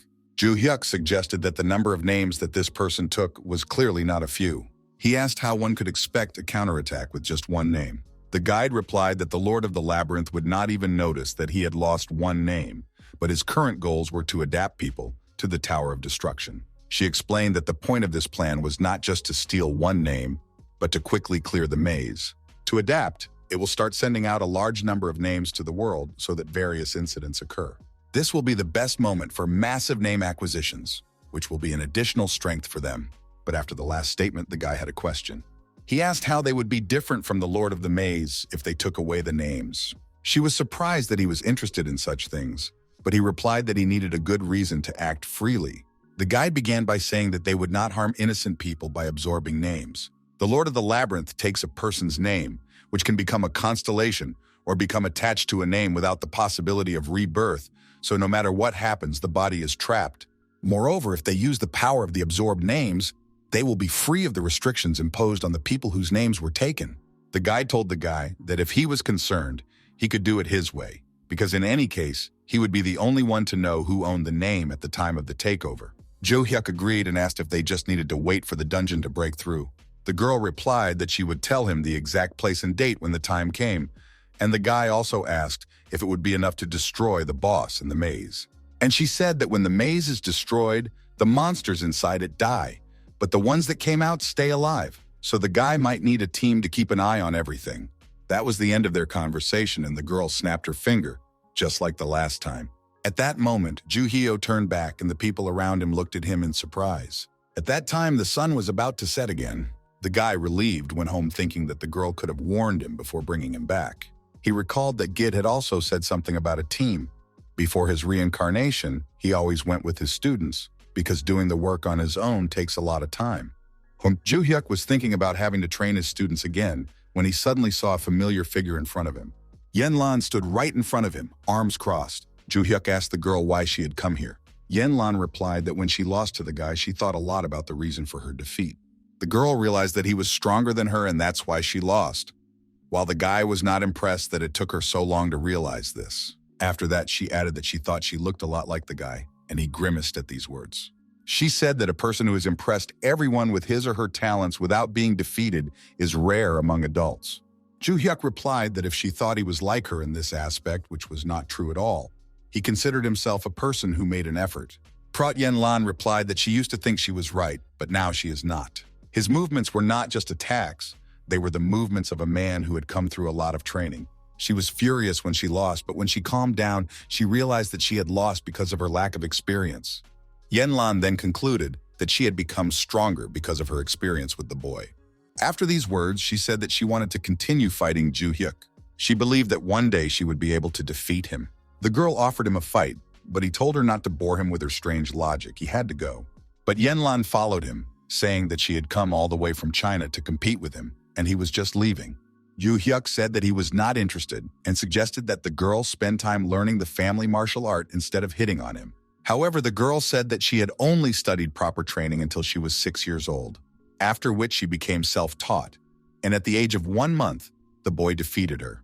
Juhyuk asked if the lunar year meant the period before she took control of the contractors. She confirmed what he said and added that at first her family did not like it because she acted in her own way. She was forbidden to train with her family, so she asked to bring partners to train to hone her skills, and eventually was sent adult contractors. She was lucky that there were not many of them, so she defeated them all. The guy realized that what the head of the family and the girl told him were completely different versions. Juhyuk recognized that the girl had talent and loved to fight, but the head of the family thought that Yunlan was just competing with everyone she saw.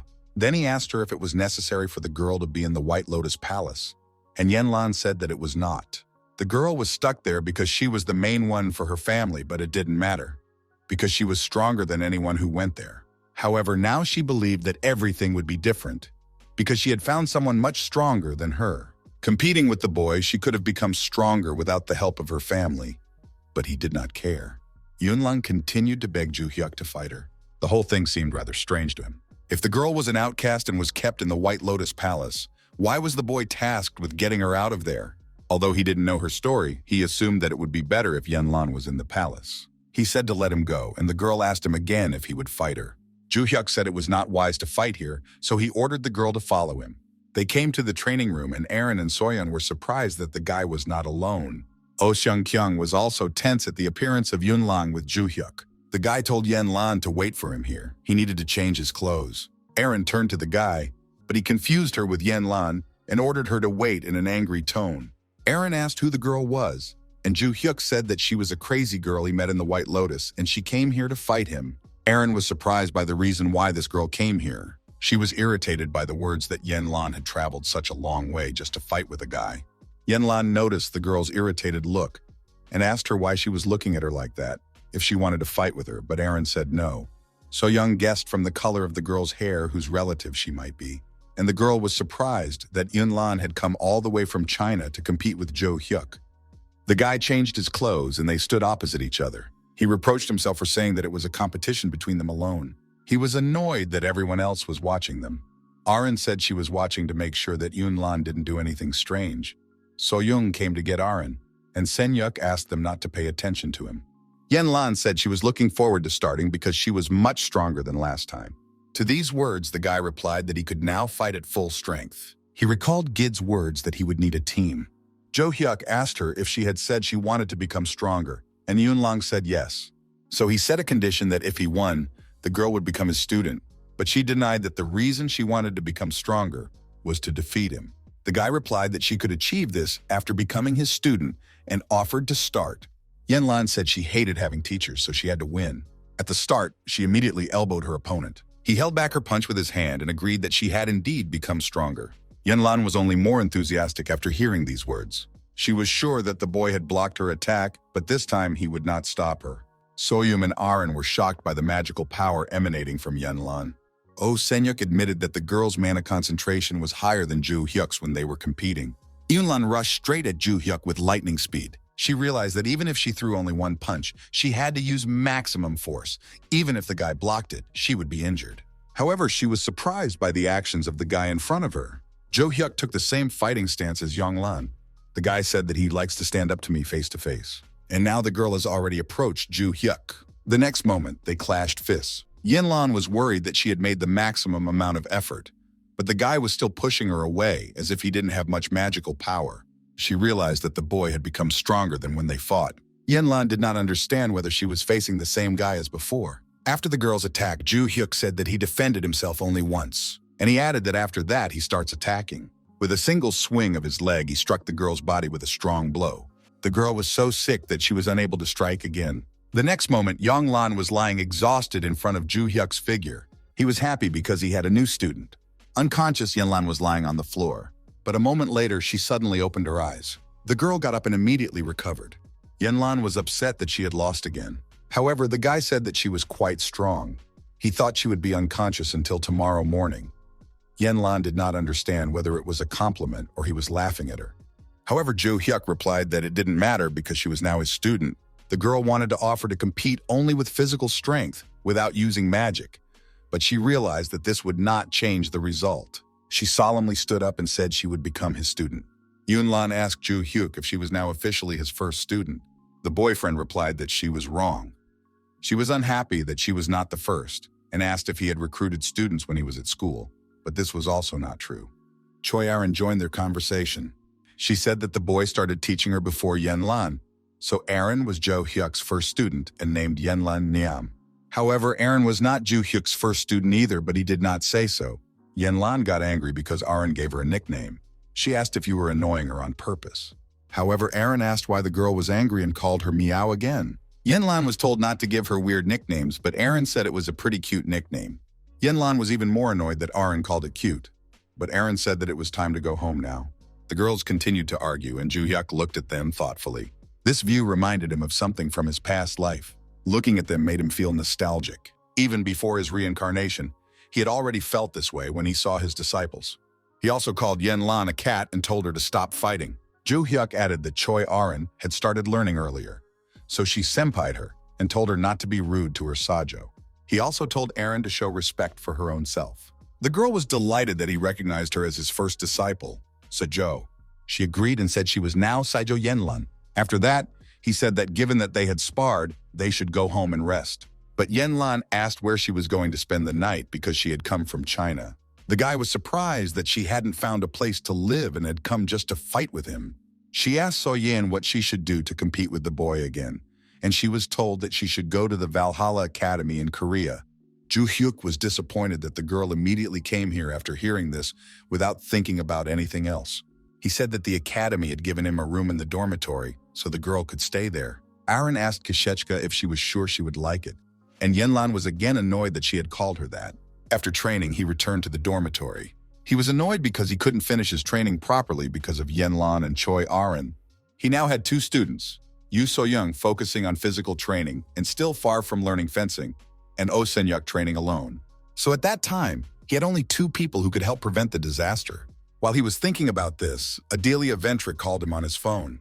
He picked up the phone and asked what she needed. She called to report on the funds the guy had requested, and Adelia decided to inform him that they had credited the funds.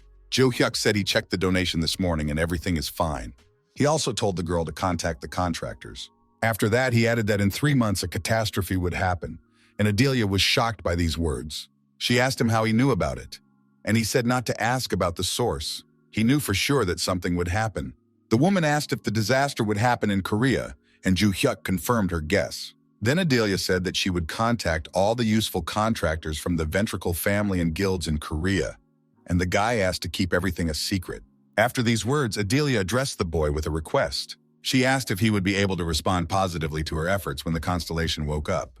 Juhyuk asked if the constellation was still asleep, and Adelia replied that she had tried to contact her, but she did not answer. Juhyuk suggested that one day of rest was not enough to restore the constellation's strength. So he said he would pass on Adelia's efforts and said goodbye. The next day, Juhyuk went to the gym after school. He started his training with a run. Choi Aaron was also at the gym and trained with him.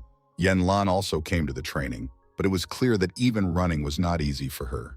During the training, the guy frowned at the exhausted Yen Lan. After the run, she fell to the floor tired. The girl asked to rest. She felt like she was going to die. But the boyfriend emphasized that the girl was fine, but she screamed that she had almost died. However, he noticed that the girl was doing better than he expected, and Yen Lan said that she was very serious about training. Juhyuk realized that the girl's endurance was fine, but he thought about slowing down a bit. However, he heard a woman's voice greet him. A woman came into the training room and asked if Yen Lan had come here. Juhyuk didn't know who the woman was, but she looked very similar to Yun Lang and Seol Yeon. After she spoke, the woman saw Yen Lan and addressed her. She reproached the girl for coming here without telling her mother.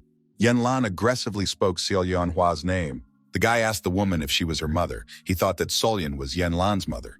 After his question, she asked permission to introduce herself. She said her name was Seol Yeonhwa. She was the head of the family, and now she was the new mother of Yun Lan. She added that Solyeon, the head of the White Lotus, is her younger sister. Seol Yeonhwa thought this situation was strange. After all, Solyeon had promised her to contact her when Yen Lan left the White Lotus, but she didn't tell her anything and sent her here. After these words, the woman told Yen Lan that it was time to return to the White Lotus Palace. However, the girl was angry that after everything that had happened to her, this woman was just offering her to come back. The girl told Seol Yeonhwa to get out of here and stop treating her like a daughter. It was annoying her. However, the woman denied that everything that happened to Yen Lan was an order from the constellation. But Yen Lan was angry with her because she had learned about it from the maid only recently, and not from the head of the family. The woman replied that if she already knew, it didn't matter that the constellation had instructed her to return the girl. She added that this could be a chance for the constellation to recognize Yen Lan and ask her not to frame her mother. Yen Lan asked her if she wanted the girl to come back now just because Constellation said so. Seol Yeonhwa confirmed the girl's guess. Yen Lan told her again to get out of here. She added that students were studying here, so let the woman go away and not disturb them. Yen Lan warned him that this was not the White Lotus, so he shouldn't even think about causing trouble here. However, the woman asked Yen Lan if she knew why she had entered without security. This is because Seol Yeonhwa intended to take the girl away without any noise. After these words, the woman attacked Yen Lan with her magic. After her attack, Yen Lan bounced back. She asked Seol Yeonhwa what she was going to do. The woman replied that it was obvious that she was not going to hold back. Yen Lan said it wouldn't work, and she wasn't going to hold back either. After these words, she moved with lightning speed toward the woman. She asked her if she had forgotten that she had never been able to beat the girl. Immediately afterwards, she attacked Seol Yeonhwa with a punch. The woman stopped her attack and told her that Yen Lan had indeed become stronger, and that she was not just having fun at the White Lotus. Yen Lan replied that she'd been practicing really hard all this time. However, Seol Yeonhwa said that she should go back and train normally. Holding the girl's hand, the woman threw her aside. Yen Lan was surprised. She didn't remember Seol Yeonhwa's skills being this good. The girl slammed her feet on the floor, and she immediately launched a kick attack on Seol Yeonhwa. She leaned back and said it was a thoughtless attack. Yen Lan told her to shut up and added that all she needed was to win. Choi Aaron asked Juhyuk if they should call the instructors to stop the fight. However, the guy asked Aaron what she thought would happen if they told the instructors that the head of the family had caused a commotion to take her daughter away. Aaron replied that it would be an even bigger mess, and Juhyuk added that he didn't like the woman. Aaron agreed with him because Seol Yeonhwa had abandoned her daughter and was now going to take her away out of necessity. Aaron thought that this must have been very disappointing for Kasheka. Seol Yeonhwa kept telling the girl to stop resisting and just follow her. However, Yen Lan told the woman to forget about her intentions. Seol Yeonhwa was knocked back by the girl's attack. Yen Lan put a lot of force into this kick, so she expected that even if the woman blocked it, she would still be injured. However, the next moment she felt that something was wrong with her. She looked down and saw that her foot was covered in ice. Seol Yeonhwa suggested that Yen Lan was seeing this for the first time. She said that this was the power of their constellation, the king of the snowy depths. The woman also added that after Yanlan returns to the family, she will have the opportunity to obtain this ability through a constellation contract. Yanlan suggested that the woman seemed stronger than the last time because she had thoughtlessly used the power of the constellation. However, the head of the family replied that there is nothing thoughtless here. If you are a member of a family with a constellation, you can do whatever you want with the power you have received. She then asked whether Yanlan thought that the woman would fight her only with physical force. The last time she asked Yanlan if she was going to return, she angrily shouted that she was not going to return. Then Seolyeonhwa told the girl not to even think about a happy return. Yanlan could not react to the woman coming so close because of her frozen leg. The head of the family said that she would freeze and crush her hand so that she would not resist any further. However, at that moment, Kim Juhyuk repelled the woman's attack, and he hoped that the constellation families would no longer interfere with him. Yanlan was surprised that the boy decided to defend her. He asked the woman what she was doing, if she was serious about cutting off her daughter's arm. She replied that it was not his place to interfere in their family affairs. He recalled that Jinyan had told him the same thing when they fought over Choi Aran. Seolyeonhwa didn't understand how the boy was able to block the attack without being frozen. She also felt that the impact of the attack was serious. Then, it turned out that he had deflected her blow with magic that was stronger than the magic of her constellation. The guy told Choi Aran to take Yanlan away from here. However, the girl denied that she could fight as well, especially since it was her family. But Juhyuk realized that she would not be able to continue fighting because she could not feel her leg. He told her that even though he hadn't taught her anything yet, as her master, he couldn't stand by and watch his student get hurt. The girl was happy that he called himself her master and listened to his words. She asked the boy if he had decided to pretend to be her teacher because the woman had decided to take Yanlan with her. However, he said he didn't care and they just had the same interests. The woman did not consider this a reason for a master-apprentice relationship. Then she said that she would check how good he was as a master. The boy thought that although his mother looked cold, she was just as aggressive as Yanlan. He managed to block her attack, but it will be difficult to deal with her without serious mana costs. At first, he decided to dodge and target the joints. He managed to escape from the woman's attack. All the equipment in the gym began to be covered with ice. Even though it didn't hit him, it still caused a lot of damage, and it could also just be releasing ice. He told Seol-hee to reimburse the academy for all the sports equipment before she left. The woman said she would think about it if she lost. She directed her next magic attack at the boy. He realized that if he dodged, it would lead to more damage in the gym, but he would need to use up his magical power to take the hit. Then he decided that he would break the woman's blow directly. The magical power she gathered in her hand hit the ceiling of the gym. Before Seolyeonhwa could recover, the guy had already come at her with a punch. With all his fury, he pierced the body of the head of the family with this attack. Such a force sent it flying back several miles. After that, she lay defeated at his feet. Yanlan was shocked that the boy had defeated the one who had taken power from the constellation. Seolyeonhwa said that she now understands how the boy attracted Yanlan here and why he calls himself her master. However, she added that although she recognizes him, Yanlan will go home anyway. Even if the woman failed, 1,000 people would still come for Yanlan after receiving this order. Yanlan was desperate that no one took her opinion into account. The woman replied that the whole constellations are more important, and that is the meaning of their existence. The girl asked if she would have to fight with one of her family members again, even if she didn't want to. After these words, she screamed that she had had enough and would not stand for it. Juhyuk was very angry that Yunlan's opinion was not taken into account, and she was desperate. He asked Seolyeonhwa what he needed to do to meet the constellation. The boy asked if he defeated their constellations, would everything resolve itself? The woman was shocked when the guy said that he was going to defeat the constellations. She thought he didn't understand what he was saying. Ordinary people can only meet the constellation directly if it appears in a shrine, but this requires a lot of energy, so it doesn't happen often. Therefore, their family did not do anything that could harm them. But the guy said there was another way. You need to touch the sacred relic directly and be transported to the realm of the mind. Seolyeonhwa noticed that even though he was still studying at the academy, he seemed to have more knowledge about contracts and sacred relics than she had thought. She confirmed that if he came into contact with their family's sacred relic, he would be transported to the king of the depths of snow. However, the woman added that although the power of the constellation is limited in their world, the realm of the mind is the territory of the constellation. Ordinary people could have been instantly crushed by the pressure of the constellation upon entering it. But after all that, the guy still wanted to go against the grain. Hua said that she cannot allow an outsider to come into contact with the sacred relic herself. They'll schedule a meeting with the constellation in a week, and no one will attack Yanlan or the boy until then. Then the woman asked Juhyuk that if he lost in the realm of reason and came back here, what he planned to do. After all, it was not profitable for them to organize a meeting with constellations. The guy replied that whether he lost or won, they could set him any conditions. But if he wins, they have to leave Yanlan alone forever, and he will take care of her himself. Hua agreed and said that she would go alone today. After that, she got up and walked to the entrance of the training room. He gave the woman a very irritated look. A week later, he met the constellation. Right in front of him, the king of the deep snow was sitting on his ice troll, looking disgruntled. However, the events go back a few days to Valhalla's dormitory. Juhyuk and Yunlang opened the door to one of the rooms. After that, he came over and turned on the light.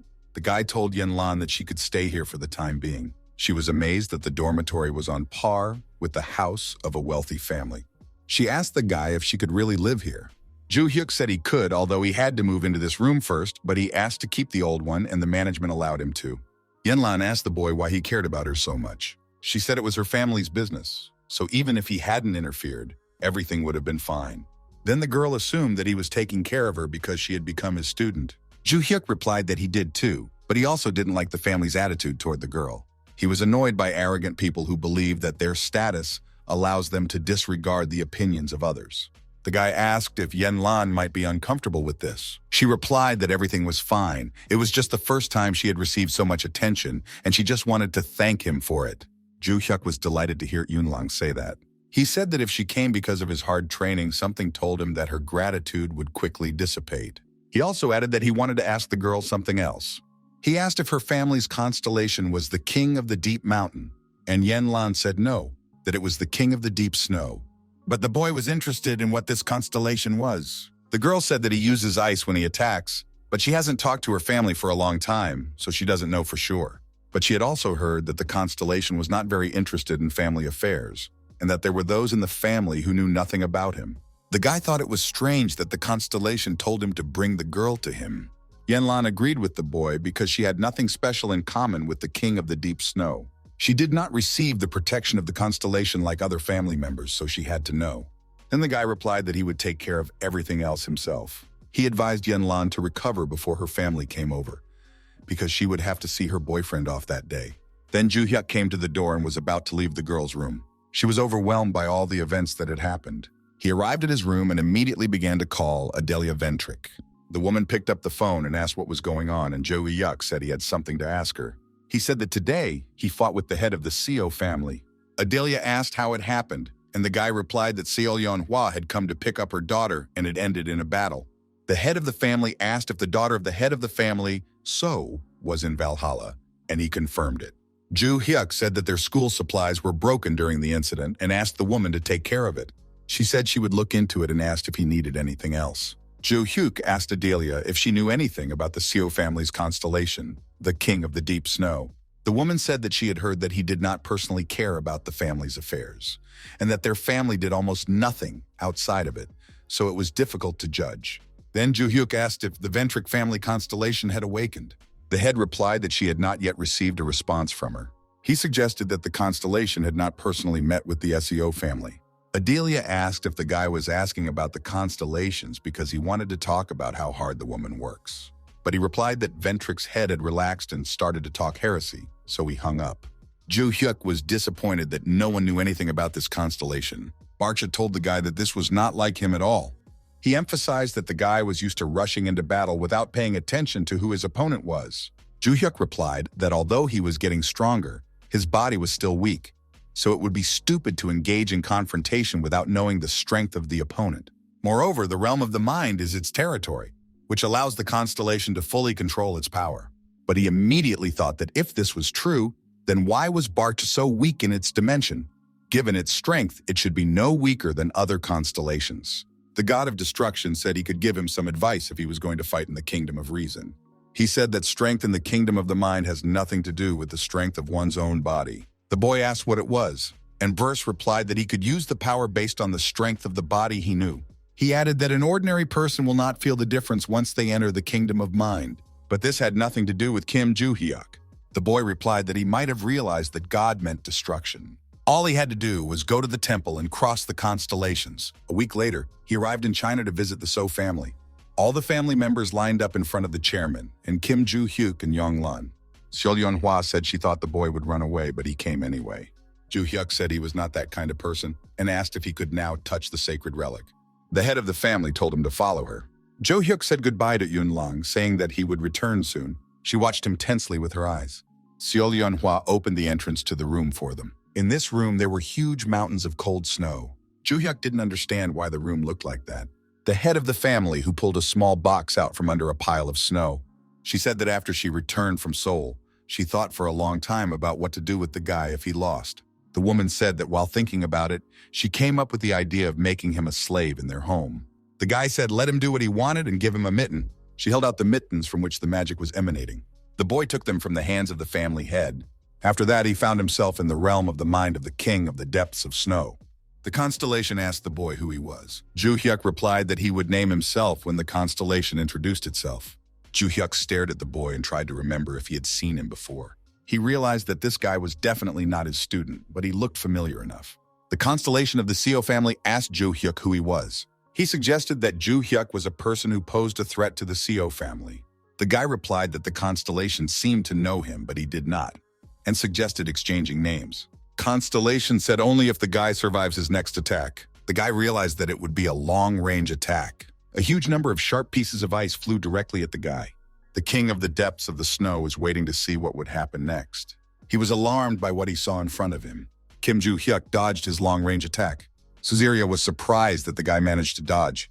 He knew that this attack could not have been dodged with a simple jump, and most likely the boy was using magic to increase the range of his jump. Suzeria said he would have told him his real name, but he forgot it after being locked up here, so he would tell the guy his pseudonym. He continued that he was known as the King of the Deep Snow. As he approached the boy, a snowstorm began. The followers called the king the God of Chaos, and those who were afraid of him called him the Snow Demon. Combining the two titles, he was called the Snow God of Chaos. The guy replied that his name was Kim Juhyuk. After the guy introduced himself, the Snow Demon said he would remember the name. After these words, the guy was surrounded by a barrier of ice. He assumed that a snow demon had cut off his retreat with ice. The next moment, he was about to attack Juhyuk. The snow demon sent a stream of ice at the boy's feet. Juhyuk realized that it would be unpleasant to deal with this with his bare hands. Then the guy reached down to his side to get his sword. The snow demon saw this and recognized the sword. Juhyuk hollowed out a wall of ice in front of him to protect himself from the next attack. For a moment, the snow demon was alarmed by the boy's actions. He thought it was ridiculous to use his own lit against his attack. Then the snow demon told the boy that all the ice in this place was under his control. However, after these words, Juhyuk immediately moved closer to strike. He took a swing at the king of the depths of snow, but the latter stopped him with his sword. He said that using the ice to repel the attack and get closer was a good idea, but the guy was not strong enough. However, with confidence in his voice, Juhyuk told him not to jump to conclusions. He asked the snow demon if he really said that he did not have enough strength. He offered to hit the demon once and see if the guy had the strength to do it or not. The guy approached the constellation to launch an attack. After this blow, the king of the deep was knocked back a few meters. Juhyuk asked him if he had been hit with a fist for a long time. The snow demon remembered who this magic-soaked attack and this sword could belong to. He asked Kim Juhyuk if he was a martial arts god. The boy replied that his students had given him this name, but the snow demon was not mistaken. The king of the depths of the snow recalled that although he did not know the martial arts god very well, he was able to personally see his power 300 years ago. He began to recall the events that happened 300 years ago. Once he was attacked by a huge group of monsters. At first, he managed to defeat them quite well. However, it was a huge army that he could not face alone. Then the snow demon decided that he would take as many monsters with him as he could. However, something saved him from such a fate. It was then that the god of martial arts appeared to him. The god of chaos wanted to ask him why he had come and why he had come between him and the monsters. But then the guy swung his ink-colored sword, and after that, all the questions of the snow demon disappeared, only fear remained. He remembered the magical power he felt from it. The guy may look different, but he was definitely the god of martial arts in person. Juhyuk said that if the snake demon doesn't attack, it will attack. He replied that he had always wanted to fight the god of martial arts. The god of chaos said he accepted the boy's challenge. He was going to show everything he was capable of. At the time, Yen Lan was waiting in the reception hall. The girl noticed that someone was watching her. A huge number of human shadows could be seen from the windows of the door. They all looked directly at the girl with an eerie gaze. That is why Yenlan did not want to return to the Seo family. She recalled Juhyuk's request that she recover before her family arrived. If not for Kim Juhyuk's request, she would not have come here. Yenlan asked what they wanted, if they wanted to fight her. However, the girls replied that they had heard that the girl had returned from the castle and just wanted to see her. Yenlan replied that if they just wanted to look at her, they could stand with the people behind the wall. So Irene said that there must have been some misunderstanding and wanted to apologize. The girl was extremely surprised by the words of apology. Seopei said that after the girl got to the Bakrio castle, they had a duel, so they didn't have time to talk. She said that although it was a little late, she apologized for leaving Yenlan behind. Yenlan was surprised that after all these years, they came just to talk about it. She said they were only saying that because they were scared that the girl had returned. Seo Irene said that although it looked like a forced apology, they had no choice at the time. She added that their mother did not allow them to meet the girl. Then Seo Irene admitted that it was their mother who did not allow Yunlan to train. She said that she always thought that her sisters left Yunlan because they were jealous of her. Seopei said that they were a little jealous of her, but they were more proud of her. She justified this by saying that it was nice to have such a strong representative of the So family.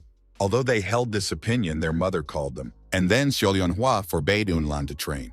The reason for this was that the girl could have become a threat to them in the battle for the place of the next head of the family, because all the elders would have chosen her. So they had no choice but to accept Yenlan's exclusion from the family. However, Irin added that their mother was wrong about one thing. Neither she nor Pei wanted to become the head of the family. She then added that it was not that they didn't want to, but rather that they shouldn't want to, and Yenlan asked what that meant.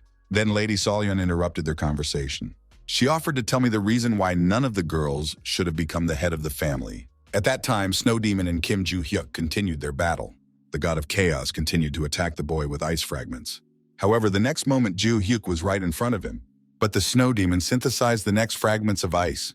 They flew straight at the god of martial arts again. He was already annoyed by these constant ice attacks. He asked Snow Demon if he was going to continue to annoy him with such petty attacks. Constellation took this as the guy's request for a big attack. Then a stream of icy air rushed out of the magical snowflake.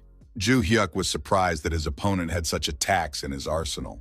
The Snow Demon said that he was going to freeze the guy completely, but he was able to dodge it, which is something he did not expect from the god of martial arts. The guy said he was embarrassed by this praise. He realized that this guy was different. If he had been this strong in his past life, Juhyuk would have remembered him. Juhyuk assumed that this guy had crossed his limit in the realm of reason, and because of this, he became much stronger than in his previous life. Juhyuk said that he regretted not having met the boy before. The Snow Demon asked what he meant by these words. The god of martial arts replied that this was his way of praising him. The Snow Demon was satisfied with his opponent's answer. However, he said that only one compliment would be enough for him. Then a magical fist of ice gripped his hand. The god of chaos said he intended to defeat the boy. Then he launched an attack on Kim Juhyuk with all his might. The guy was also preparing to strike back. The attack reached the opponents with lightning speed. After that, the Snow Demon told me to forget about his words. After all, his attack was not even close to a victorious one. A moment later, Juhyuk stood in front of the sacred relic of the Seo family.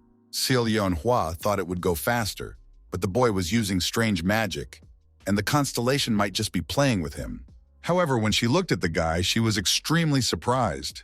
She expected that only his mind was damaged, but somehow the guy looked too normal. Juhyuk turned to the head of the family and said that he had defeated their constellation. At first, the woman thought he was joking with her. However, a screen appeared in front of her with a message that the King of the Depths of Snow sends his sincere respect to Kim Juhyuk. She couldn't believe that this guy had really defeated the constellations. She thought it was impossible that a student could defeat the guardian constellation. Juhyuk said that if she didn't believe, she could ask her constellation again. He approached her and reminded her that they would stop touching Yenlan if he defeated their constellation.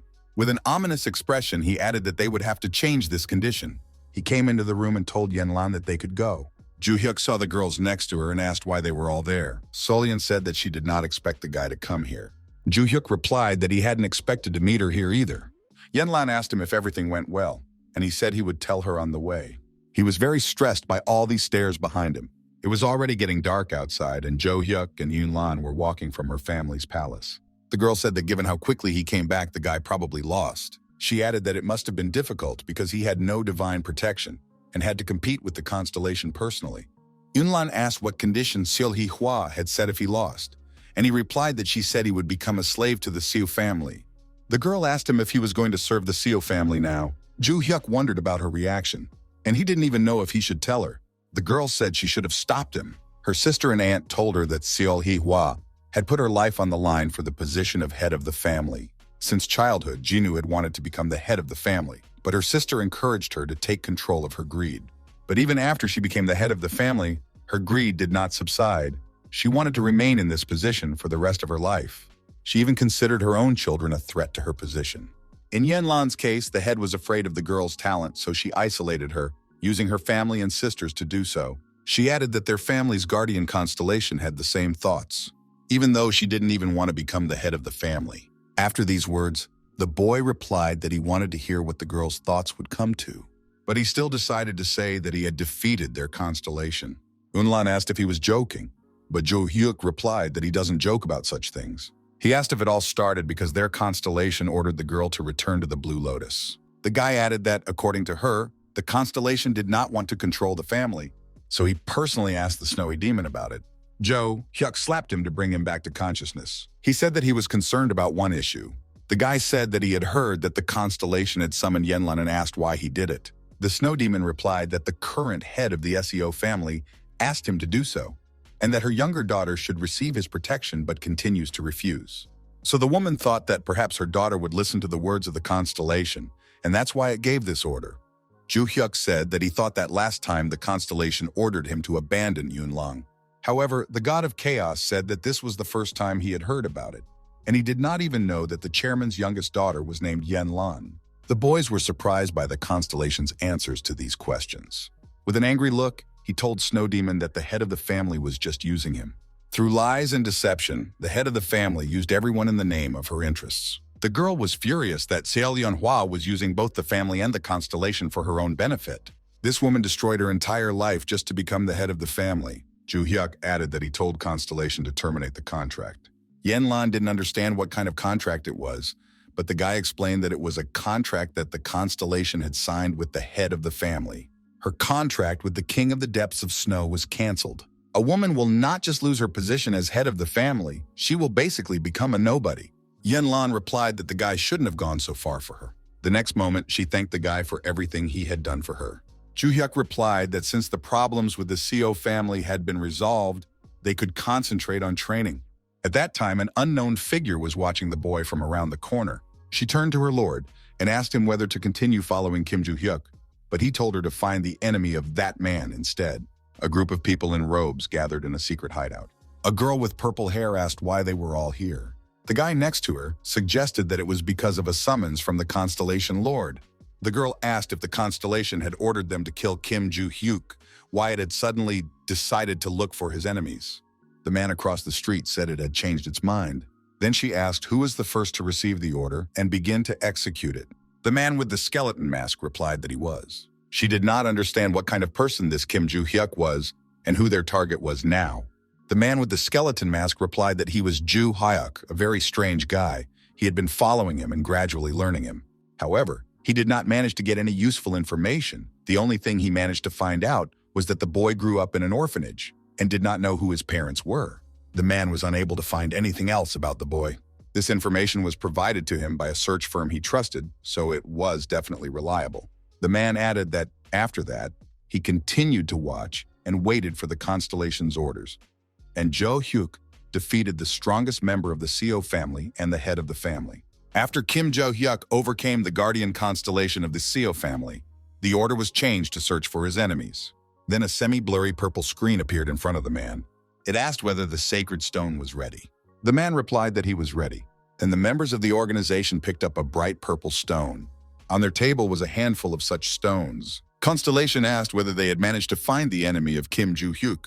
The man wearing the skeleton mask said that there are 3 organizations that have some form of animosity towards Kim Juhyuk, namely the Wenrics, the Samsal Alliance, and the Loyalists Organization. The Samsal Alliance and the Devotees are sinister organizations, and the Ventricles are a prestigious English family. And in their case, they suddenly settled their relationship with the boy. It seems that after the Ventric attack, some kind of agreement was made between them, so it's impossible to say whether they are enemies now. She added that although no steps have been taken yet, there is news that the Baekjang gang has also targeted Juhyuk. Constellation said it would give them a new order. It ordered all enemies of Kim Juhyuk to be killed. A new day came and the guy immediately went to the gym. Erin texted her boyfriend that she had to go home to pick up something, so she would miss today's practice. Juhyuk thought that if it was important, it would be nice if the girl brought some kind of sacred relic, because it was possible that the constellation Chojin could be his disciple. After he defeated the constellations in the SEO family, he checked what relics they had, but found nothing special. Given that the Tower of Destruction would soon appear, every student was important and the delay was serious. Recalling that the White Lotus community also had sacred relics, he thought that perhaps he should go there as well. However, at that moment, someone's voice addressed him. Black Cat stood at the entrance to the gym and addressed the boy. The boy guessed who it could be, but asked the man who he was anyway. Black Cat asked if they could talk in private. He agreed to the offer and approached him. He told the girls to spar with each other until he returned, but they were clearly unhappy with this request. They started arguing with each other, but the guy just loved it. He went out into the corridor and stood in front of the Black Cat. The man told Juhyuk that he had come from the market.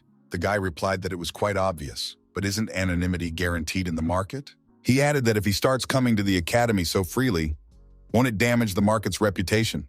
However, the man replied that he had only come to deliver a message to the boy.